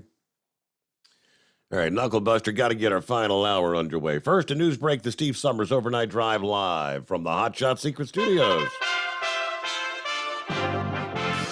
USA Radio News. Police in Tulsa, Oklahoma say a gunman killed at least 4 people at St. Francis Hospital on Wednesday before dying of a self-inflicted gunshot wound. Police spoke to reporters at the scene. I was very happy with what we know so far regarding the response of our officers. And as the mayor mentioned, the citizens of Tulsa, I think, should be proud. This parking lot was difficult to get to for some of those officers who were here just minutes after it came in. It was difficult due to the amount of cars that had responded from all sides of town. According to a Facebook post from the department, Tulsa police apprentice officers underwent active shooter training just days ago. A federal judge says John Hinckley Jr., the man who shot President Ronald Reagan in 1981, will be freed from court oversight this month as planned. This is USA Radio News. Wendy Bell here for my friends at Swiss America. Did you know the U.S. Constitution authorizes only 2 forms of legitimate money, gold and silver? That's right. But our government abandoned gold and silver a half-century ago. Meanwhile, gold and silver prices have rocketed in recent years due to growing economic uncertainty. So, to help my listeners, Swiss America has a very special offer today. Silver Walking Liberty $half at the amazingly low price of $12.50 each, delivered. You heard me right, $12.50. Call now to reserve your silver coins at 800-630-1490. That's 800-630-1490. Silver Walking Liberty $half for just $12.50 each, delivered while supplies last. Put a silver lining in your financial portfolio now by calling 800-630-1490. 800-630-1490. Inflation prices are at a 40-year high, and many people say the Biden administration is not doing enough to rein it in. Reporter Tim Berg has the story. We can't take immediate action that I'm aware of yet to figure out how we bring down the price of gasoline. We can't do that immediately with regard to food prices either. President Biden's comments as more Americans are becoming increasingly concerned about rising prices for food and gas. Critics argued the president could lower gas prices in the United States by reversing some of his energy policies, restricting the production of oil and gas in the United States. One Michigan GOP gubernatorial hopeful lost a key ballot ruling on Wednesday. The ruling affects Perry Johnson, a wealthy businessman considered to be a leading candidate. The decision could also apply to 3 other candidates, including former Detroit Police Chief James Craig, who's also been scratched from the ballot for invalid signatures. This is USA Radio News. Hi, I'm Wayne Alaroot. If you like my radio show, you're going to love my podcast, War Raw. Each podcast, I present my top 10 most outrageous, salacious, and controversial stories of the week. I break down the best of the best raw truth stories for conservatives, libertarians, patriots, taxpayers, Trumpers, and deplorables. Anyone who appreciates God, guns, gold, and tax cuts will stand up and cheer for War Raw. Check out this week's War Raw podcast right now. It's available to download at iTunes, Spotify, iHeart, or wherever you listen to podcasts. War Raw. War Raw. Job openings remained near record highs, according to a report released Wednesday from the Bureau of Labor Statistics. U.S. job openings decreased slightly to 11.4 million on the last business day in April. About 4.4 million Americans quit their jobs in April. New hires held at 6.6 million. Remote work is a thing of the past if you work for Tesla. Reporter Lance Pry explains.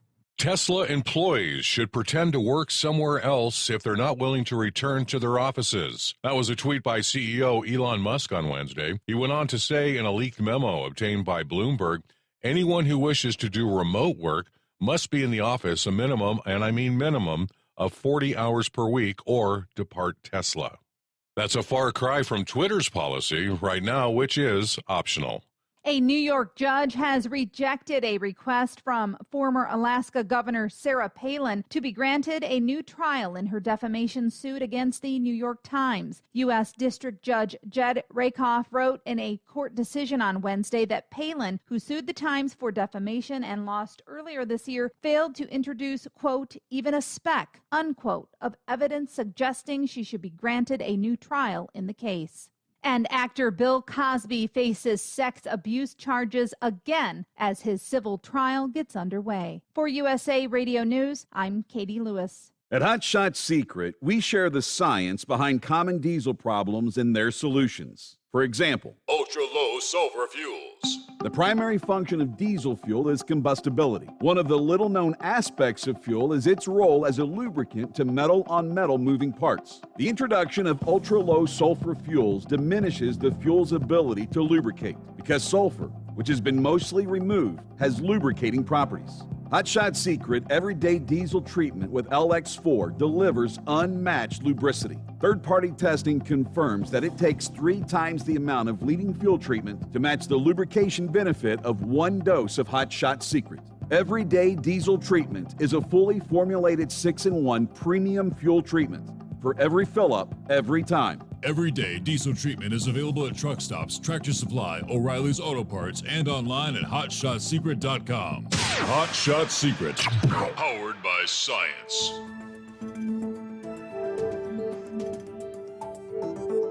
Two-wheel teams from the Buckeye State are uncommon carriers. They'll fill the stands for the wheel standers, but their Grand National season opener will have to wait. From National Tractor Pullers Association headquarters in Columbus, Ohio, this is the NTPA Overnight Radio Report.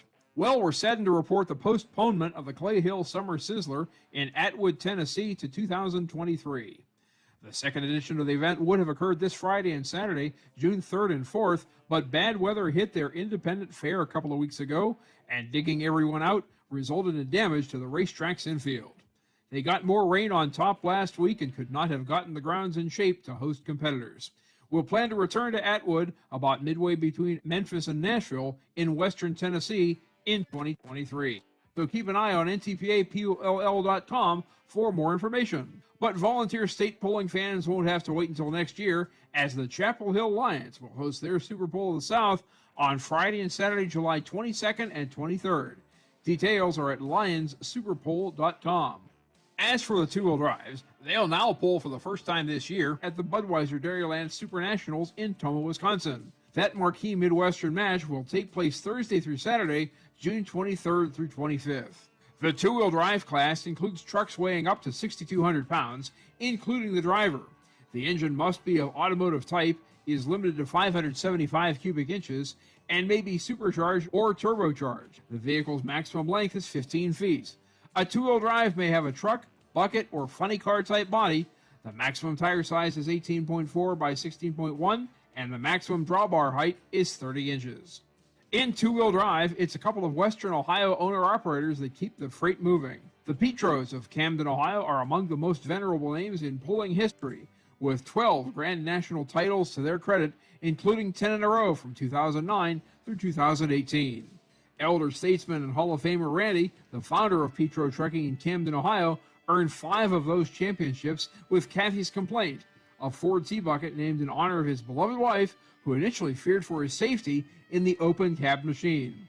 After Randy's untimely passing in 2020, son Jesse has carried on the tradition with Complaint, as well as his own 6-time champion Buckeye hauler, while cousin Joey Frazier of Liberty, Indiana, pilots Run and Block to round out a potent 3-truck force in the division.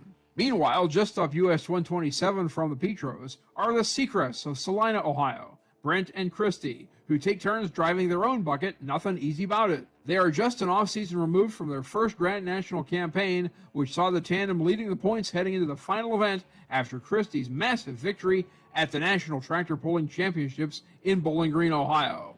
Christie was voted the NTPA's GN Rookie of the Year, and the Seacrests are no doubt contemplating other awards as they begin their sophomore season on the Premier Circuit. During the week, Brent drives for Seacrest Trucking of Salina. So whether in Tomah or at another stop along the championship trail, drop in and cheer on Jesse and Joey and Christy and Brent along the awesome drivers and teams that pull for the National Tractor Pullers Association. Check out ntpapeelll.com for more information and a national schedule that probably includes an event near you. Reporting for the NTPA on the Overnight Drive, I'm John Dunlap. Stay safe and pull hard.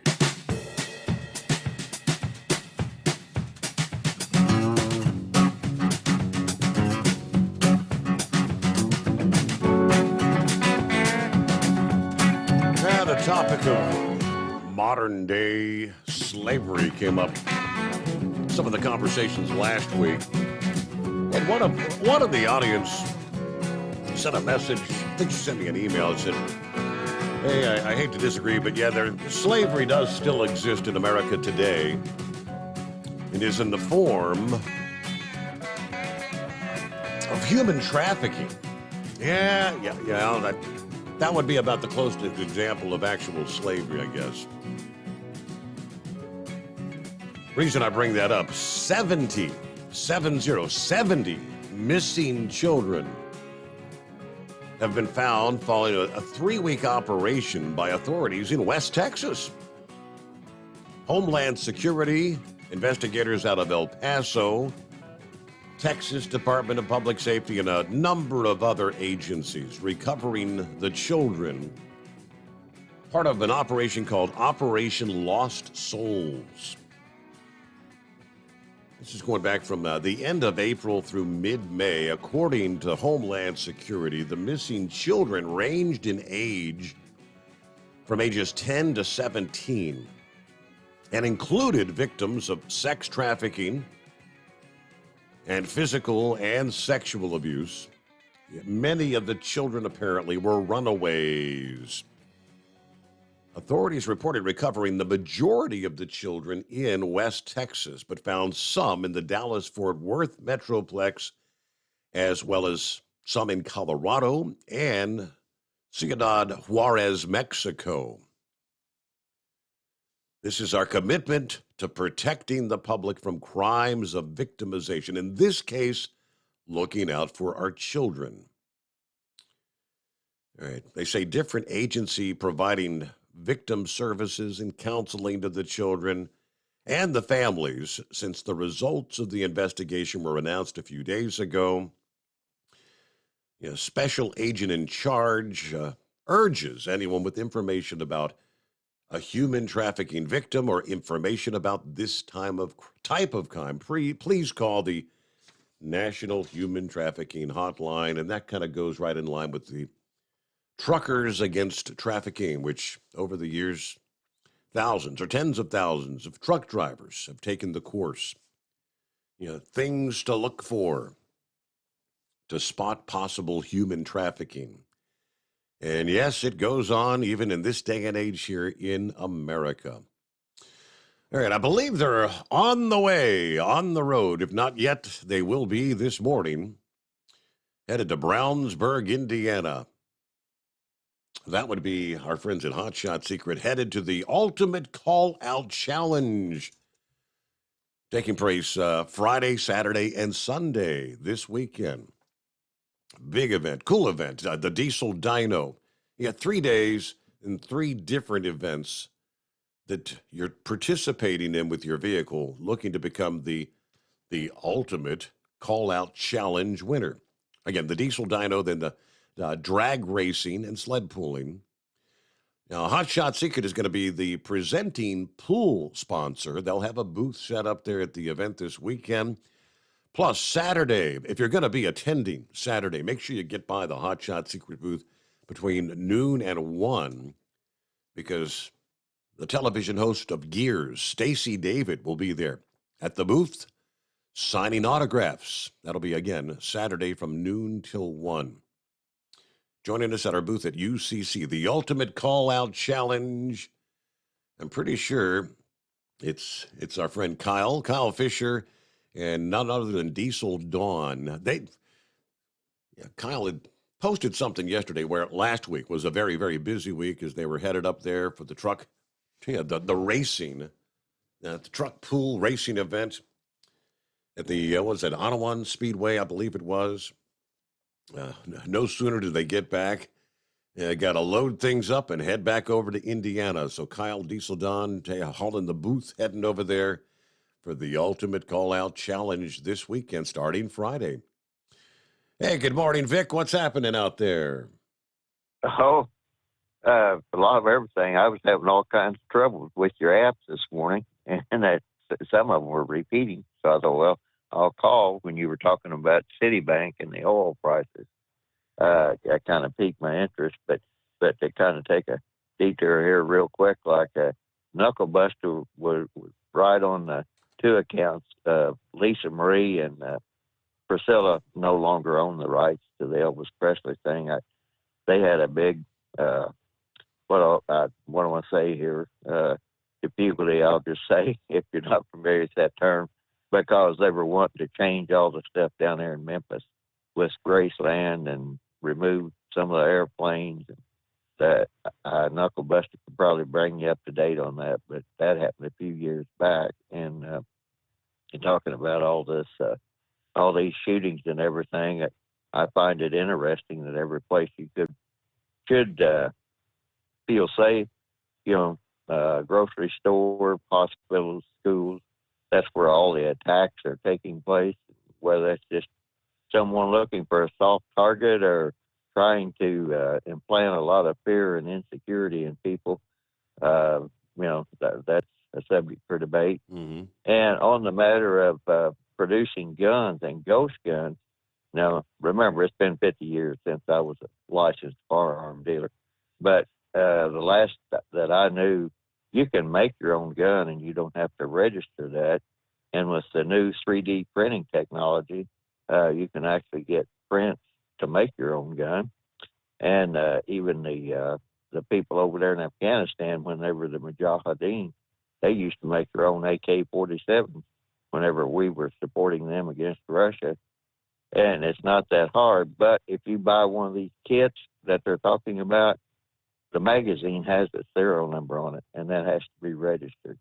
So I don't know why they're going after that company that's making kits, because the firing mechanism, I'll call it, rather than the magazine, that has to have a serial number on it, and that has to be registered with ATF. So I really don't know what they're talking about on that. But to quickly get to the subject that I really was interested about was Citibank and oil. Wondering why that the prices are so high is because Citibank used to be the largest physical oil dealer in the world. They had a whole trading division. I haven't kept up with it for a while. But the only thing they did was secured actual physical oil and products for our customers around the world. But they did use the futures market to hedge. And do you remember the whole deal out there in Cushing, Oklahoma, whenever people that had bought oil wound up going negative, and they wound up basically getting their clocks cleaned and had to pay? Well, that is still reverberating through the commodities market and the energy sector specifically. So now, like Citibank there, when they take contracts from a company and say, we want so much oil, and they promise it to them, the way in the pre-Cushing world, the way that worked was they would take that contract, but they would hedge it on the futures market until they could secure the actual physical commodity. And so in their case, they were buying the oil to make sure that the price didn't go up until they could secure the physical commodities. Then once they secured the physical commodity, then they would offset their hedge. They would sell it back into the market. And hopefully, you'd have a little basis thing. But anyway, they would make money off of it. Well, now, after that Cushing debacle, people aren't anxious to jump in there and buy the commodities. So once they secure the physical commodities, they're not having an easy time offsetting their trade. And within the commodity market in general, or the large exchanges, I don't care whether it's agriculture, commodities, or energy, or any of that, everybody is upset because the big funds aren't coming back in, and because the funds are what has to trade in that larger volume. So a lot of these funds whenever Trump was in office, and Janet Yellen's one of them that's crying around now. I don't know if you remember this or not, but Janet Yellen raised the interest rate 3 times within 6 months after Trump took office. And that's when she was chairman of the Federal Reserve. And her excuse was, well, if we have a downturn, we need to be able to reduce the interest rates. And it was a weak and lame excuse. And again, I hope I don't get people lost in the weeds here, but John Bollinger was a big very successful commodity trader and trading advisor. And he gave an interview late in the Trump administration, and he said, anybody following my advice right now is getting their clocks cleaned. And he went through and explained all the different steps that was going on to try to sabotage Trump. And the point that he was making was that you really weren't trading commodities at that time. You were trading politics, and that's next to impossible to trade.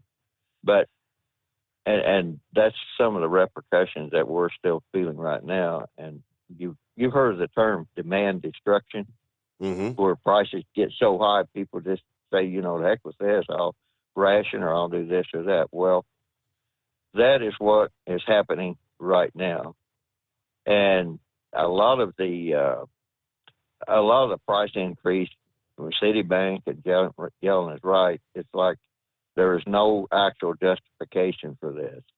But it's called when a market, I don't care what it is, when you get into a mindset, they call it FOMO, fear of missing out. People will jump in there and start buying. And by and large, as strange as this seems, and you've probably heard this term before too, that whenever you get the public buying, or selling either way in a panic situation, that's whenever the really, really large people in any industry or trade, they step in and take advantage of that. And right now, the large people aren't stepping in. They're just letting the market keep rising because they see no real need to step in at this point.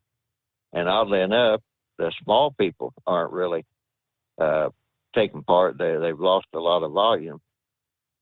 And what that leads to is when you go back and look, remember in the Obama administration, the too big to fail thing, and they gave the Federal Reserve a lot of authority that was never intended. Well, the Federal Reserve actually does a lot of trading in stocks and commodities right now, which was never intended.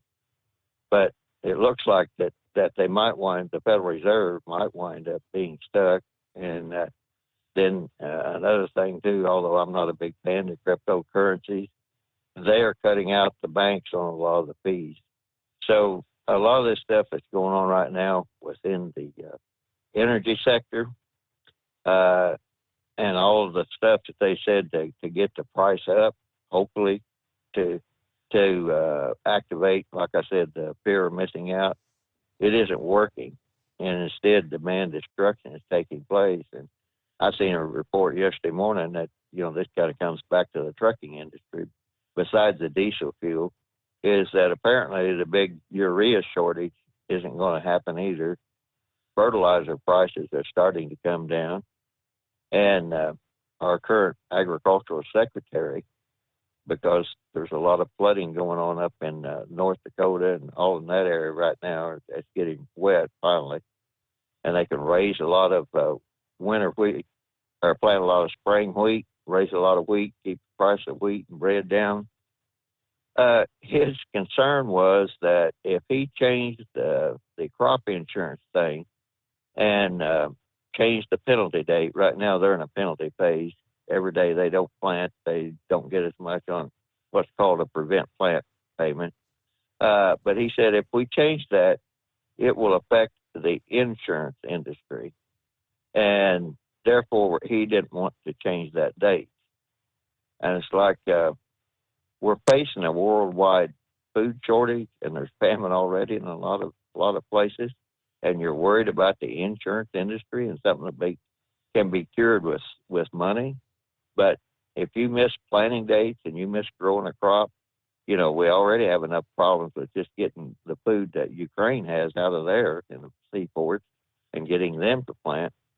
So I'm questioning myself as, okay, we have inflation. There's no question about that. Several different factors. But some of the factors that can be controlled, this administration is taking no preventive action whatsoever to make sure we can stem the tide of famine and increase prices. So then they go around the world and want other people to take actions to stem inflation. So it as they say, that just doesn't compute. And so the fact that other countries aren't willing to do anything, since we in this country aren't doing anything to stem the tide of inflation. And I don't know, maybe it's just me, but this thing is so obvious, and people have spent time in it. No, I think what you're saying, long story short, what you just said there is this administration is an abysmal failure. There's no question about that, Steve, but unfortunately, it really is a laughing matter. Yeah, but that is the exact truth. Now, Janet Yellen, how do you get to the position of secretary, Treasury Secretary? You're making these make or break decisions. You're determining what the path of your country is going to be taking economically. Are you going to put your country in a recession? Are you going to promote growth and expansion and jobs? Janet Yellen actually admitted this week, I failed. She failed to anticipate how long inflation would continue. Now we're working on how are we going to fix it? Who was it earlier said, well, the toothpaste is out of the tube now. You can't put it back in there. Now, who's going to accept the liability? It's the political liability. And I quote, I think I was wrong then about the path that inflation would take. She was actually on CNN with Wolf Blitzer. Remember last year she said, no, inflation's not a big concern. It's just a small risk. Now that admission, the latest indication, this administration, the expectations that the economy would normalize, that's been totally upended, thrown in complete disarray. Now, she went on to say, as I mentioned, there have been some unanticipated shocks to the economy that have boosted energy and food prices and supply bottlenecks that have affected our economy badly that I did not fully understand at the time. But now we recognize them. Well, good to see. Good to see. I'm glad you're recognizing that. Yellen and other White House officials once said inflation was a temporary thing, a temporary side effect of the economy returning to normal after the pandemic.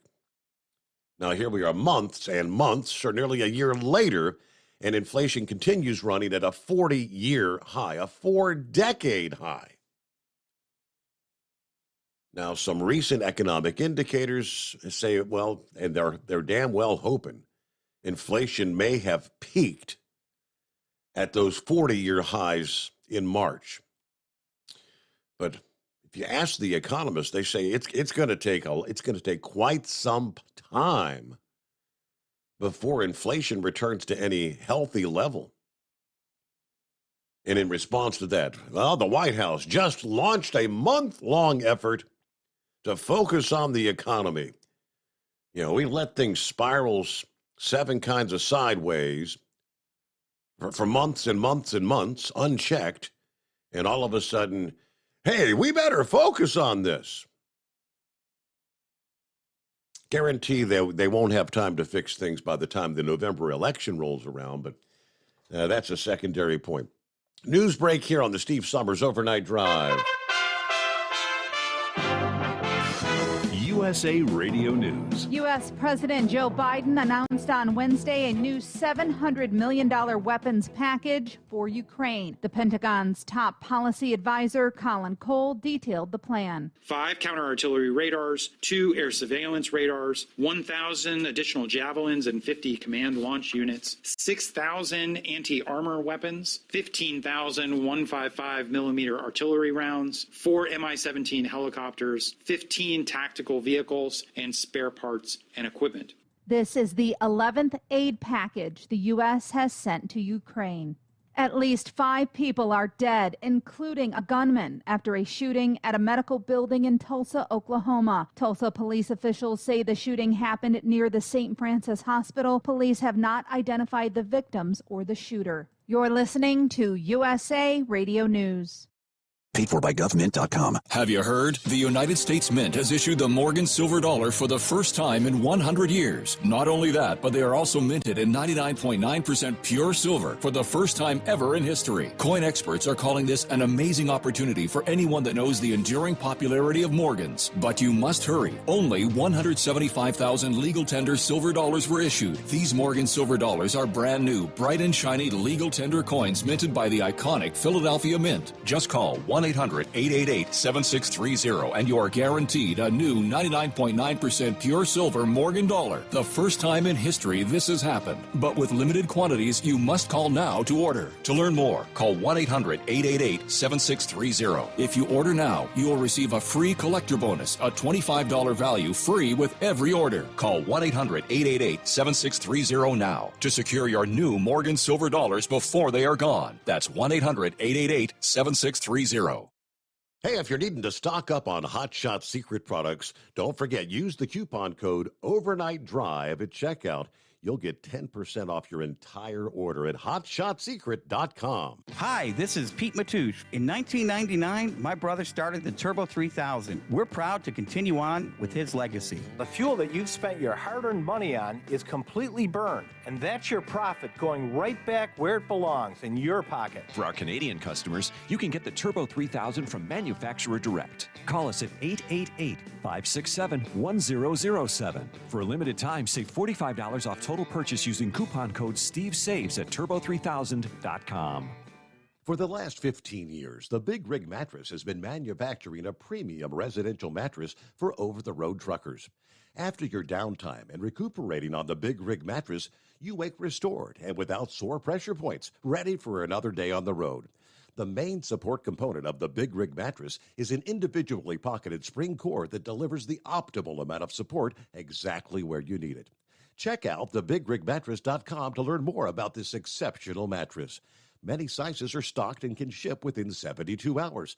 Custom sizes also available. 100% made in the USA since 2009. The price of diesel is through the roof, so what could be worse? How about high prices and low fuel mileage? Well, there is a solution. Everyday Diesel Treatment by Hot Shot Secret. EDT is a concentrated 6-in-1 fuel additive and cetane improver that immediately adds fuel economy with the first fill-up. It's the best way to maximize every drop of diesel for a better bottom line. Everyday Diesel Treatment available at Pilot Flying J, Love's Travel Stops, and TA Petro Truck Stops. Learn more at hotshotsecret.com. Do you have a Dodge pickup and hate your automatic transmission? Of course you do. Levon Miller at Firepunk Diesel here, and we specialize in heavy-duty and performance transmissions for your 3/4 or 1-ton Cummins-powered truck. So if you're interested in turning your stock slush box into a towing monster, call us today at 614-733-3744 or visit us online at shop.firepunk.com. To protect her home and family in a disaster, Karen was willing to wade through water, mud, and insurance paperwork. Yeah, I can do this. You go, Karen! By simply understanding and updating what her insurance covers and doesn't cover now, she'll be better prepared no matter when disaster strikes. Learn other simple ways to protect your home and family before a natural disaster at ready.gov. That's ready.gov. A message from FEMA and the Ad Council. For anything diesel, take it to Scheid Diesel. They provide a wide variety of services and diagnostics to determine what the problem is with the latest technology. From simple oil changes and preventative maintenance to fuel system diagnostics and repairs, engine rebuilds and cylinder head repairs, and rebuilds with our in-house machine shop, DPF cleaning for exhaust issues, and DOT inspections. If your diesel is asking for some attention, Scheid Diesel has the specialist you need for anything diesel. Located in Terre Haute and Lafayette, Indiana, and Effingham, Illinois, Scheid Diesel has you covered. PureFlow AirDog, your leader in fuel air separation system technology. Our systems filter out water, particulates down to 2 micron, and remove all of the air out of your diesel fuel. This allows for nothing but pure, clean diesel fuel to reach the expensive injection system equipped in your vehicle.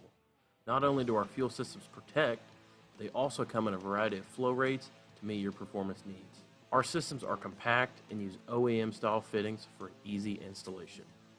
Learn more about our product at www.pureflowairdog.com and be sure to follow us on Facebook and Instagram. Protect your investment with PureFlow AirDog. And now, back to the Steve Sommers Overnight Drive, live from the Hot Shot Secret Studios.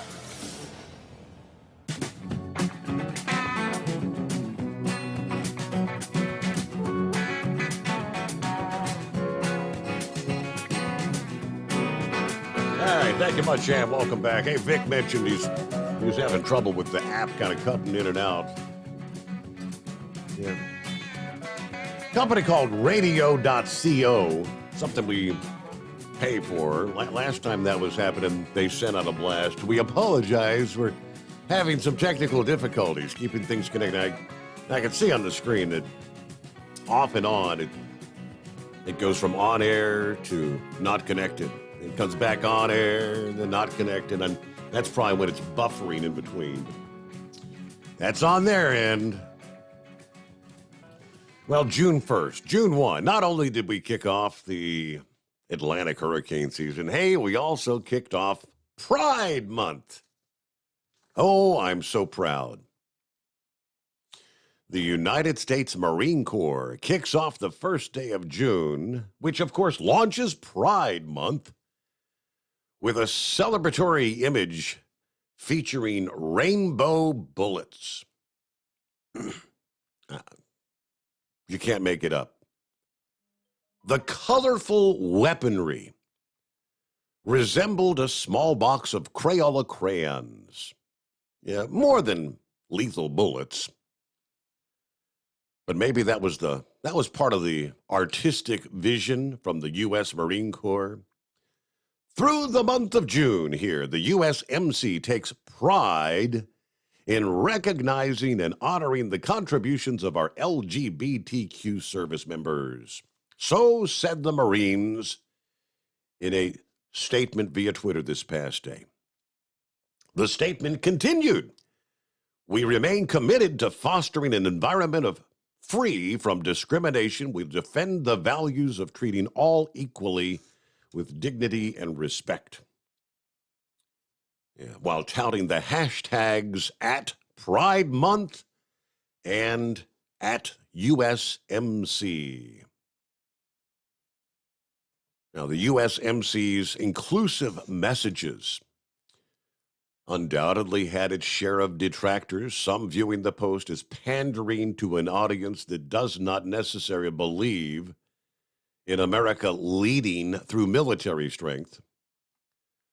Yeah, one said, "I thought the reason for boot camp was to break down the individual identity so the group could work cohesively as a single unit." This seems antithetical to that. Another commenter says, maybe focus on what's actually important to this country's defense. China and Russia are bolstering their ranks with masculinity, understanding the necessity, while we're seeming to celebrate sexual choices and gender changes in our military. This makes me sad. Another asks, is this satire? No, sadly, my friend, it is not satire. It is 100% legit. at least with this administration. I can't help but wonder, if Donald Trump were still president, would this be the messaging from the United States Marine Corps to celebrate Pride Month? I don't think so. Another says, wondering with tongue-in-cheek, do we shoot only gay bullets now? Another said, well, I've seen it all now. How about we focus on building warriors and less about social, can't say that word. How about we say shish kebab? Trust me, the United States Marine Corps will not be the first or the last government entity, national media outlet, or corporate business to recognize Pride Month. These messages have been well received by the Biden administration, but it is fair to wonder, is it not, how the United States Marine Corps' messaging might have been different this past day, as I just said, if a Trump administration was still running the White House. What do we see here? This month, we honor the resilience of the LGBTQI plus people who are fighting to live authentically and freely. So said President Biden. That's the messaging from our current president. The proclamation on lesbian, gay, bisexual, transgender, queer, and intersex Pride Month. President Biden went on to say, we reaffirm our belief that LGBTQI plus rights are human rights. We recommit to delivering protections, safety, and equality so everyone can realize the full promise of America. Okay, so we also had a tweet from the State Department. They weighed in on Pride Month. On June the 25th, the State Department flew what they call the Progress flag for the first time over their Washington, D.C. headquarters. I believe, if I'm not mistaken, they hoisted the Pride flag over the embassy at the Holy See yesterday, I believe it was, overlooking the Holy See. All right, it's 844-844-3388. Take a quick 2-minute time out to catch your breath, right? You're listening to the Overnight Drive with Steve Summers. Hot Shot Secret Everyday Diesel Treatment is now available at Travel Centers of America and Petro Travel Centers. Find out today why Hot Shot Secret Everyday Diesel Treatment is becoming the fastest growing diesel treatment among over-the-road truckers. Better fuel economy, more power, less headaches. Stop into your nearest truck stop, grab a bottle of EDT, and feel the difference today. Everyday Diesel Treatment now available at TA and Petro Travel Centers, and learn more at hotshotsecret.com. At Turbo 3000, our founder Andy Matoush firmly believed you should challenge yourself. Put the most money back in your pocket, where it belongs. Four Wheeler magazine took our challenge, and they wrote it did exactly what we said it would do. As fuel prices keep going up, get your Turbo 3000 today. Call us at 888-311-9993. Always free shipping in the USA, and for a limited time, save $45 off total purchase using coupon code STEVESAVES at turbo3000.com. Attention all truckers, Dean Michael, the tax doctor here. I want to talk to you about those dreaded tax problems. I know you want to keep on trucking and not even think about them. Well, let's face it, they're not going away all on their own. You need professional help. I've been helping truckers put their tax problems in the rearview mirror for years. I can help you too. Call me for a free consultation at 888-632-4506 or go to mytaxhelpmd.com. It's like I always say, keep your eyes on the road, I'll keep mine on the IRS. 888-632-4506. How do you sleep on the road? After downtime, do you wake up well-rested and invigorated, or tired, achy, and sore? Well, if it's the latter, you're not sleeping on the Big Rig Mattress. The Big Rig Mattress is a hybrid with an individually pocketed spring core that's engineered to deliver the best restorative sleep for your time on the road. Many drivers have said they sleep better over the road on the Big Rig Mattress than they do at home. Learn more about the Big Rig Mattress at thebigregmattress.com or call 877-736-4233. Most standard sizes ship within 72 business hours. The Big Rig Mattress, 100% made in the USA since 2009. Because Channel 19's a little congested. Call Steve now at 844-844-3388. The Overnight Drive.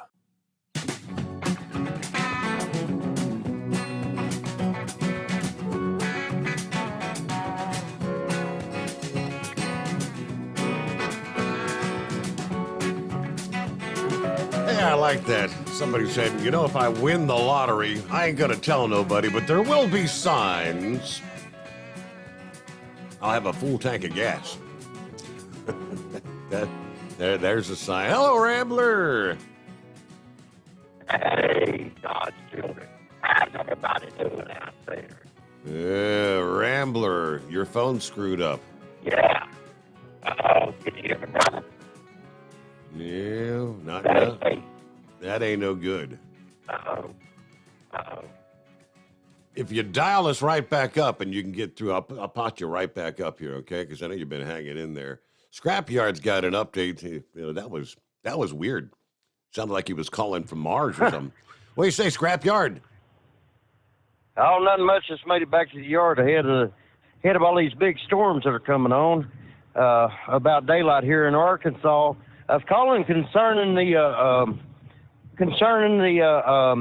smoke in Arkansas. That been a lot of forest fires around the state apparently, and due to lightning strikes. Oh, really? From Fort Smith clear into Little Rock. I got off at Interstate 430, came across and clear into Little Rock, the whole length of the way in all those whiteout conditions, basically. Wow. And pretty damn bad and all that. Yeah, I pulled up I just Googled it, pulled up a smoke and fire map off of Google, and it carried me to an active one, and it looked like the state of Arkansas had been shot with a load of buckshot. Wow. And fires popping up due to lightning strikes. And but yeah, it's just like it was a super heavy fog and all that, quite dangerous. And all that, and then in the early morning hours, or a little after daylight, say around 6:30, 7 o'clock, we're supposed to get some incredibly serious weather here. So, if anybody out there is listening, passing through the Arkansas area along 40 and all that, if you have trouble breathing, make sure that your outside air vents are shut off and all that, and do what you need to do, because the air quality is quite poor right at the moment. All right. I hadn't really seen or heard anything about Arkansas wildfires. I know, we've been talking about New Mexico and Arizona and California and all that, but as far as your weather's concerned, yeah, you got plenty of showers and thunderstorms right now. A large cluster from just south of Oklahoma City, strong line of storms, about to be moving into Paris, Texas. Rains extending on down into just to the east of Abilene, Stevensville. Yeah, but heavy showers from about McAllister to Denison, back toward Wichita Falls, and areas just south and east of that. Some pretty decent straight line winds. Let's do a take two here.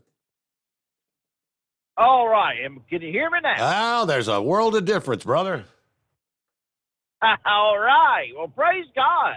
And thinking my call, Steve. Gilligan always goes up and down the road eating Reese's Cups, and I heard you talking about Elvis earlier. A while back, and I forget what Elvis anniversary it was. Remember when they released that Reese's Cup? It was Elvis edition with the Reese's Cup with the banana bottom to it. I wish they had come out with that. That was sure good. Needed because you had the peanut butter and natter, right? Steve, that's right. We sure love them peanut butter and nanner sandwiches, Anyway, you talk about the old DoorDash. It got me thinking about old Big Ed being retired. That's probably what he's doing. He probably DoorDashing someone's delivery and thinking, you know what? They really don't don't need all these McDonald's French fries. Yeah, they I'll don't just need eat an them extra on the large. floor. They only need a medium fry. I'll help them out here. That's right. That's right.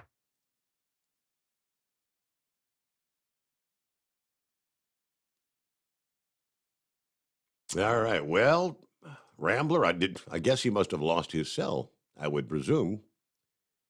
It's just like flipping a light switch, he disappeared. Well, let's see. Is it on his end or my end or their end?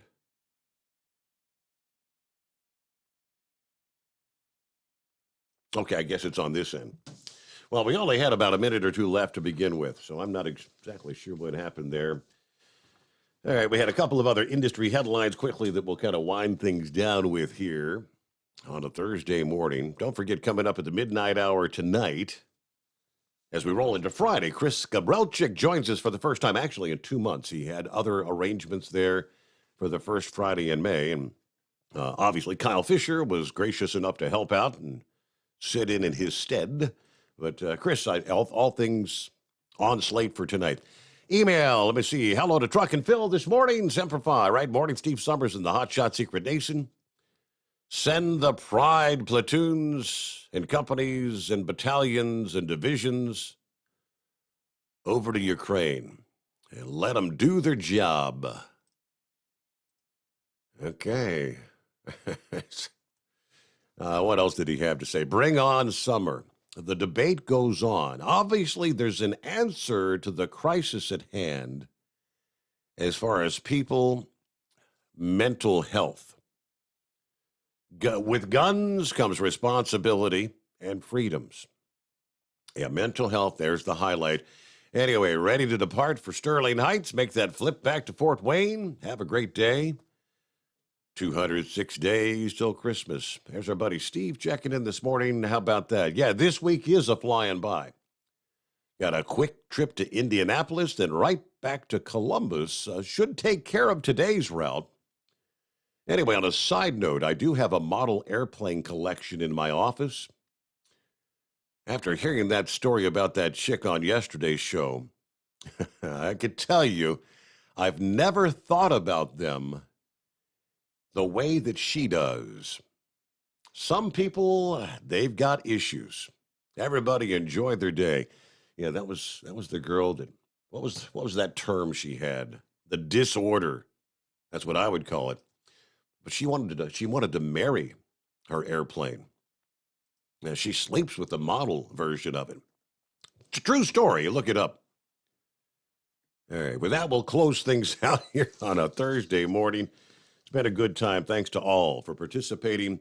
And hopefully, join us again at the midnight hour for the Friday edition of the Steve Sommers Overnight Drive, live from the Hotshot Secret Studios.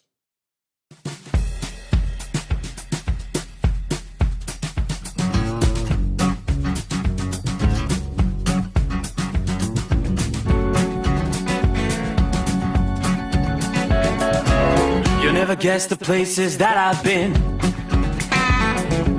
You never guess the places that I've been. 'Cause everything is like a dream, yeah, but only in that dream that I live in. I'm never gonna let the day begin. Never gonna let the day begin. 'Cause everything is like a dream, yeah, but only in that dream that I live in. Oh, don't wake me up before you go, and I'll just make this bed my home. Oh, darling, please just let me sleep. Give me my dreams.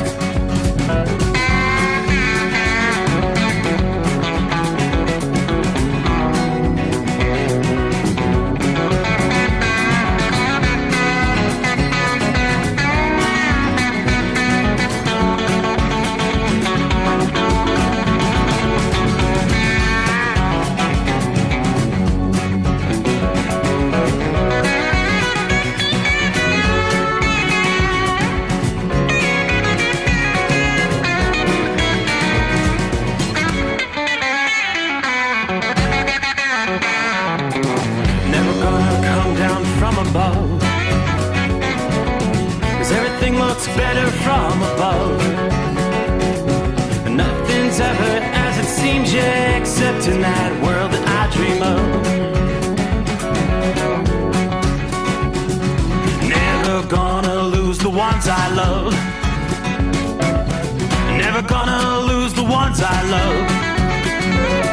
'Cause everything is like a dream, yeah, but